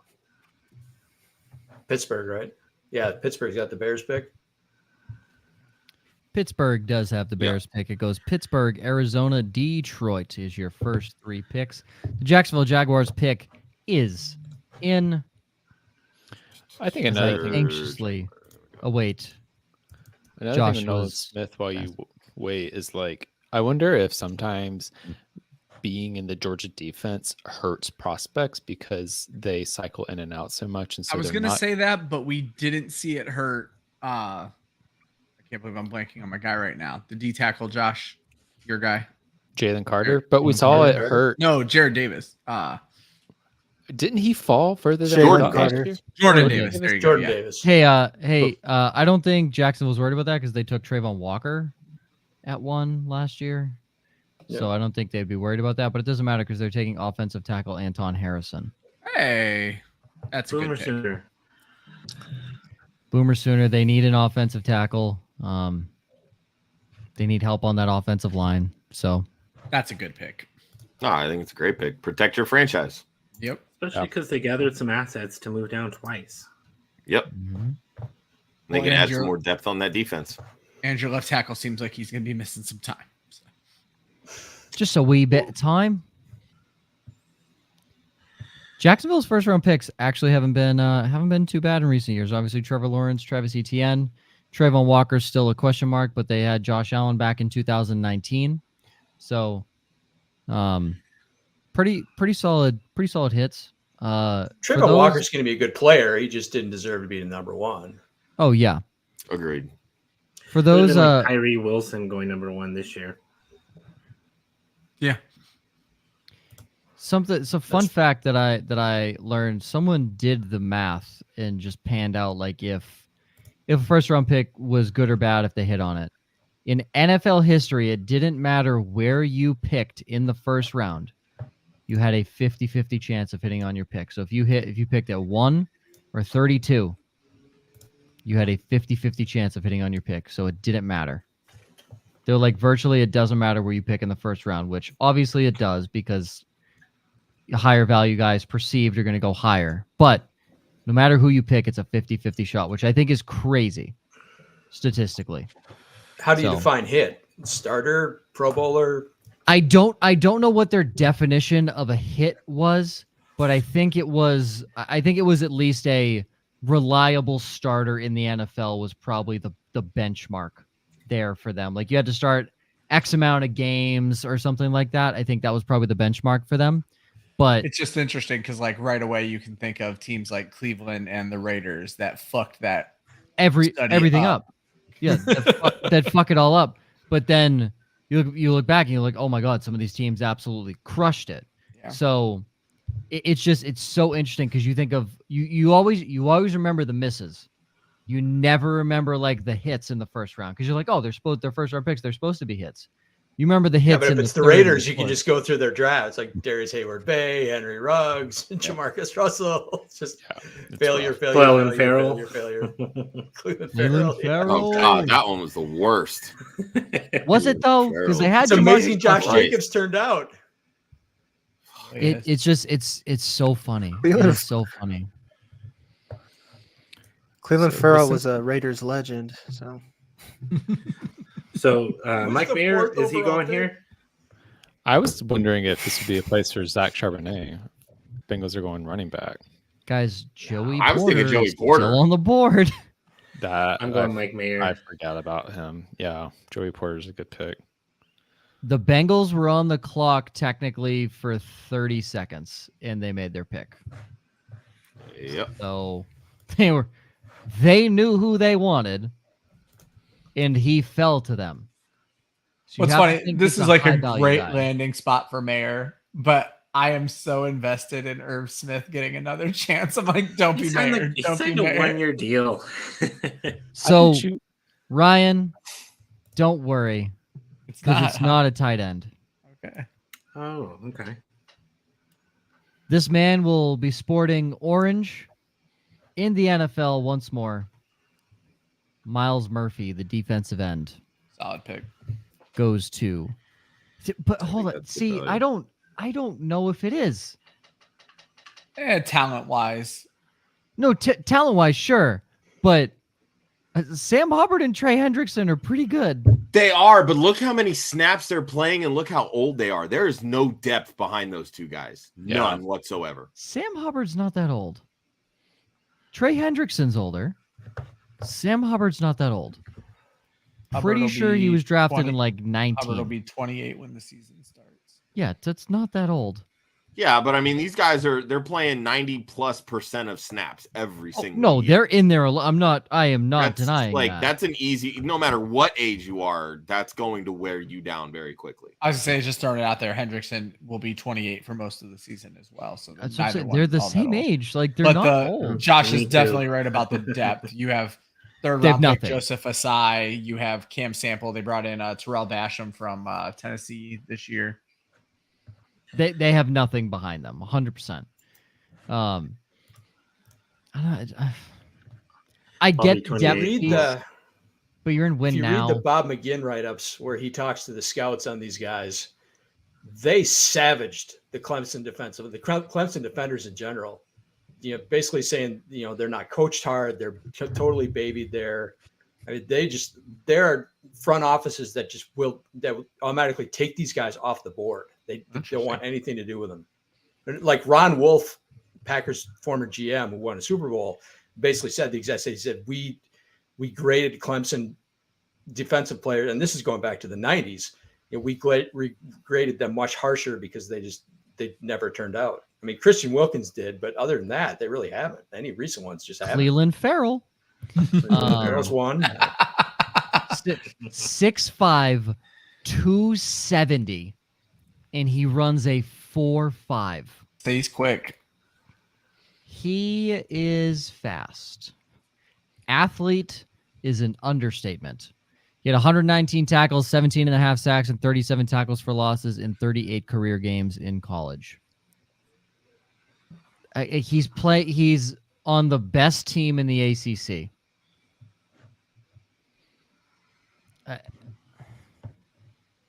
That was another thing they brought up about the Clemson guys is they just never have competition. They play nobody. Is so weak. Yeah, the ACC kind of sucks right now. Kind of sucks. So, it does suck. Like, here's a list of some of them: Daquan Bowers, Andre Branch, Jarvis Green, Malachi Goodman, Trevor Price, Adrian Dingle. Like, are these Clemson? Not a lot of quality defensive players. Yeah. I didn't recognize a single name you just said. Didn't Scooby Wright go to Clemson? Right? Then the guy with the, or am I thinking of another guy who's like Hunter Renfrow? He's been there for 17 years. One guy I was going to throw out, Dexter Lawrence, did play for Clemson. So Dexter Lawrence is money, but you always have the one shiny pony. But I mean, flip to the other side of the ball. Clemson receivers have been pretty damn good in the NFL. I was gonna say, to Joel's point, and it's a loose association, but they did draft T. Higgins, so they're probably a little bit more comfortable with Clemson players. So, how's this? Clemson defensive end Miles Murphy is the first defensive lineman the Bengals have drafted since 2001 in the first round. Wow. That breaks the streak. That's longer than the Packers have drafted a wide receiver in the first round. I will. I'm gonna find out who that guy was in 2001 and see if he panned out. Yeah, I mean, one thing about Miles Murphy potentially is like he did line up at different places in the line. So like he lined up at a 3 technique. Maybe they see him as being a versatile player and can lock down some of the inside of the D line. I mean, okay, so they're the last guy they picked.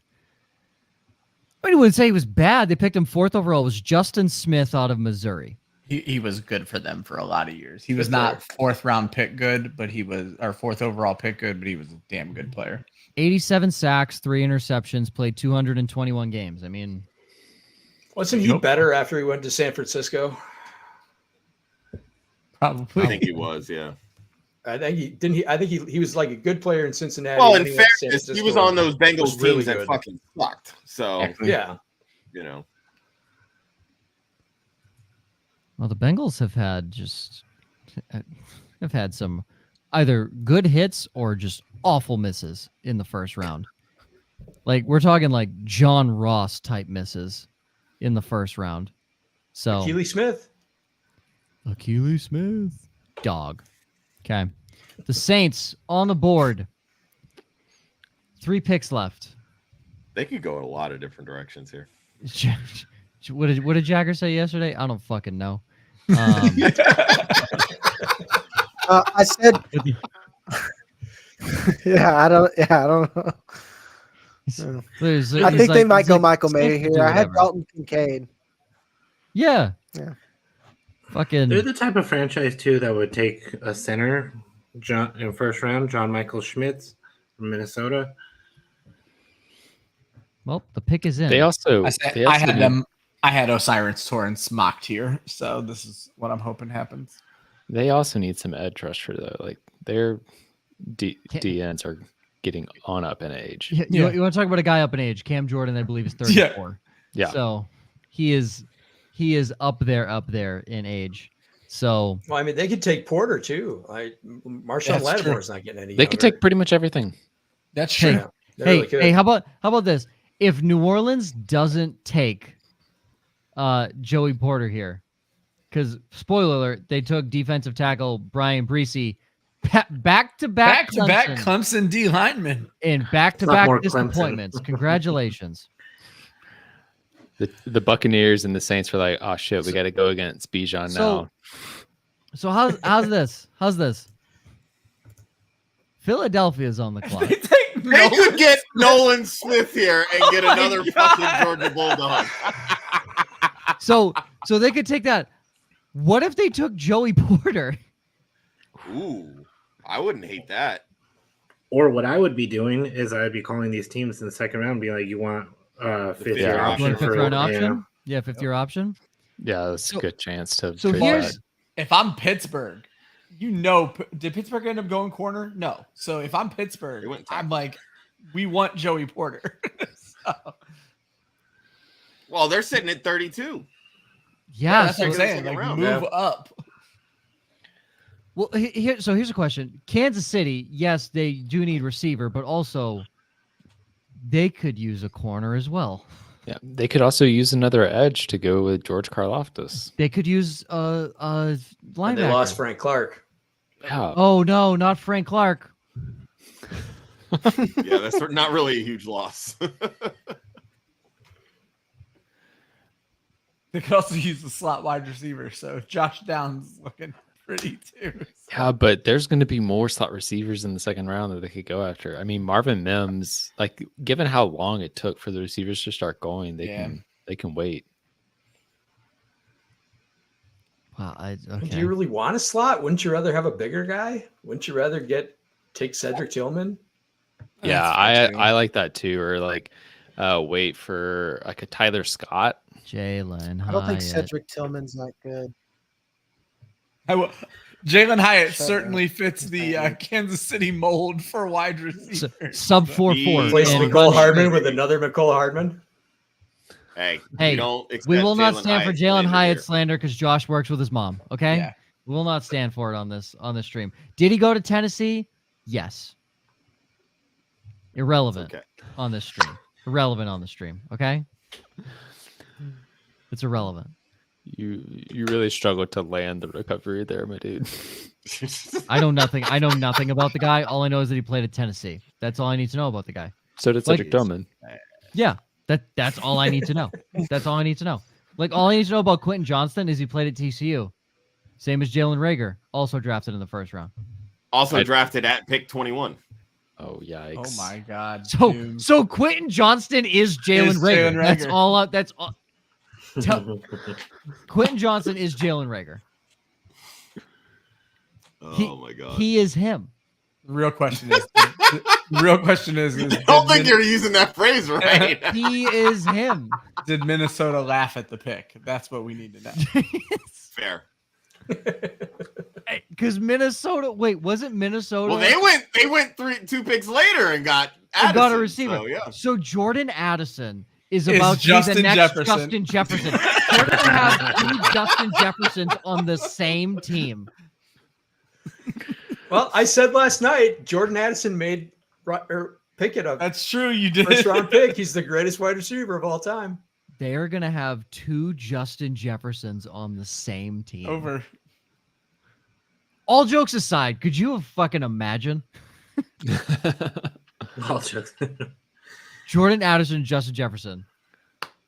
They are one. Okay. Howie Roseman's pointing at people. People are walking in and out of the room. No one's on the phone. So I don't really know what the hell's happening in Philly. They're not picking. They're not picking. No. Yeah, Bold that strategy. might be true. Although, would Philly take a tight end? Well, I've heard people mention it. I think it'd be really stupid. But Goddard's pretty good. With Goddard? I understand Goddard seemingly misses games every single year. They don't have a ton of depth behind him. But I think if you're going to add depth behind Goddard, especially having already extended him, you add it in the second, third round. That's a good point. Not in the first, but I guess then it becomes a question: does KC look at tight end too? Like they could start looking towards the succession plan for Travis Kelce. Well, I think Darnell Washington makes sense for them, just as an extra blocker. Oh, I would love that. And pick is in, and oh boy, it's got to be. Faith's about to become a Georgia Bull, or oh my god! Wow. So they literally just built the Georgia front, like defensive front. So the question is, when do they draft Stetson Bennett? Oh, shut up! We need a backup now. Isn't Minshew gone? Yep. I mean, that's true. Yeah. Nolan Smith, baby. Look, everybody's been saying that Nolan Smith reminds them of Hassan Reddick. We have Hassan Reddick. I think he has the perfect Hassan Reddick type to learn from. There you go. Hey, Hassan Reddick also. Nolan Smith and Jalen Carter is a ridiculous draft. It's ridiculous. Dude, that's a whole. This is the defending NFC champion, and they had the best draft of anyone. You got two guys. Philadelphia Bull Eagles. Back-to-back NCAA championships. Yep. Well, and like you guys were mocking Nolan. Well, I said there are so many slot wide receivers left, which might be the one hole they need to fill, but they can easily do that next round. So, yep. People were mocking Nolan Smith to them at 10, and they're going to get him at 30. And they got Jalen Carter, who has the best tape of anyone in the draft. Yep. Ridiculous. Love it. Absolutely love it. Whew. How does the NFL keep letting this happen? It seems I don't get it. Jagger, ready? I'm gonna make it big so you can see. Read the thing under my nameplate. What does that say? Smarter than your GM. That's why. That's why. And the draft is supposed to bring parity. Like, yeah. Nope. How's this for parody? Howard Roseman's gonna whip out his giant wiener on you. That's your parody right there. Okay. All right, they got Jalen Carter with the Saints pick that they used to take a terrible tackle. That's how bad teams stay bad. Yep. Bad teams stay bad. What I love is when they showed the Eagles like 10 minutes ago, it was just like Howie Roseman and a couple other guys in there, and then like a flood of white men in tuxes. Every suit in the building is now in the room. Yeah, I was like, we all needed to be in here for this. The Chiefs, the final pick of the first round. Thank God, because I'm tired. There's no way they trade on their home turf. There's no way. Yeah, they'll piss some people off. Yeah, they would. So, oh no, you just won a Super Bowl, man. That's fair. Yeah. So the play to the crowd and get everyone excited is probably Jalen Hyatt, because he's a straight line speedster. Marvin Mims. Yeah, Mims or Downs would be okay. But yeah, but is that a crowd pick? I don't think that's a crowd pick. I think that's a. Is there a crowd pick? You're sitting at 31. Is there really a crowd pick at this point? Like, I think Joey Porter could get the crowd pretty hyped up. Give Patrick Mahomes it's a weapon. Chiefs tradition. They're going to draft a receiver, and then everyone's going to get excited about it every year, and they got to keep this tradition going. So describing me. Oh, but could you imagine? Yeah, because landing spot's the only thing that matters, and so on Monday, Ryan's going to be like, Chiefs, the receiver that they drafted in the fourth round, he's my number 1 overall pick. Hey, CEH jumped to the 101 because he was drafted by the Chiefs. To be fair, I didn't fall into that trap. I didn't either. Didn't have and the that's why I 101 took to Jonathan fall Taylor into at the that 102 in that Also year's fair, draft. Chris. I had 0-101. We know what would happen here. They could give the Chiefs a time machine, and they go back in time and draft Helen Keller, and then the entire fantasy community would be like 101. Helen Keller. They have Dude Perfect and Donna Kelsey announcing this pick. We know what would happen if it was Green Bay. Hendon Hooker time. Donna Kelsey, lady. Is Donna Kelsey staying up for both picks? I don't know. That's a good question. She's officially in the Hall of Fame. They put her Super Bowl jersey in there. Did they really? Yeah, they did.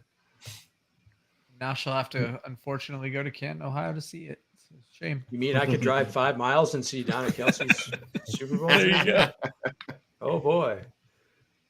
I guess I've still got my ticket from the Expo. I could get in for free. There you go. I'm watching what they're giving to Donna Kelsey right now, which is a giant coin that she gets to flip, and then she gets to choose which game to watch for her sons. So, and apparently it's Travis Kelsey. I don't know. I'm trying to like low key listen to this. Dude Perfect are my favorite YouTube creators. So I don't know why the hell they're out there for the fucking Eagles. They're Cowboys fans, but that doesn't make any sense to me. Nolan Smith, what do we think Kansas City does overall? Because we've said a few different things, but what do we ultimately end up think happens? Joey Porter. Yeah, I don't think so. I don't think so, because didn't they build their secondary last year? They got 2 rookie corners who did pretty well, right? I think. Yeah. I think they're good there. Same. I'm going Darnell. I mean, they could take him as best player, but I think it's Washington. I think Trent McDuffie's doo-doo, so. You think every corner is doo-doo, Joe? No, there's like 2 good ones. I could see him going lineman. Trent McDuffie can't play man. Offensive line? Yeah, I don't know if there's anybody who's left that would be like that you wouldn't be reaching on here. Juwan Jones. Yeah, he was the last one I saw with a first-round mock at any point. I hope it's Zach Charbonnet. For Nolan Smith's like positive, he would become the RB1. Yeah, he would. Actually, I would move him down my board. People are like Smith's positives. They just put juice with an exclamation point, which I only assume means he's on steroids, and that's why he fell this far. I love NFL Network has literally just put one word with exclamation points as some of these guys like number 1 bullet points. For one of them was just length. Yeah. Okay. That's his number 1 quality that you want to talk about? Length. Okay. That's a step up for Bleacher Report, though. Bleacher Report would be like 2 emojis or something. I deleted Bleacher Report off my phone. I don't even bother with that shit anymore. Oh, I did too, man. It was because of that. Like it just became like a weird meme. Like it's like they don't even explain what they're posting. No. Yeah, this is crazy. Georgia defenders drafted by the Eagles the last 2 seasons. There's 4 of them. But I mean, this is literally it's Howie Roseman planning for 2024. It's the same thing that he did last year, drafting Dean and Davis, guys that, and I said this before, they didn't need him to play big minutes and big snaps last year. They will need him this year. They lost Kaiser White. They lost TJ Edwards. Nakobe Dean, you're up. They lose Javon Hargrave. Jordan Davis, you're up. They bring back Fletcher Cox on a 1-year deal. They bring back Brandon Graham on a 1-year deal. Both of them are older. You now draft their future replacements for 2024. Like it's Howie Roseman they're also is getting making best the NFL player. look like dumbass fucking people. Honestly, they've twice gotten the best player at taking the best player at their pick. I mean, it doesn't matter what they plan to do with them; they're just getting the best player. Yeah. And they already don't even have holes. It's just it's literally when you've reached that point in Madden at 3 seasons where you're like, oh wow, like I don't have to sign any of these fucking players. Bye. Yeah. God tier GM. Just skip over free agency. What a loser. It is crazy. Chiefs with 3 minutes left on the clock for them to pick. If they don't pick, I'm telling you, they're talking trade. they probably are. If they don't pick Joey Porter Jr., Pittsburgh has the first pick in the second round. Yeah. So they very well. And Joey Porter Sr. is going to be on the phone immediately after the draft. Like, hey, hello. You should. Well, they'll probably fly him in to make the announcement tomorrow. I was just about to do say that on day 2. All right. Or maybe they'll bring Chase Claypool back to make the announcement. Could you imagine? That would be awesome. Chase Claypool, Dude, what a this is fucking wild. bum. What an Also, absolute bum. they could go for Keon White from Georgia Tech. Yeah, he was one that I saw that was invited to the draft, and I'm like, I haven't seen his name mocked in first rounds anywhere. This is interesting. He was a big Senior Bowl beneficiary. Like he had clocked one of the fastest speeds at the Senior Bowl. So I think he's gotten a little bit of hype here and there. And again, like Kansas City could fill so many holes on defense. Could see them going edge. I'm still sticking with Darnell Washington for now because it just makes too much sense. But I don't know. It looks like, at this point, like they've got to be looking to trade back. Yeah, see, now you're getting to the point, though, because that team would have to have their pick in already. Pick is in. Okay. The pick is in. Da, da, da, da, da, da, da. NFL Network just showed somebody at their own party very happy, but I don't know who these players are. So I don't know if it was Nolan Smith or if they gave away who the pick is. They did look at Brian Breesy a second ago. It was at his house. No, this was in like a matching gymnasium. shirts? Everybody was wearing white. I don't know. Well, looks like it's going to be Will Levis, folks. God, could you imagine? Chad Henne retired. They need a backup. The NFL world would melt down. If you're Chad Henne, why the hell would you retire? Right. Why would Collect you retire? that paycheck forever, bro. Yeah. Why would you retire? Hold that clipboard. Yeah. Well, And he got forced to play a little bit this year, and he's like, "Fuck." He's like, "Whoa!" He's like, "This isn't what I signed up for." Time out, everybody. Time out. Time out. Okay. I can't fucking spell this name. Are you kidding me? Okay. Oh, boy. Oh, that's good to know. The Chiefs guy. The Chiefs. WILL. LEVIS. It's just like Levi's. Yeah. If you can't spell it, I'm worried about Joe pronouncing it since he doesn't know. Oh, he's gonna fucking butcher this shit so bad. I can see No, I got it. Is it the K-State guy or the Northwestern guy? I don't want to spoil shit. Come on now. I'm excited. I'm excited to You're pronounce literally this spoiling name. shit as we go. Oh, shut up. Probably the spelling on this guy's name. I am excited to There you end go. All right, the stream with this man.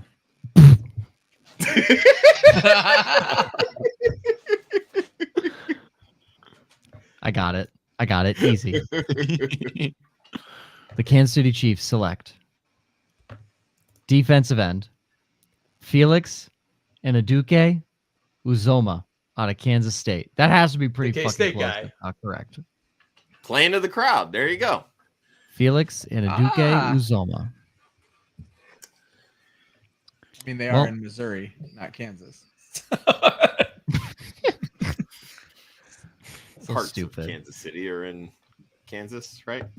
Yeah, but like the bad part of Kansas City is in Kansas, I thought. Well, I was right about the edge. That was that anticlimactic to end. I'm really surprised that Michael Mayer didn't get drafted. What a first. terrible I fucking think ending. that's really the biggest surprise to me at this point. Felix Anaduke Uzoma. Fucking who? That's the pick? 4 wide receivers and 2 running backs, though. It was a good first round. I mean, looking at some of his testing, he did have a sub-7 3-cone, which is good. I don't care about your 3-cone drill. So the Steelers are going to get a tackle and they're going to get Joey Porter if they want him. That's they are.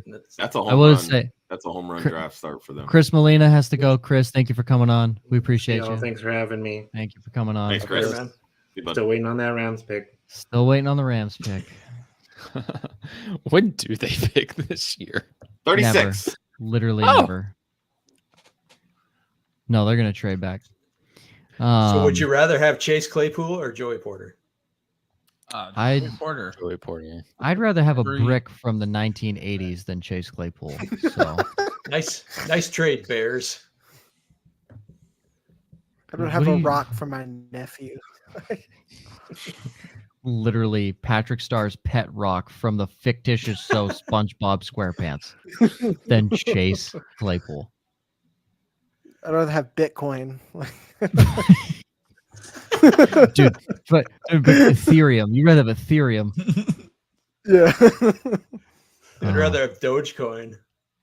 Hey, hey, don't shit on Dogecoin. All right. Don't shit on Dogecoin.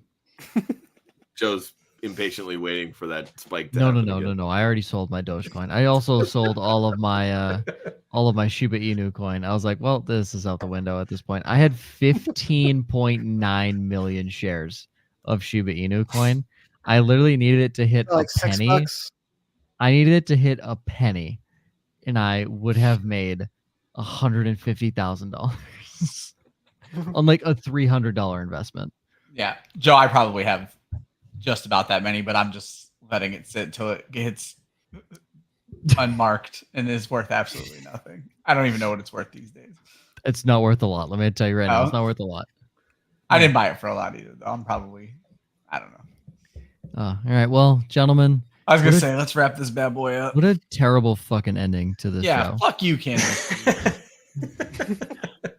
mean, this draft was so weird in general. Like last year, I feel like everything was like pretty normal except for the quarterbacks. Yeah, the quarterbacks like, really threw everybody for a loop last year. And this is a terrible fantasy draft.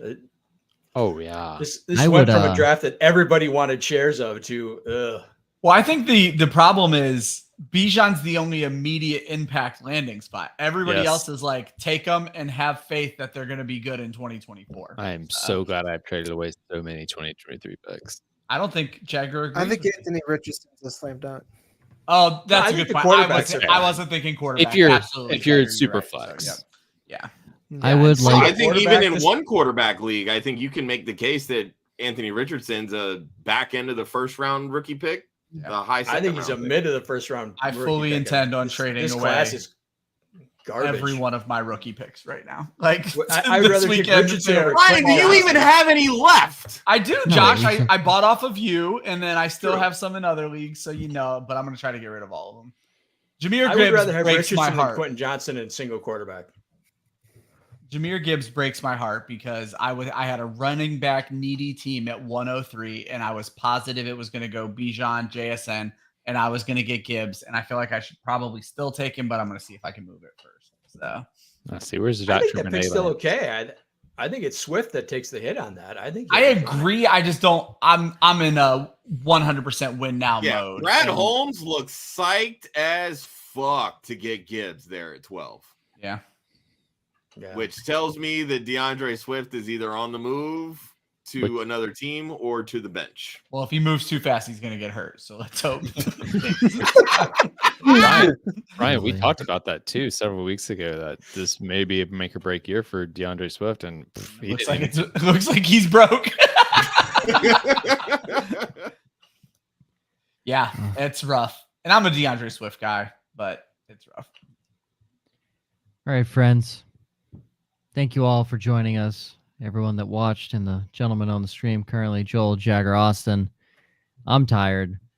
What a fucking horrific ending to the draft. The first highlight they show of this guy is him not getting to the quarterback in time and just hitting him. That's the first highlight in the fucking package that you pull? Really? Congratulations to Kansas City for hosting an NFL draft. I heard that's literally the only thing to do in your town. So There's some good barbecue there.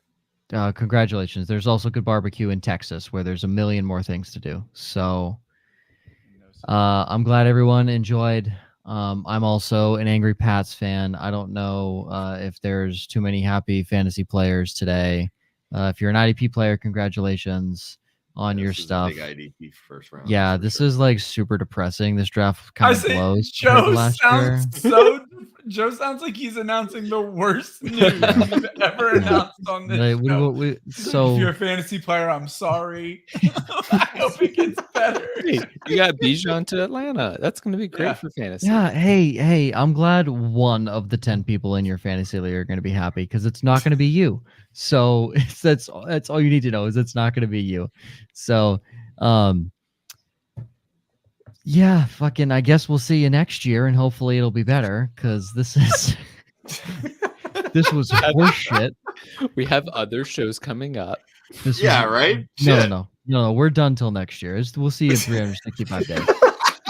I'm jumping off. I'm not waiting for this outro. Have a good night, guys. Later.